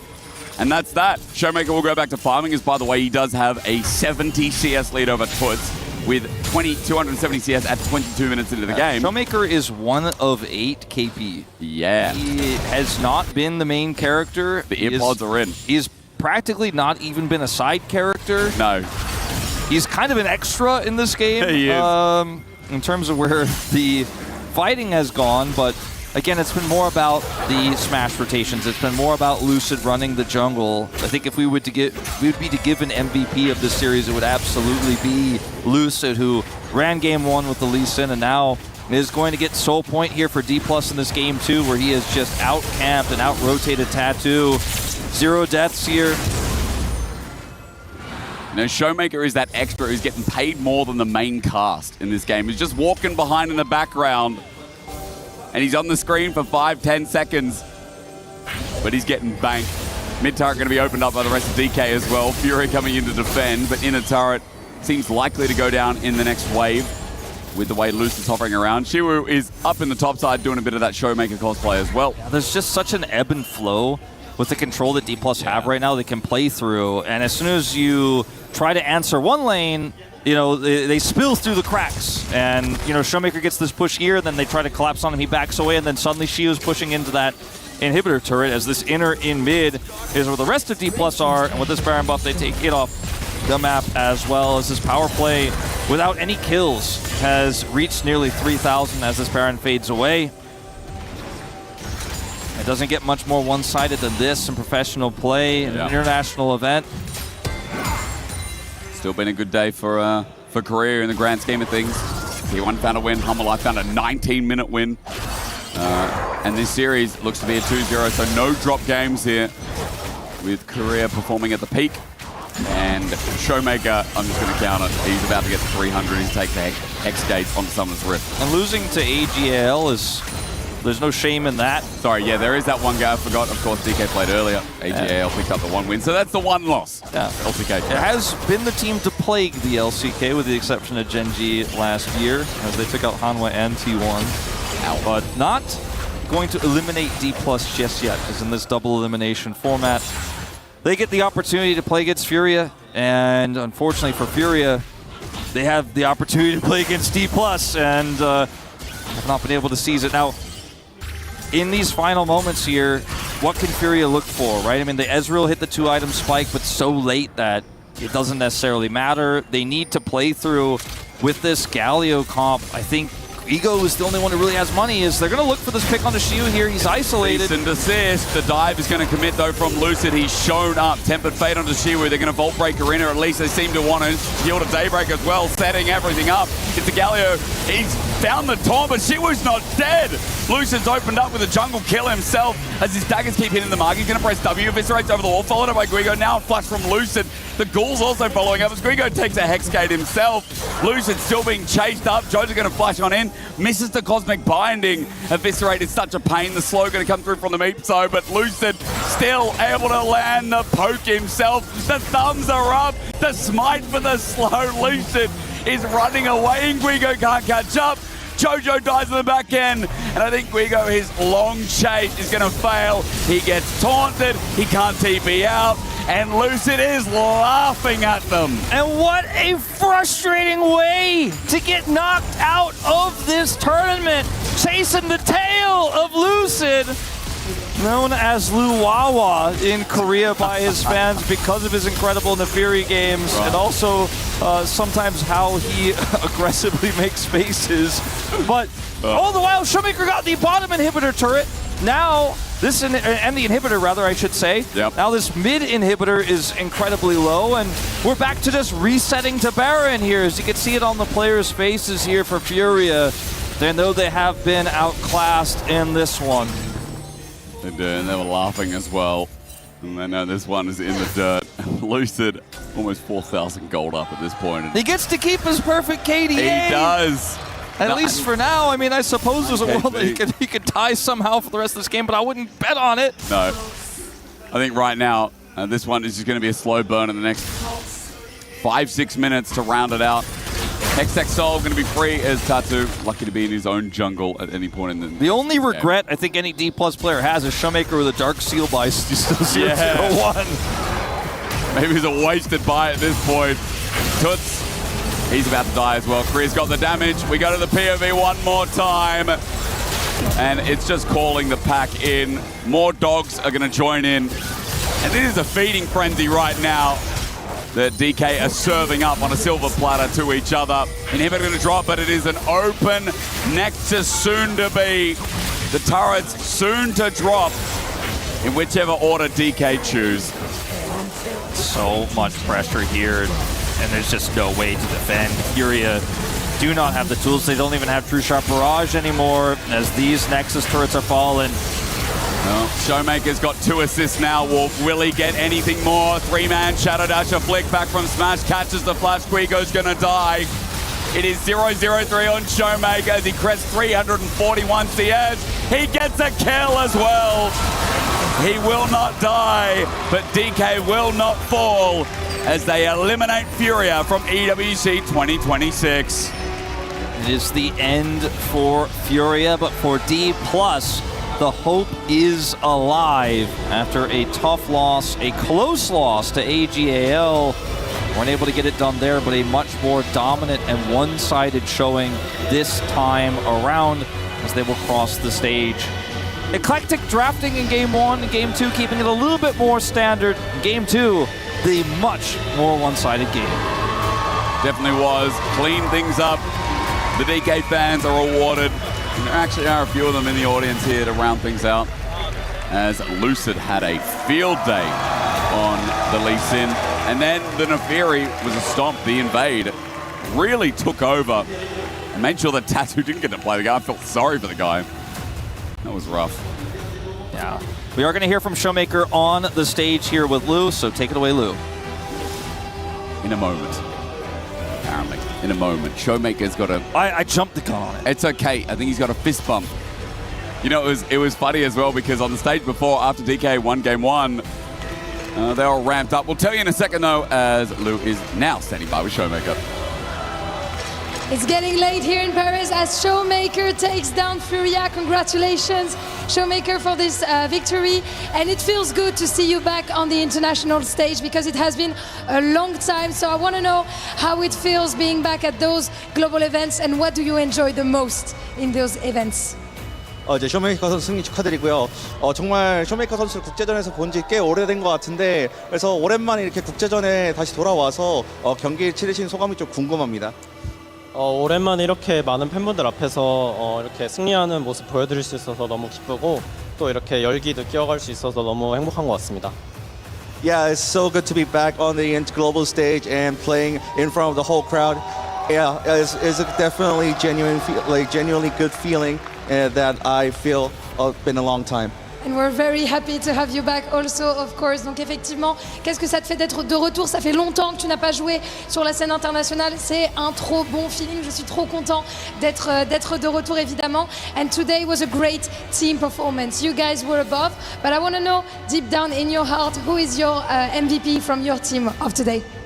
이번 매치에서 정말 좋은 경기를 보여주셨는데 이번 매치에서 좀 수훈 선수가 있다면 좀 어떤 선수를 꼽으실 수 있을까요? 뭐 저를 제외하고요. 뭐 포함, including him? Yes, including you. 네, 저를 제외하면은 그래도 루시드 선수가 제일 잘한 것 같아요. Well, I'll pick Lucid. So of course, Humble King and Lucid did have an amazing game. Pas besoin de vous traduire cette question. Le MVP pour lui, c'est Lucid. And we've seen Korea doing great so far. LCK teams doing great so far in EWC. So, you know, I kind of want to ask you who is the best region, but I think we already have the answer, right? 사실 이번 EWC에서 정말 LCK 팀들이 정말 좋은 모습 보여주고 있는데 그래서 쇼메이커 선수의 입으로 한번 가장 최강의 지역이 어디인지 좀 말씀드릴 수 있을까요? 네, 저는 LCK가 제일 강하다고 생각합니다. Yeah, I'm definitely sure LCK is the best. Of course, you're the best and you're gonna get to crush the key of Furia. Showmaker, you can come with me. Maddox Showmaker, let's get into it. For this key crushing. You guys have earned it, you guys deserve it. As Furia are going back home. Are you ready, Showmaker? Ready for it? 이제 준비되셨나요? 네, 준비됐습니다. I'm ready. Showmaker, la figure historique de DK qui va renvoyer les hauts. On a une petite erreur on stage, it's okay, no worries. It's fine. We'll get the key crushing later. Showmaker, you can. Oh, can we still get it done? Oh my God, Showmaker is too good at it. He's broken the machine and he's gonna break the key of Furia. It's just amazing. Congratulations, Showmaker, on this. You can come back with me on stage, of course. I think you are just too strong at this point to carry on. The power of Showmaker here on stage, il est juste trop fort. Il arrache la machine, il arrache la clé. On peut l'applaudir. Once again, the LCK shines on the international stage. And it is time for us to say goodbye. We're gonna see you tomorrow for some more league, more bangers. Merci à tous, à demain.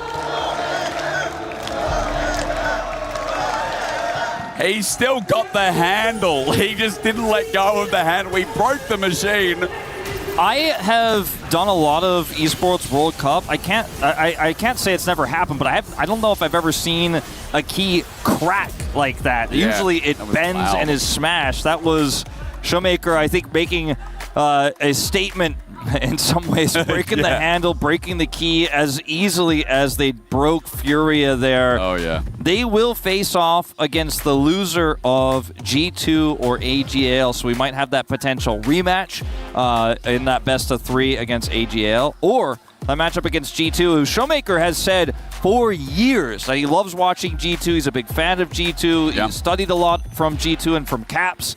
I mean, he's been saying it as far back as when he won the World Championship in 2020, so definitely it would feel exciting no matter which matchup we get, as we'll watch a replay of the handle break.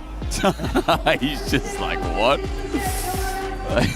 But don't worry, the Keymaster knows how to take care of it. And I love that he's helping him do it. He's like, here, put it back in here and you can do it. He's not taking it away from Showmaker. So these are two matches that we have tomorrow, of course, our best of ones. Yep. And then we have two best of threes, of course, for our final matchups to see which teams are eliminated. Every elimination match is a best of three. It's also a qualification match in this case for those last two. So whoever wins these two best of ones are going to advance. It's great. It's a good lineup as well. So 4 matches tomorrow for day 2 of EWC 2026. It has been a pleasure, Wolf, casting with you for what was Yakety Sax game Likewise. 1.